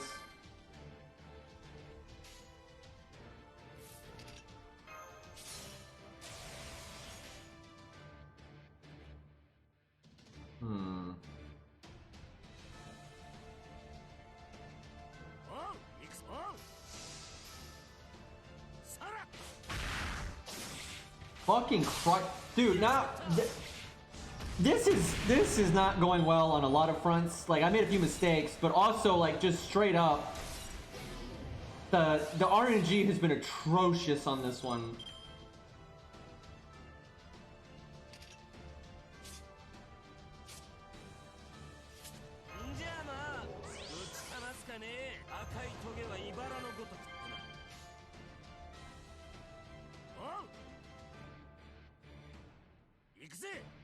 Let's go flat damage though, that helps. Before I bring covering fire.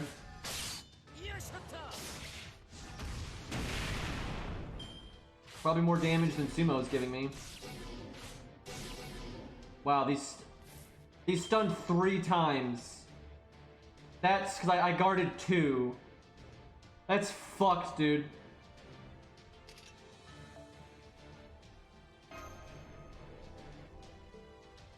This is going to be really hard to solo if you don't have debuff immunity. Like, this command code helps, but,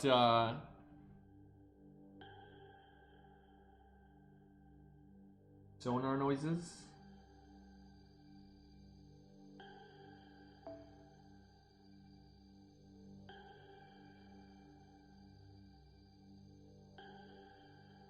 So the ideal would be Proto-Coup with the command code, because then you have debuff resistance and the command code. Arjuna would make this so easy because he has endless debuff immunity and he's counterclassing them and he's AoE. That would be like so easy, it would be sad. Let's see who do we want to try here. I want to try someone that's not an archer. I think using a lancer is probably a bit too much. What's something at neutral that could be good here?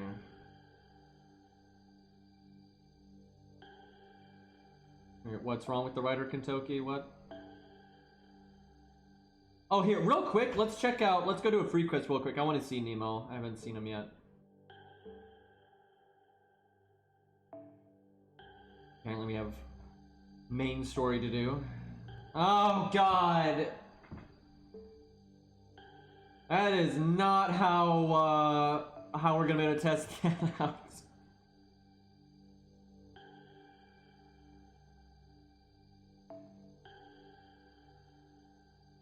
I think Gabe had it. I just don't remember what slot he put it in. There it is.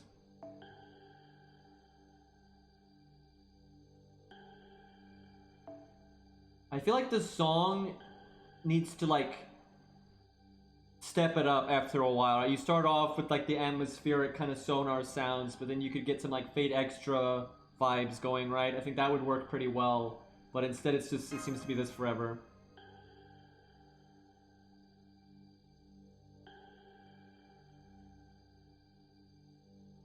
I don't don't mind some degree of preset teams.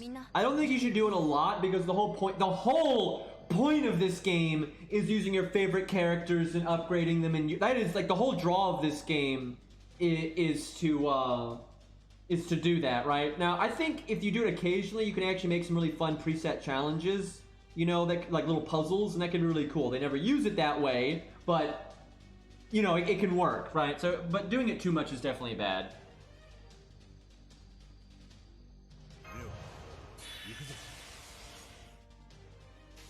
Killer opening hand we got here.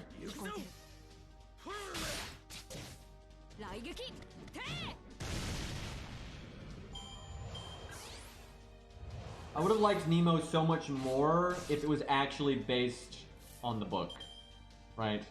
Like the whole idea of like shipmates and all this stuff, that could be pretty cool, right? But the making them kids just kills it for me.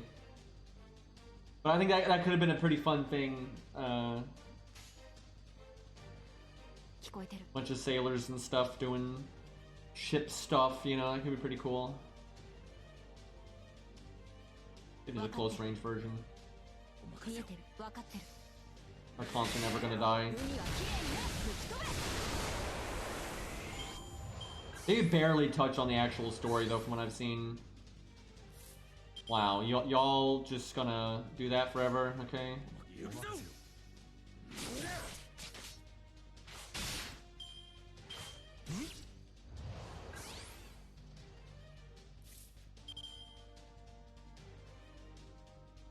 Wait, which event, Arjuna? I feel like they've done that more than once.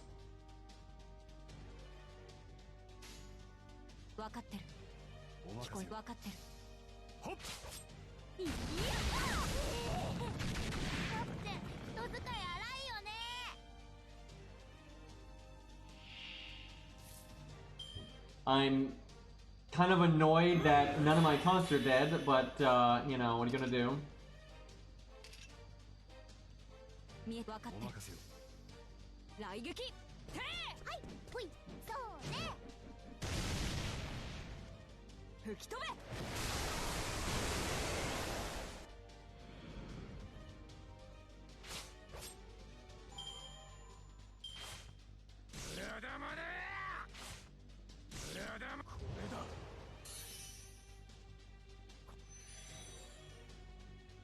Yeah, they like fused him with a Greek person for some fucking reason, so. Alright, if y'all could just kill George, that would be great.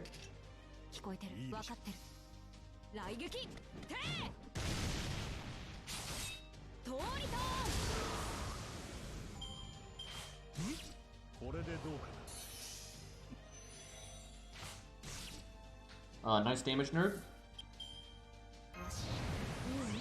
So we're never going to get low enough to use our guts thing.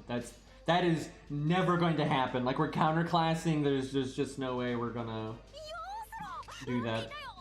I just do art just to see them. Somehow we've got like no art cards this entire time. Please don't crit them and kill it. I don't think that'll happen. Oh, he has an event. Oh no, he's gonna. Oops. It's fine. There's another wave.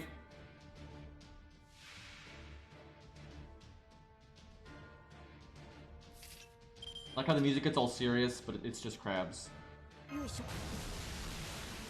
That would look very strange if you had teammates. What is that? What the fuck does that look like if you have teammates? Like, do these stand on the top of it? Like, do they like? Like that. Like, otherwise, they're gonna be like inside of it. Like, what if you have Ivan? What happens if you have Ivan hanging out, and the sub just comes in? These questions need answers.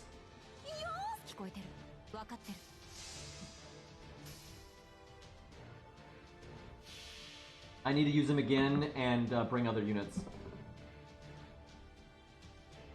Yeah, you can see submarine in the background, yeah.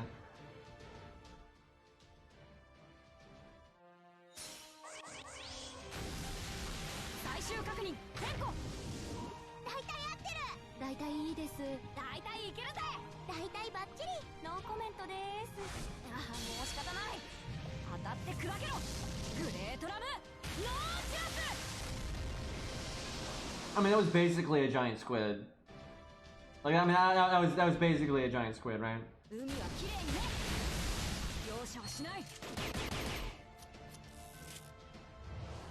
Did they just put more effort into that gun animation than Billy's or Calamity Jane's? Oh joy!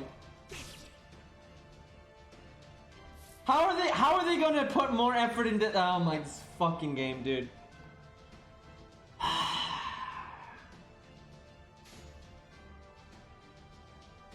The boat, though.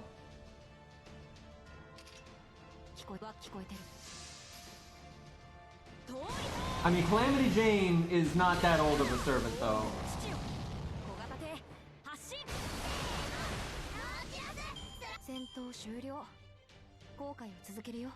And I'm telling you, when they update Billy, I don't think it's going to be great, man. Like, in 8 years, when they finally update Billy, I don't think, I think it's gonna be dumb. I hope not. I hope I like Billy's animation update really bad. I like gunslingers a lot, man, but, I'm worried.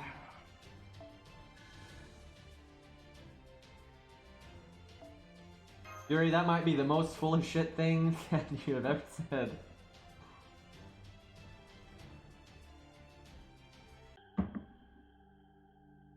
Alright, let's do this one more time and see what happens if we summon the sub with compadres. I want Darius though. We gotta get the big boys. I don't have Ivan unfortunately, so I can only get so big, but because if they're shorter and if they don't move, it'll just cover them up anyway.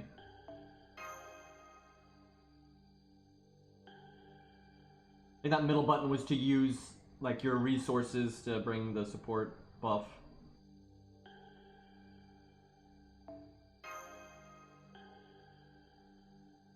You know, like in, like, the Liz event way back in the day, you know, like those items you could bring to buff yourself, it's the same thing.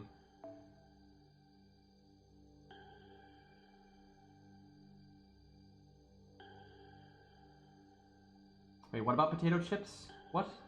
I could use some right now, but, I'm missing a meme here.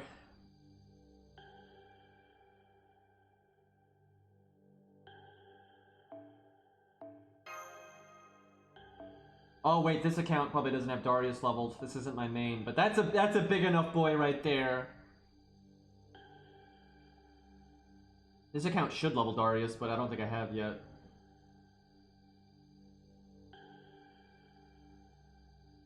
We might just bring him anyway. And slap the Canis CE.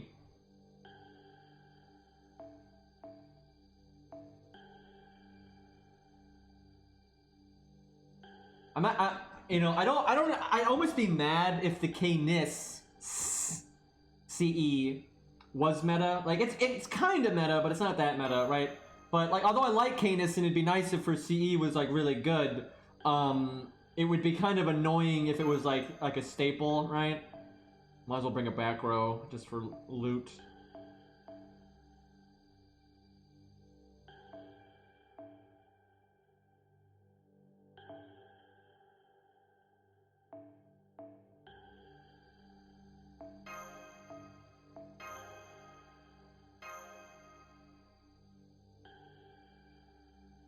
Okay.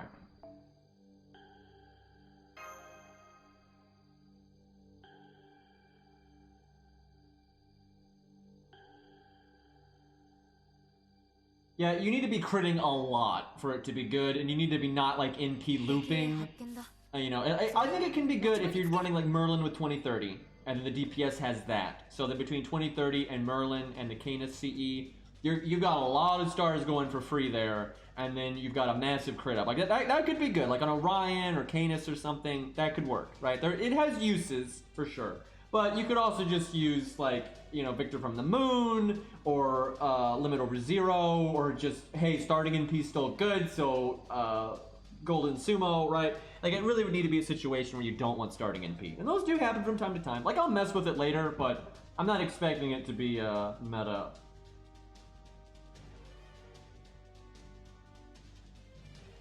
I'm just gonna cast it now. See what happens. Wow, that looks bad.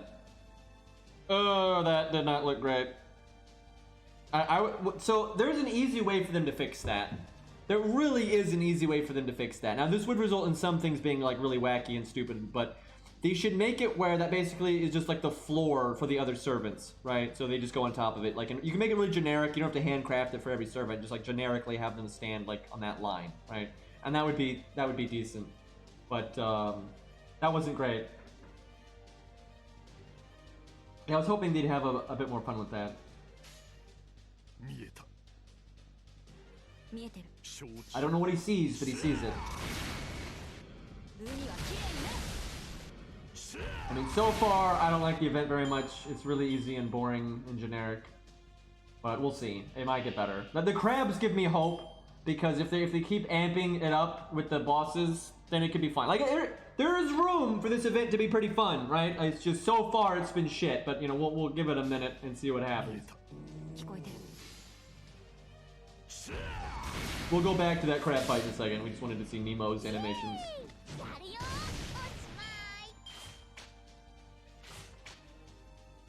Yeah, I've heard YouTube is rip. It is funny, every time YouTube dies, I get more viewers. But hey, I mean, if I can, you know, buy people some time until it comes back, you know, happy to do it.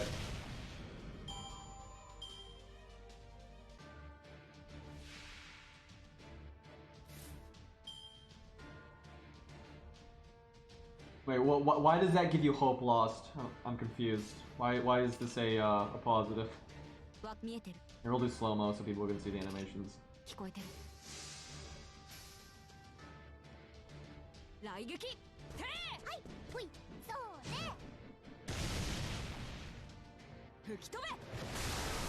mean, I don't blame anybody for only watching streams as a backup. Makes sense to me.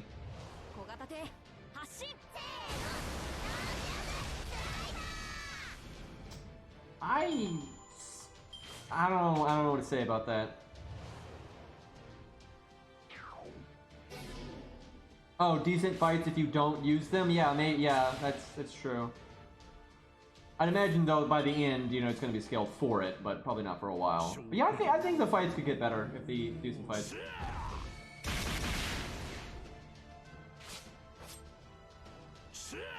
Just saying, I don't think you're gonna see, if they made an anime and Nemo was a combatant, I don't think you would see that attack. I'm just saying, I don't think it would happen. Please don't kill them, big boy.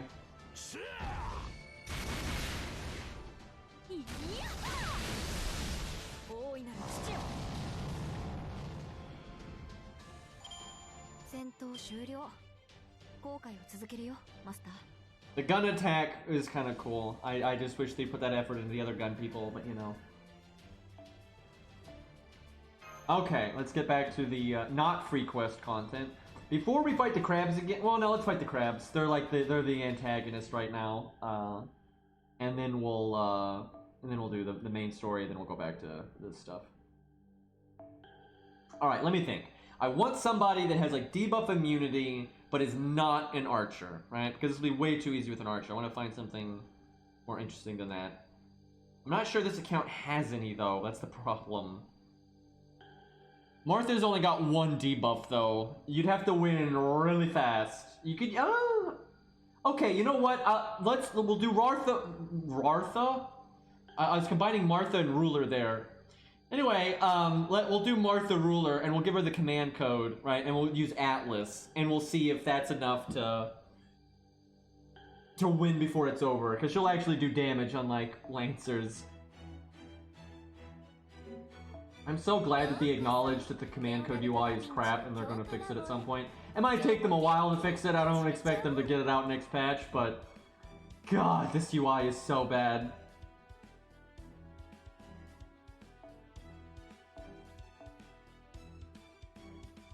We'll give her a little bit of help beyond. Well, please tell me I have it. Okay, I do. What I say, that'd be so bad if I didn't have that. I'm not gonna mess around removing other people's command codes because I just cannot be bothered, but I'll give her some basic stuff here. The flat damage one would be nice, but yeah, most of the good ones are being used right now.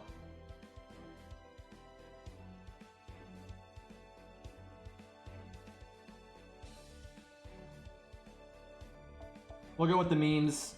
Guys, I mean, if it procs Buster, it's actually good, right?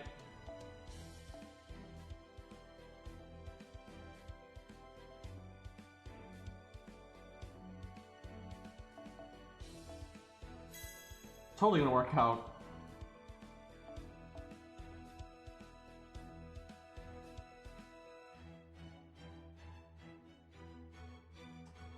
Not a lot I can do here.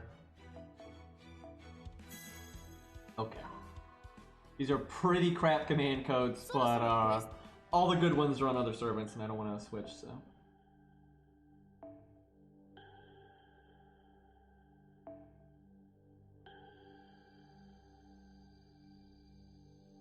Yeah, and so you just do Buster Quick Art every turn, right? Obviously, Fury. Oh, you know another way that you can enable almost any servant to do this is, well, one, you give them a damage CE and they'll just kill everything so fast it won't matter. But you could do the Joan of Arc CE, this one, the mirror one, because this gives you 3-turn debuff immunity. It wouldn't last that long, but it would buy you some time, right? And if they have like another skill or an Atlas, you know, then it'd be alright. But we'll just stick with something generic and see how it goes.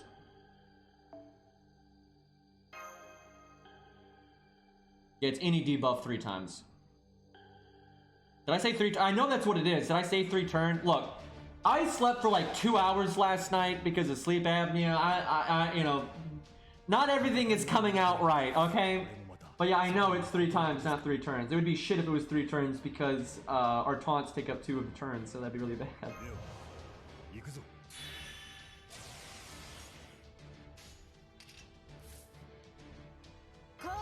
I'm wasting the heal, but I don't even care. We'll just get that going now.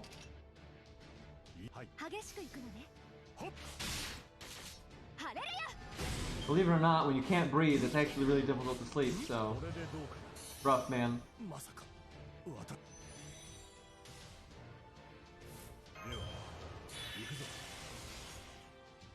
Yeah, I wanted to play Genshin Impact later tonight because they have a lot of new stuff and whatnot. But I don't know, because I got so little sleep, I might have to do it tomorrow.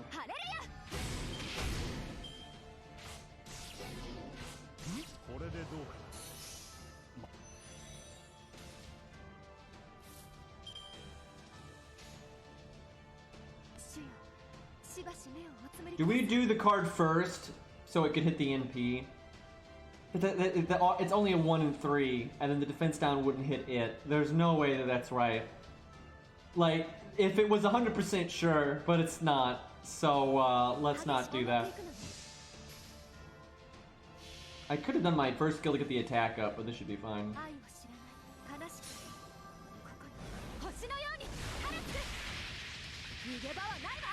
They're never gonna rework Storylock servants.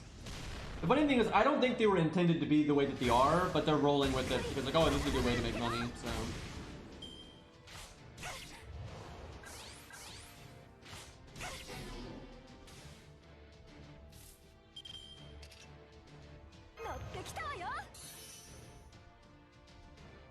Wow, we actually don't get our first skill here. Bullshit! So the next one, I think we use the Atlas remove on, and then we use our second skill again. Basically. I need to kill this guy right now. It should not be a problem. I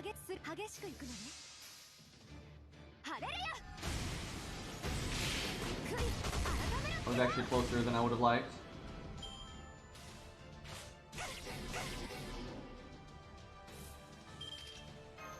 Jesus, even for Martha, they're putting up a fight, man.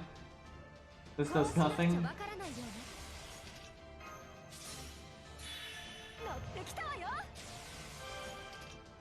If we don't get stunned here, we should win. We have 2 stun immunities. I think he only gets 2 actions per turn, at least I'm hoping.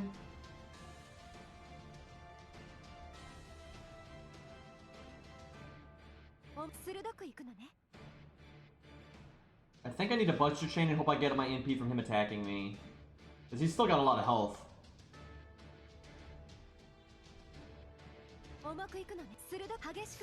We're actually in trouble, I think.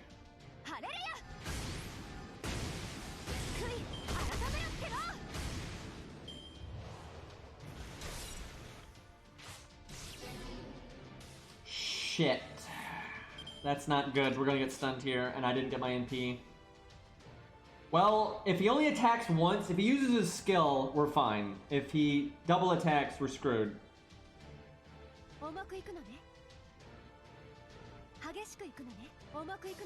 Would you like to proc the Buster up? No? Art up? Okay. Buff, buff, buff. Yes! Easy! No effect in your fucking face! And we might have been able to like last one more turn, maybe, but whoo boy, was that close. Okay, we'll meme it up here and we'll do we'll see if we get the Buster up. Nope, art up again. Okay, that's great.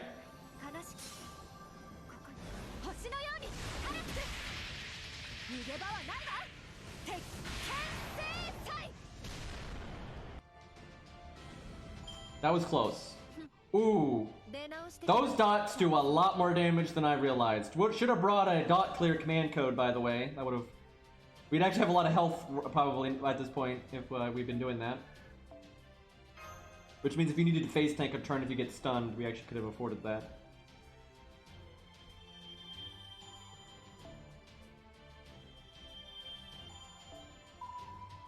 That was actually pretty fun with Martha. That was what I was looking for right there, right? Like, that was fun. Like, she has tools that help her deal with this stage, but she doesn't, like, counter it so much that it's like, you know, you just destroy it. Like, I wasn't actually sure if we were gonna win or not. I figure we're gonna have to clear this anyway, so... There's probably nothing there, but,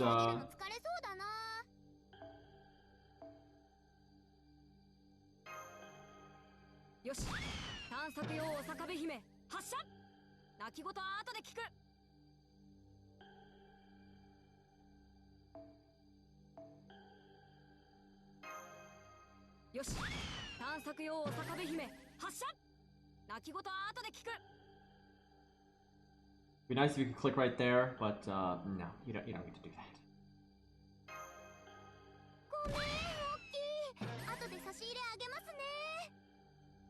I like how you just yeet her everywhere. Oh man, we're out. Okay. So I guess whatever's left is gonna be in this corner then. Alright, well, I think we'll wrap up. Wait, nope. We'll do the main story, then we'll wrap up. I did this whole preset team nonsense. Like how they just all have the Canis CE. There's actually 4 Canises, apparently.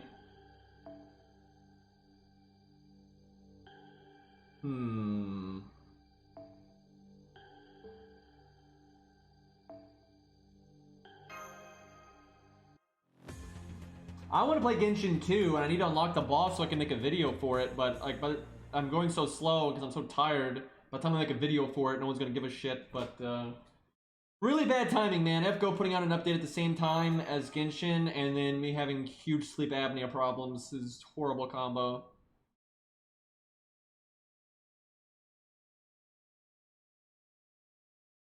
I kind of feel like crap right now, but what are we gonna do?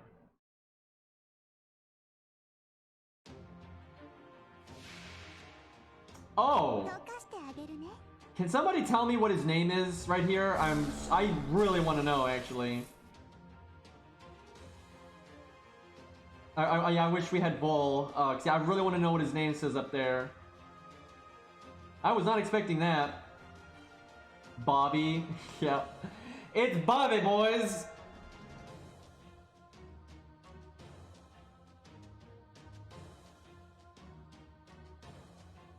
Yeah, it's really small. It's really hard to tell. Somebody screenshot it so we can get some of our people on that later, so we can get a proper translation. But yeah, I'm hoping it's like Moby Dick or something, because he was in Fate Extra and he's in Fate Strange Fake, so that'd be really cool if they do something with that. But they might not. We'll see. I actually like the design though. That's a pretty cool way to make a whale look badass. Alright, well, we're obviously not supposed to win here. I think they just want us to... oh, God, of course this guy's gonna be a major part of the event, and he's a berserker, and they added a foreigner. Please open your checkbooks now. Like, God. Sticky, or stinky, continuing the sell from K to CE. Thank you, man. Appropriate now, I suppose. It's something alpha, like whale alpha or alpha of the sea or some nonsense, I'm assuming. God, I feel so crappy right now. Like, whenever you, like, when I get this little sleep, it's like... ugh.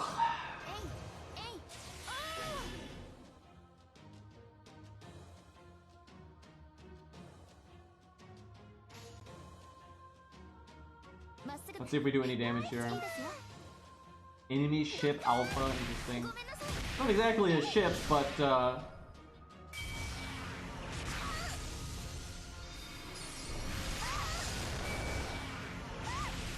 wish he was going to be playable, but he's definitely not going to be.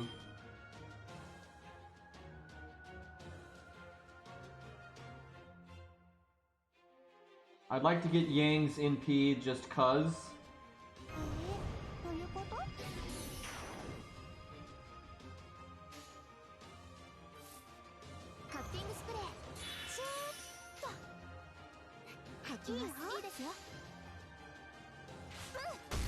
I'm guessing the stage ends after a few turns. I'm hoping the NP drain doesn't mean it'll end before he can do his NP. I want to see it.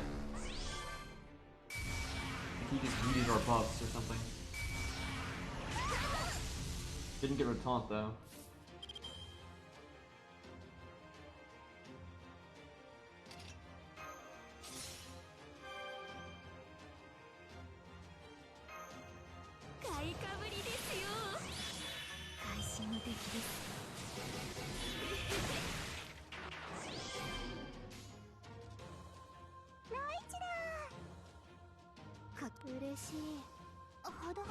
Eat the buffs! Can only get rid of 2 of them, but good enough. Shame we can't do their NP. Alright, Yang, let's see what you can get done here. Not much, I would imagine, but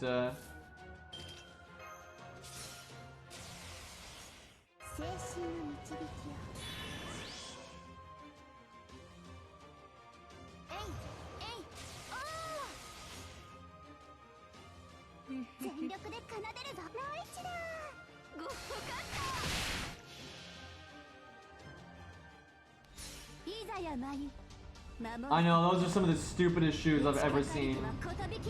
I'm so tired of the whole, like, reverse heel shoe thing. It's so stupid. Like, again, that's so dumb that it's like using a battle axe, but you're holding the blade and swinging around the shaft, right? And then, but not as a joke, not like a joke character, but as you try and take it seriously, right? It's so dumb. Like, I have room for fantasy and blah, blah, blah, and I think it has to be super realistic. There's a difference between something being realistic and then something being so stupid. Like again, like a battle axe that isn't, like, realistically made and balanced, right? That's fine. But then we're using it, holding the battle axe by the blade and swinging around, you know, the shaft, that's absurd, right? That's way stupider than just having a fantasy blade that's, like, not realistic, right? A not realistic fantasy blade is fine, but, like, that's just silly.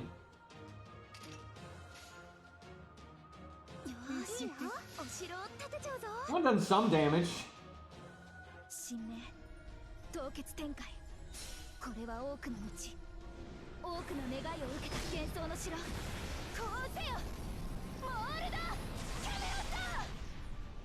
I now want a bullet that shoots guns. That's probably an Enter the Gungeon, I would imagine.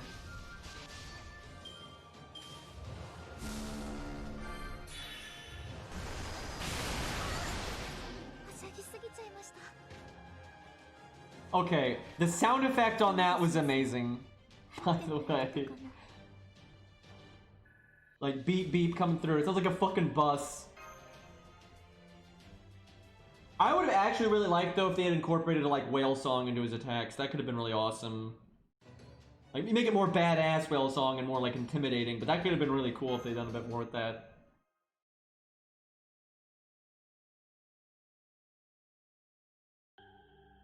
Yeah, I like the whale. That's one. I'm not exaggerating. 100% my favorite thing in this event right now is that whale. Like I actually like that design, right? Because it's still, you know, a whale. It's not like, oh, I'm rainbows and I got a balloon on my tail. Like, you know, it's just a fucking whale, but he's got like green glowy nonsense, right? That's fine, right? That's pretty cool.